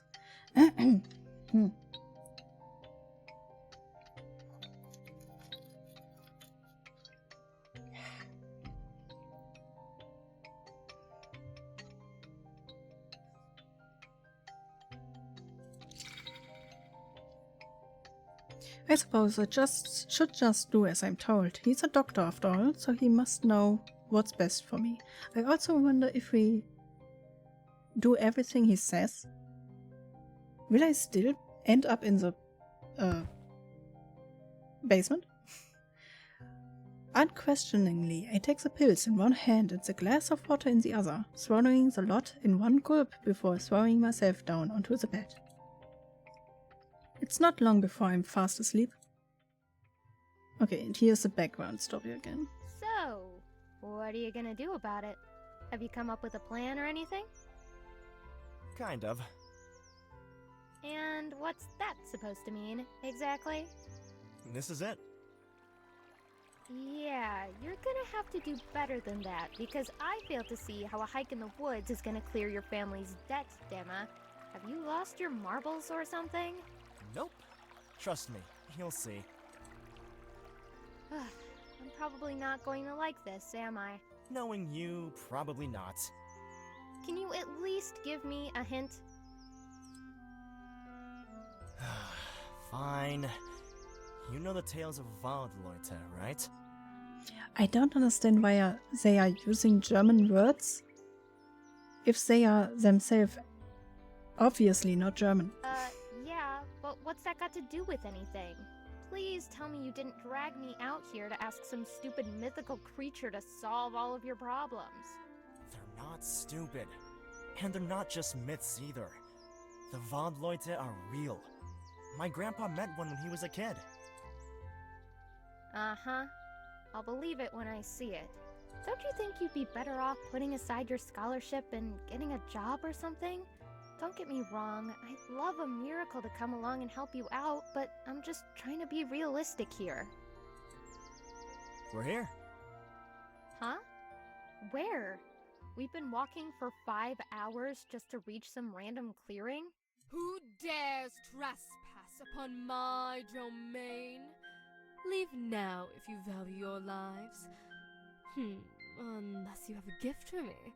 In which case, hand it over and scram, vermin. Actually, I do have a gift for you, oh mighty Waldleute. Demme, what are you doing? Don't speak to it. It. I do have a name, you know. It's Shrat.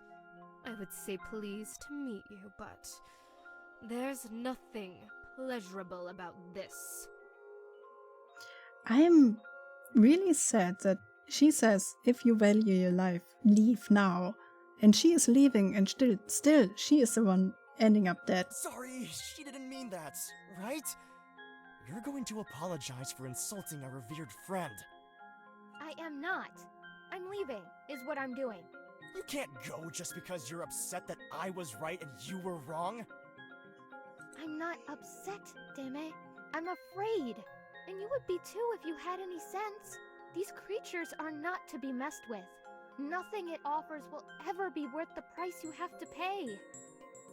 Morgan, wait! No, Demme. I'm sorry, but you're on your own with this one. I draw the line at messing with ancient magic. Your friend is a coward, and a rude one at that.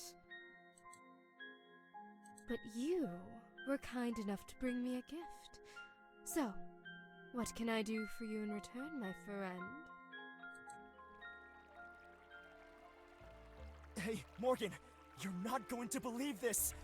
I asked Shrat to make me rich, and it said it can make that happen. Great.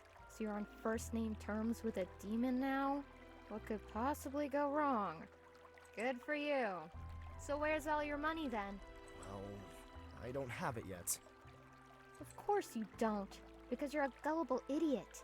Why are you being like this? Can't you just be happy for me? As soon as I get that money, I can clear my dad's debt. And maybe we can even get that place like we wanted. Yeah, right. I mean it, Morgan. Did you honestly think I'd forget about us? Money has been our only barrier, right? So what's stopping us now? Nothing is exactly what you'll be left with after dealing with that demon, damn it. Didn't your grandpa bother to tell you how dangerous they are? Or did he conveniently leave that part out? You can be as mad at me as you like, but when I'm rich enough for us to have the life we always wanted, you bet I'm never gonna let you live this down. You worry too much. Everything's going to be fine. You'll see. I sure hope you're right.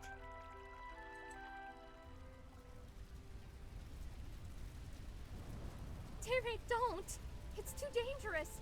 Just wait for help to arrive! Throw him in the fire. I can't just leave them all in there. I have to do something. No, you don't! You won't be helping anyone by running in there and getting yourself killed! Please, just stay with me!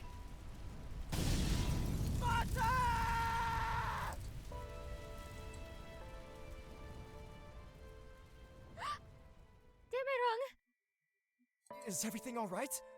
You startled me there. I think I was dreaming. Well, whatever it was, you're safe now.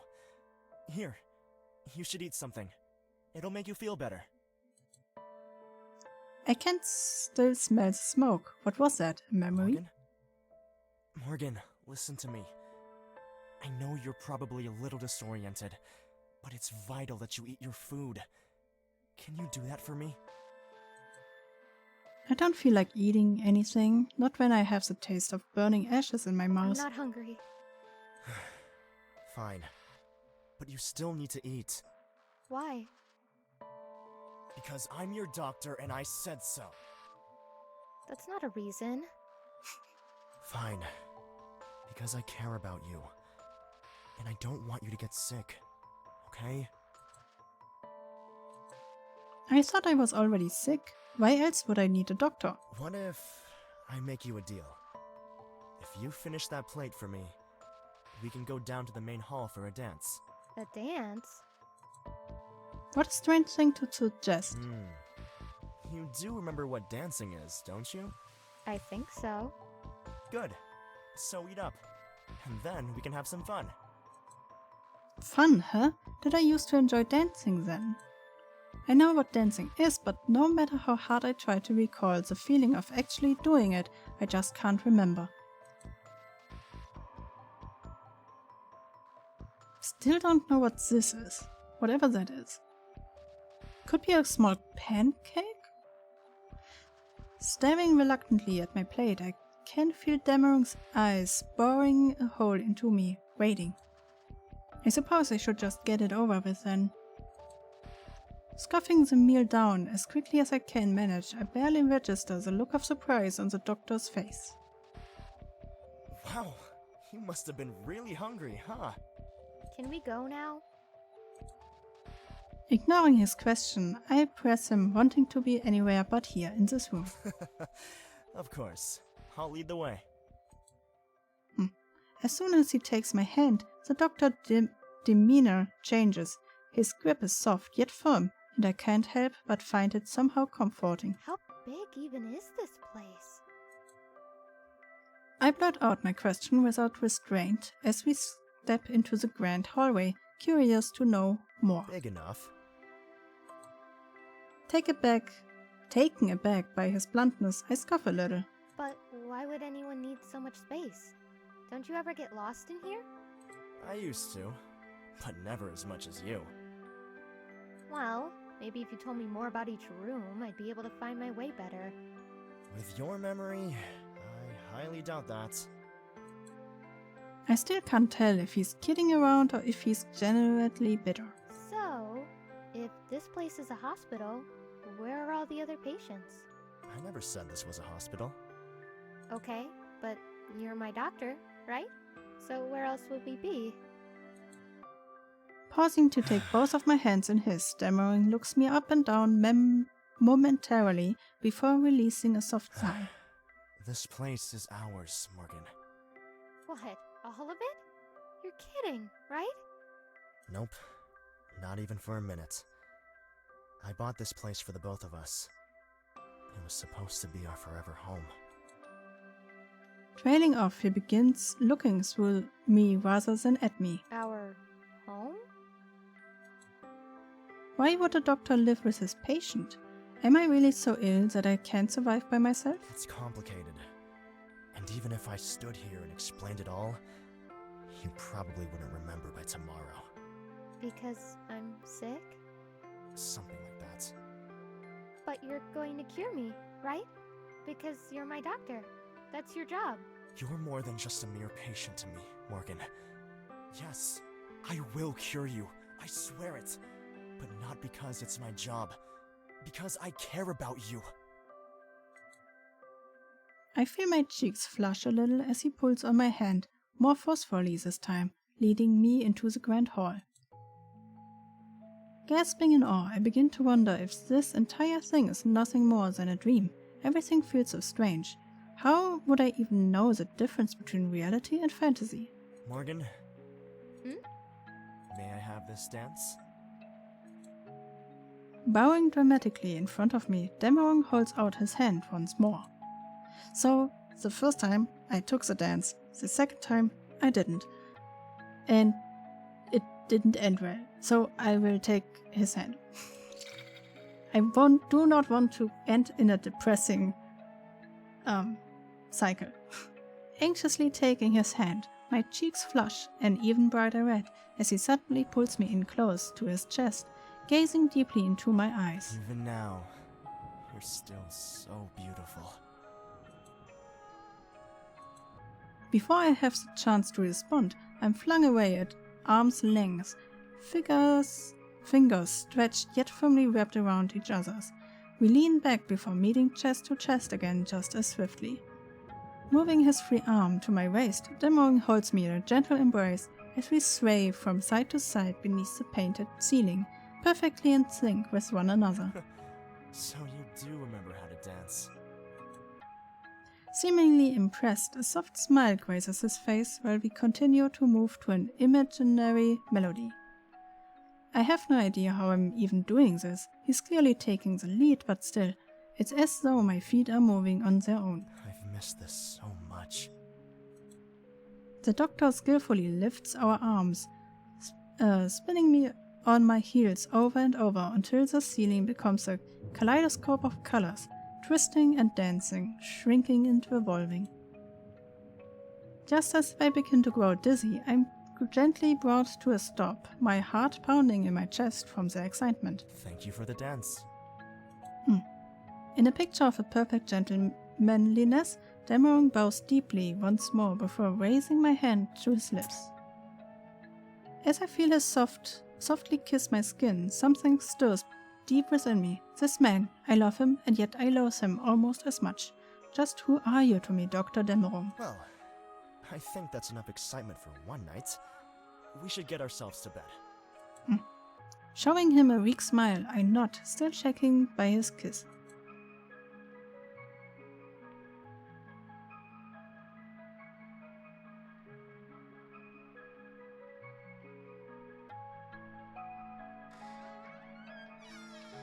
Upon arriving at my room, I begin to fear that I won't remember any of this when I wake. Tonight was fun. Yeah. Let's hope there will be many more like it to come. For now, though, I need you to rest and recover. I'll see you in the morning, Morgan. Now I understand why I cannot change Right. Good night, Doctor. this game. I can't quite tell if he winced at my response as he shuffled out of the room. Maybe I should stop calling him that. So here I am, alone again, faced with the possibility of everything from tonight being erased the moment I go to sleep. I hardly feel like laying down. I pretend to get comfortable under the covers, but as soon as Dämmerung's footsteps fade, I climb back out of bed, staring out of the window longingly at the bright and beautiful moon. Because this part I cannot change. I cannot change to go to the room with all the books. Therefore I cannot change from him for him to discover me in that room, reading at least one of the books. I catch a glimpse from the corner of my eye of something glistening as the lights grazes it. What do we have here? The very second my finger skims the object, something shoots through my body, sending shivers down my spine. This key, I think I know which room it's from somehow. Something tells me of its importance, of how hard I worked to secure it. How could I have forgotten this? So this part I cannot change. Eager to find out why the key is in my possession in the first place, I leave my room, traversing the hallways and corridors with equal measures of anxiety and urgency. This is the place, I'm sure of it. Carefully pushing the key into the lock, I twist it, and just like that, the lock clicks. I gently push open the door with caution, eyes widening at the mess within. What is all this? They look like various notes of some sort. Research, maybe? Yeah, and this is where we see all the stories. Normally. I do not want to repeat all of it again. But I know that we haven't seen one of the memories. Because you didn't see the one backstory. Today, I discovered a way to optimize extraction of blood from the bodies. Oh. It isn't perfect, but it should make the task a whole lot easier in the future. It gave me an interesting idea for a business venture that would allow me to operate with more efficiency in general. This one I also didn't know. A business venture involving extracting blood? Why would anyone want to do that? This all sounds so wrong. Huh. Okay, we try to read only one and then go back. I guess it will not change anything, but for us to lose a lot of story. What are you doing Yeah. in here, Morgan? It doesn't matter how much you read. You can take all your time. Shit, I was so engrossed in his writing that I didn't even hear him enter the room. Nothing. Playing innocent, I pretend as though I just arrived, trying desperately to put one of his books back on the ground, without him noticing. Don't lie to me. What did you see? One page. Nothing, I swear. The Only door was one. unlocked, so I just wandered in. I know you're lying. I can tell by the look on your face that you already know too much. You're afraid of me. You should never be afraid of me, Morgan. No, I don't know anything. I was just heading back to bed. As I attempt to walk around him, Dämmerung grabs my wrist, squeezing it tightly. Go, damn it. Never. Never. I attempt to shake my hand free, but to no I avail. hate to do this, but I can't have you wandering free. Not anymore. Okay, so Not after this. this version of myself is also damned to die. Didn't matter what I'm doing. Okay, so I read some of that stuff, but now I know you did all of this for me. Please, damn it. You're scaring me. This isn't you. You know nothing about me. You can't because you're broken. But I swear, I'm going to fix you. I'll make sure when you look at me, the only expression in your eyes is love.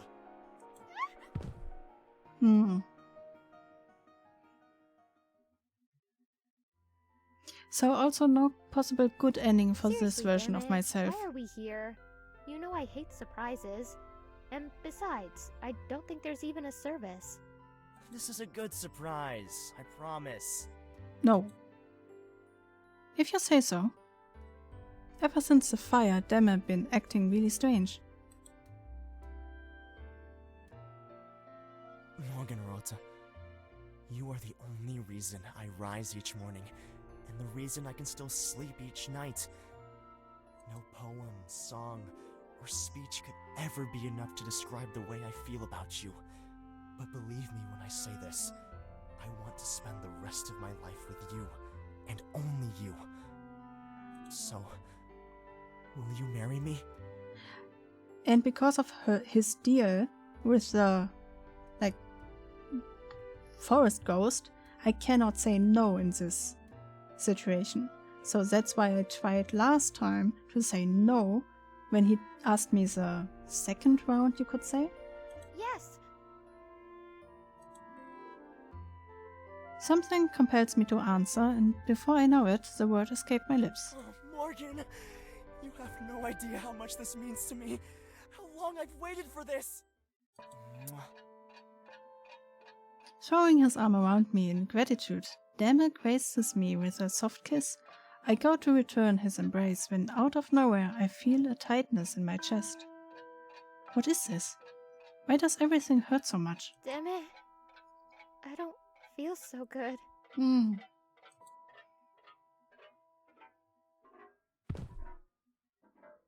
Morgan? Morgan! Morgan! Speak to me! Wake up! You can't leave me too. Please, just wake up.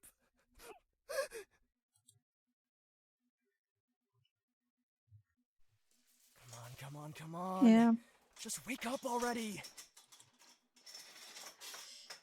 Yeah, my eyes open. I greatly come to, greeted by the sensation of cold steel clasps around my wrist, my body hanging heavily by Oh, chains. good. You're awake. I was beginning to worry I'd have to eat you again already. I'm not sure I can manage another mouthful right now.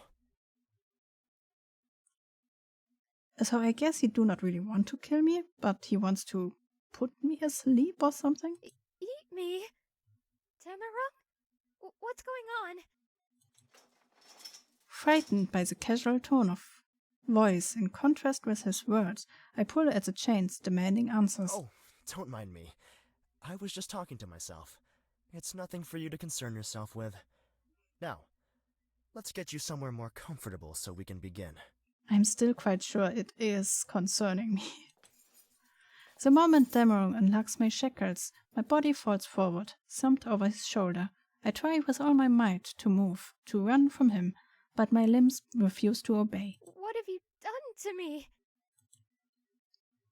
What I haven't done would be a better question. I've tried almost everything I can think of at this point to bring you back. My supply of spares is beginning to run dangerously low. But don't worry. I think I finally found the answer. No. The answer to what? In a startled slur, I try desperately to get him speak to me properly, but my questions goes unanswered as he lowers my body gently into an ominous-looking chair. That wretched creature thinks it's so smart. Oh, its magic might bring you back, over and over and over again, but you've never been quite the same. Every now and then, I catch glimpses of you in there somewhere, but it's always fractured, never whole. Maybe you need to give me a little bit more time to get myself together again, you know? One by one, Dameron secures my wrists and ankles to the device, strapping me down tightly as he pulls on each restraint. It's hiding you from me. I know it is. I just have to figure out how to find you. There's always a catch with that thing. If I'd seen that sooner, maybe we could have avoided all of this. But then, who knows? Perhaps this is better. How can this be better? This way, we'll always be together, no matter what happens. I don't care how many innocents I have to drain, how many dolls I have to devour. We will have our happily ever after, Morgan. I swear it. You're insane. Growling through gritted teeth, I watch on in horror as Dameron produces a syringe filled with some sort of I solution. think we already established that a long time ago, Morgan. But only because I can't lose you. Now hold still. This will only sting for a second. I still wonder what he tries to do right now. I don't believe that operating on me would change anything. But he also do not really try to kill me, as far as I understand. So he is not trying to reset my soul into another doll. Is he trying to operate on my brain? Holding the syringe up to the light, Dämmerung inspects it carefully. Satisfied, a sinister smirk slides across his lip, contorting his face. Soon we'll be together again, my love. You just have to hold on a little longer. As the needle sinks deep into my flesh, I release a small yelp, and before long, everything starts to fade. No! This can't be right! I changed the dosage! You can't die! Please! Please, Morgan! Don't make me do this. Not again. I can't. I can't! Okay, if you ever end up in a cycle of whatever this is, the person who died first is not the one you can blame, okay?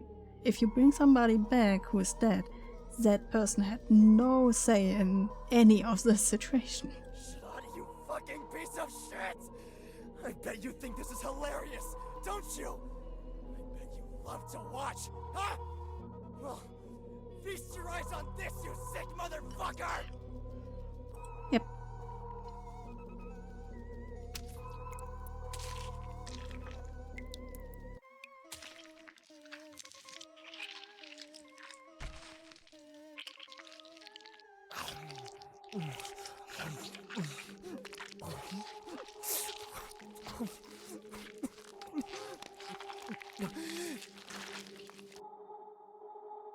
I also wonder why he's changing to a vampire kind of outfit.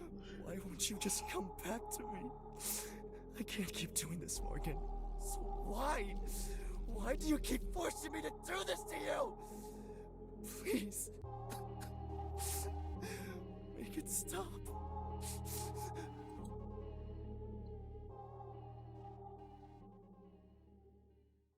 You shall have all that you desire, but the cost will be much higher. Keep her memory in your dreams. Craft her a vessel from human screams. Gather more souls for sacrifice. Only death can pay the price. Empty their veins of crimson essence. Bathe in their blood to sate your penance. Harvest the offal, keep it fresh. Serve it up and feed her flesh. Burn the rest and This picture we never found. can her soul prevail. When one form fades, haste, devour. Wait until the witching hour. Close your eyes and count to 10. From darkness she will rise again. Revived anew, never the same. Forever tethered by her name.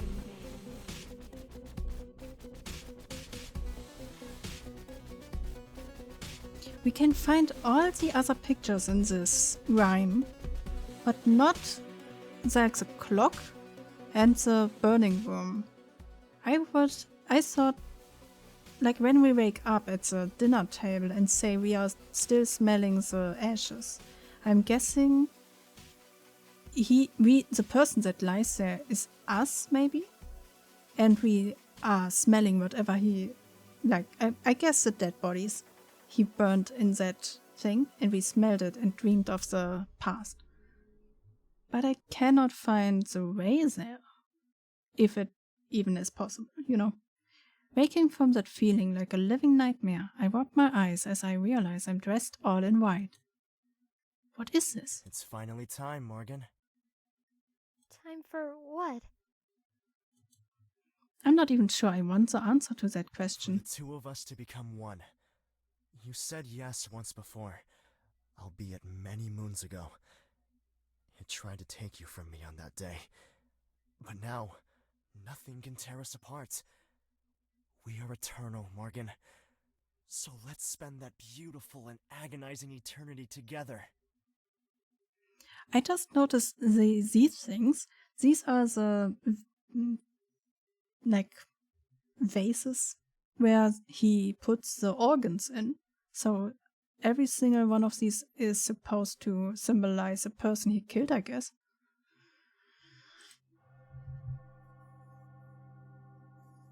Okay, I told him one time yes, and I told him one time no. If I tell him no, he kills me and it cycles again. Heirate mich, Morgenröte. Heirate mich, Morgenröte. Ich will nur dich, immer nur dich ansehen. Du lässt die Welt mich verblassen. I want only you. You are all I need is in German. Okay, I can understand it, but this part I cannot understand if he's saying it is in German. This man, this monster, clearly loves me with every inch of his being, but do I feel the same? Sure. Du hast mich, Stimme. Always. If he were any other man, I'm sure he would have long forgotten about me and moved on to somebody else, but not Dämmerung. No matter what horrors he's inflicted upon others, upon me, he did it out of love. He did it all for me. Of course I'll marry you, silly. Silly. You silly little murderer. Jesus. Morgan, you have no idea how happy I am to hear you say that. I've waited forever for this moment. You mean everything to me, my morning sky. I'll never let you go. I know. I know. That's why I do not try to run away. Oh yeah, this is a part that could change. I will save, just in case. Yeah. So that's it? They lived happily ever after? What happened to them? As far as I'm aware, nobody knows. What I do know is that I'm tired. So tired of all this. That's quite enough storytelling for now, don't you think? Are you ready, my love? Wait, what the fuck is going on here? You know I never am. Isn't it time we stopped all of this madness? Don't you want a new body? It's been so long. I promise, this one's perfect, like it used to be. I swear it! You know I only did what I did last time to teach you a lesson. Why can't you just let me go? Because I love you. You don't love me, Deme. You never have. You love the ghost of a girl who's long gone because she couldn't stand the sight of you for another second. Oh, that makes another sense. Like if you're doing the other ending we just did, you know that she is not the same Morgenröte as the one he loved back then. They changed, they switched souls. So this means you don't love me, Aurora. You never have. You loved Morgenröte, the ghost of a girl who is long gone, not only because she died, but also because she is really gone right now. Because she couldn't stand the sight of you for another second. Oh, okay. How can you say that after everything we've been through? I know exactly how she felt. I can't stand you either. You disgust me. And that means not only... No, I know exactly how she felt, because she is not her. She is in Morgan. I know how Morgan felt, since I am Aurora. Okay. Perhaps this time, I'll take away more than just your sight. You can't. Okay. You're my bride. You belong to me, and I'll do as I please. Here are If you're multiple... not careful, I'll keep you crippled in the corner like that husk, until you learn to appreciate the gift we share together. Okay, here are multiple possibilities to click, like hiding, fighting, I believe. Is that The what last you one is want? running away. Shall I put you behind glass and let customers gawk as though you're nothing more than another artifact in this wretched collection? Or perhaps I should advertise you for sale. You wouldn't dare! I bet some people would pay a pretty price for such a beautiful lifelike doll. Do you think they would be as good to you as I have? Do you think they would take good care of you? Or would they use you until you're no use to anyone? Then what would happen, You can't die. Not truly. You'd be forced to wither away in silence, only to be stuck inside an ugly shell upon your demise. You need me just as much as I need you. Like it or not, we're bound to each other. So why bother protesting? Okay. 1. Whatever they got to say to each other, I couldn't give a crap. I'm getting the fuck out of here. Good. Refusing to give them an opportunity to grab you, they will sprint right out of the building and into the cool night's air. I'm making the smallest steps possible. With your feet pounding the pavement, you are too afraid to look back. Maybe this was all some sort of super messed up prank for the holiday, but who would do something like that? I suppose, I wouldn't put it past some hardcore horror houses. Either way, you know one thing for certain. Next Halloween, you stayed at home. Okay, and that is the third ending, I guess. Big stretches.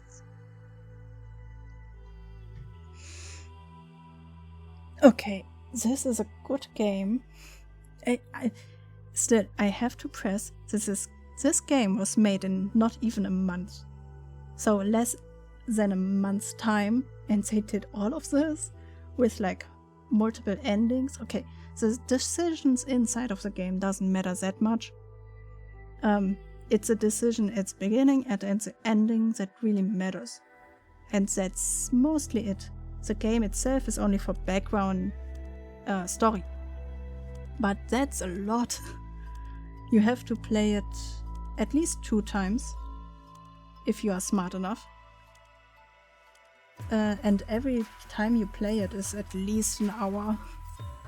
So yeah, that's a lot for not even a month. But I need now to rest, for sure. Let me see if somebody's online. Squishy should be online if he is doing what he said. Whew.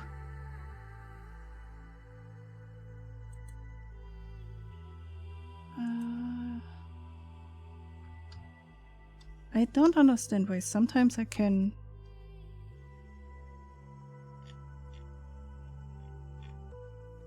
tell Twitch to only give me people that I can rate that I am following, and sometimes it doesn't.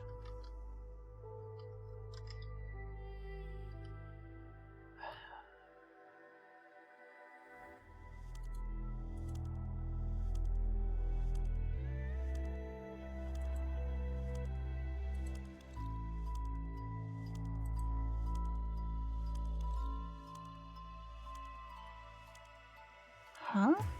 Did they put away the...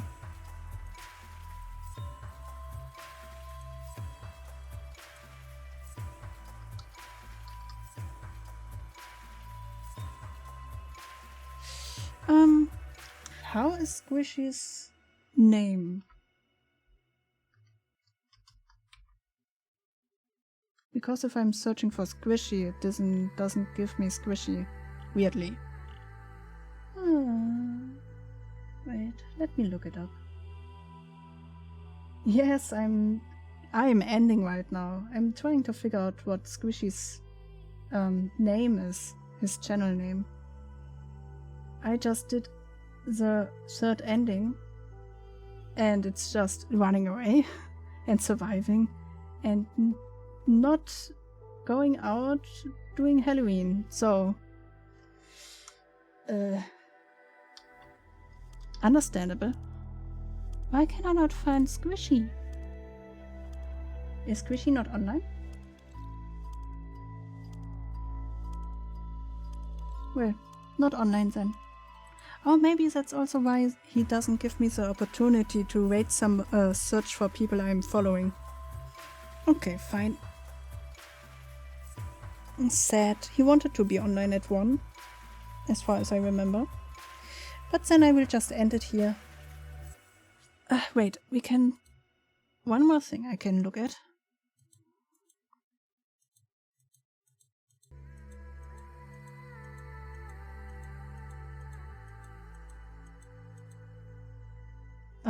The extra stuff we could watch at or look at.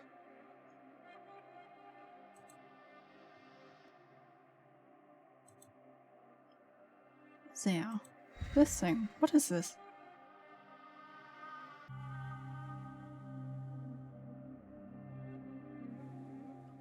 I do not like to rate somebody I don't know. Mostly because of my anxiety, not because I do not... Oh, bloopers! Not because I do not trust your people. Oh, watch your step. Oh, yeah, okay. Bloodbath? Oh yeah, that's the bloodbath. That one we had. That one we saw a lot of times. Oh yeah, that one we also had. That is the second ending. Yeah, that is the first ending, where you end up as sacrifice. And she doesn't switch your soul.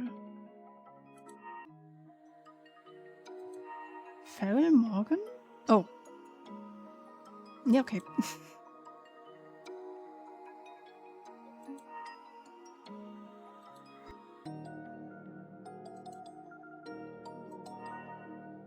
Oh yeah, okay. Oh, next. Oh, cleaning up. Shadowing. Hitched? Oh, yeah, we are married. And yielded would be the one where we say no. Oh yeah.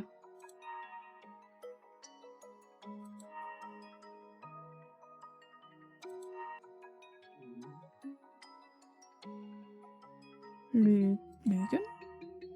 Oh, this one. Yeah. Oh, the spell? Crafter's vessel is, yeah, this one. Kiss the cook. Oh, the arm isn't here yet. Wait. Yeah, it wasn't in the final picture. Kiss a cook. How many times did you end up as a sacrifice? Only one time. Well, 1.5 maybe? I would say should be. Yeah, 1.5. Oh, this is the ending we just got. Where you run away from them and survive.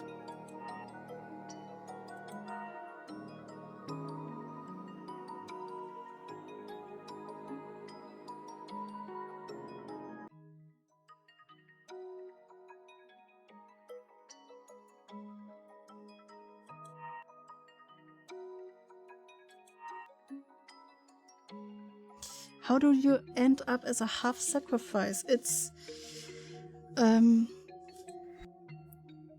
the second ending we got, she switched souls with us because we had the same name as her. And so we died, but instead of being the sacrifice, our soul went into the puppet, and now we are the person that gets re-alived over and over again. So we died kinda as a sacrifice, but we are not the sacrifice, let's say it that way. She switched into our body and then left. Yeah. Okay, Blue? so in this audio track, I'm just gonna do all the noises that you need.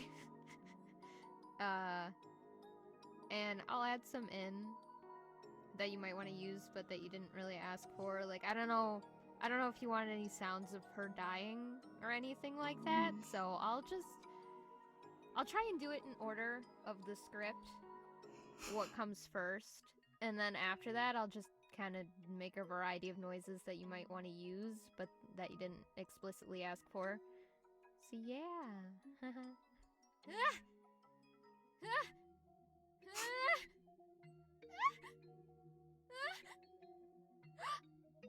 Imagine dying by falling down the stairs and breaking your neck. Couldn't be me.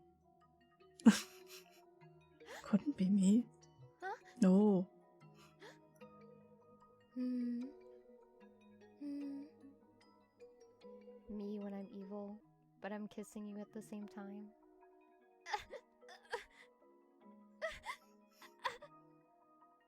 We do not have to listen to her making sounds. Okay. This is not the right character for this. Alright.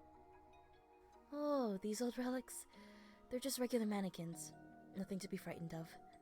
As the store's custodian, it's my duty to ensure all of our antiques are Things. I have a duty. And that duty is to read my lines appropriately and not mess them up. Ever. Besides, when you work here long enough, you get used to sleeping.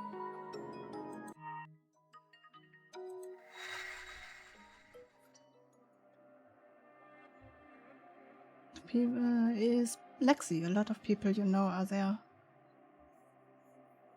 And these noises are not. I wouldn't play them on Twitch that long.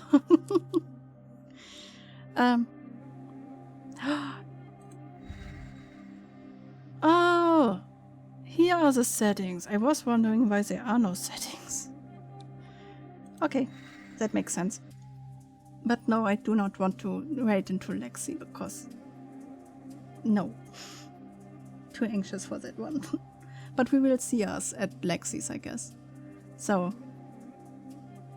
have fun, have a good evening, have a nice start to the weekend, first and foremost.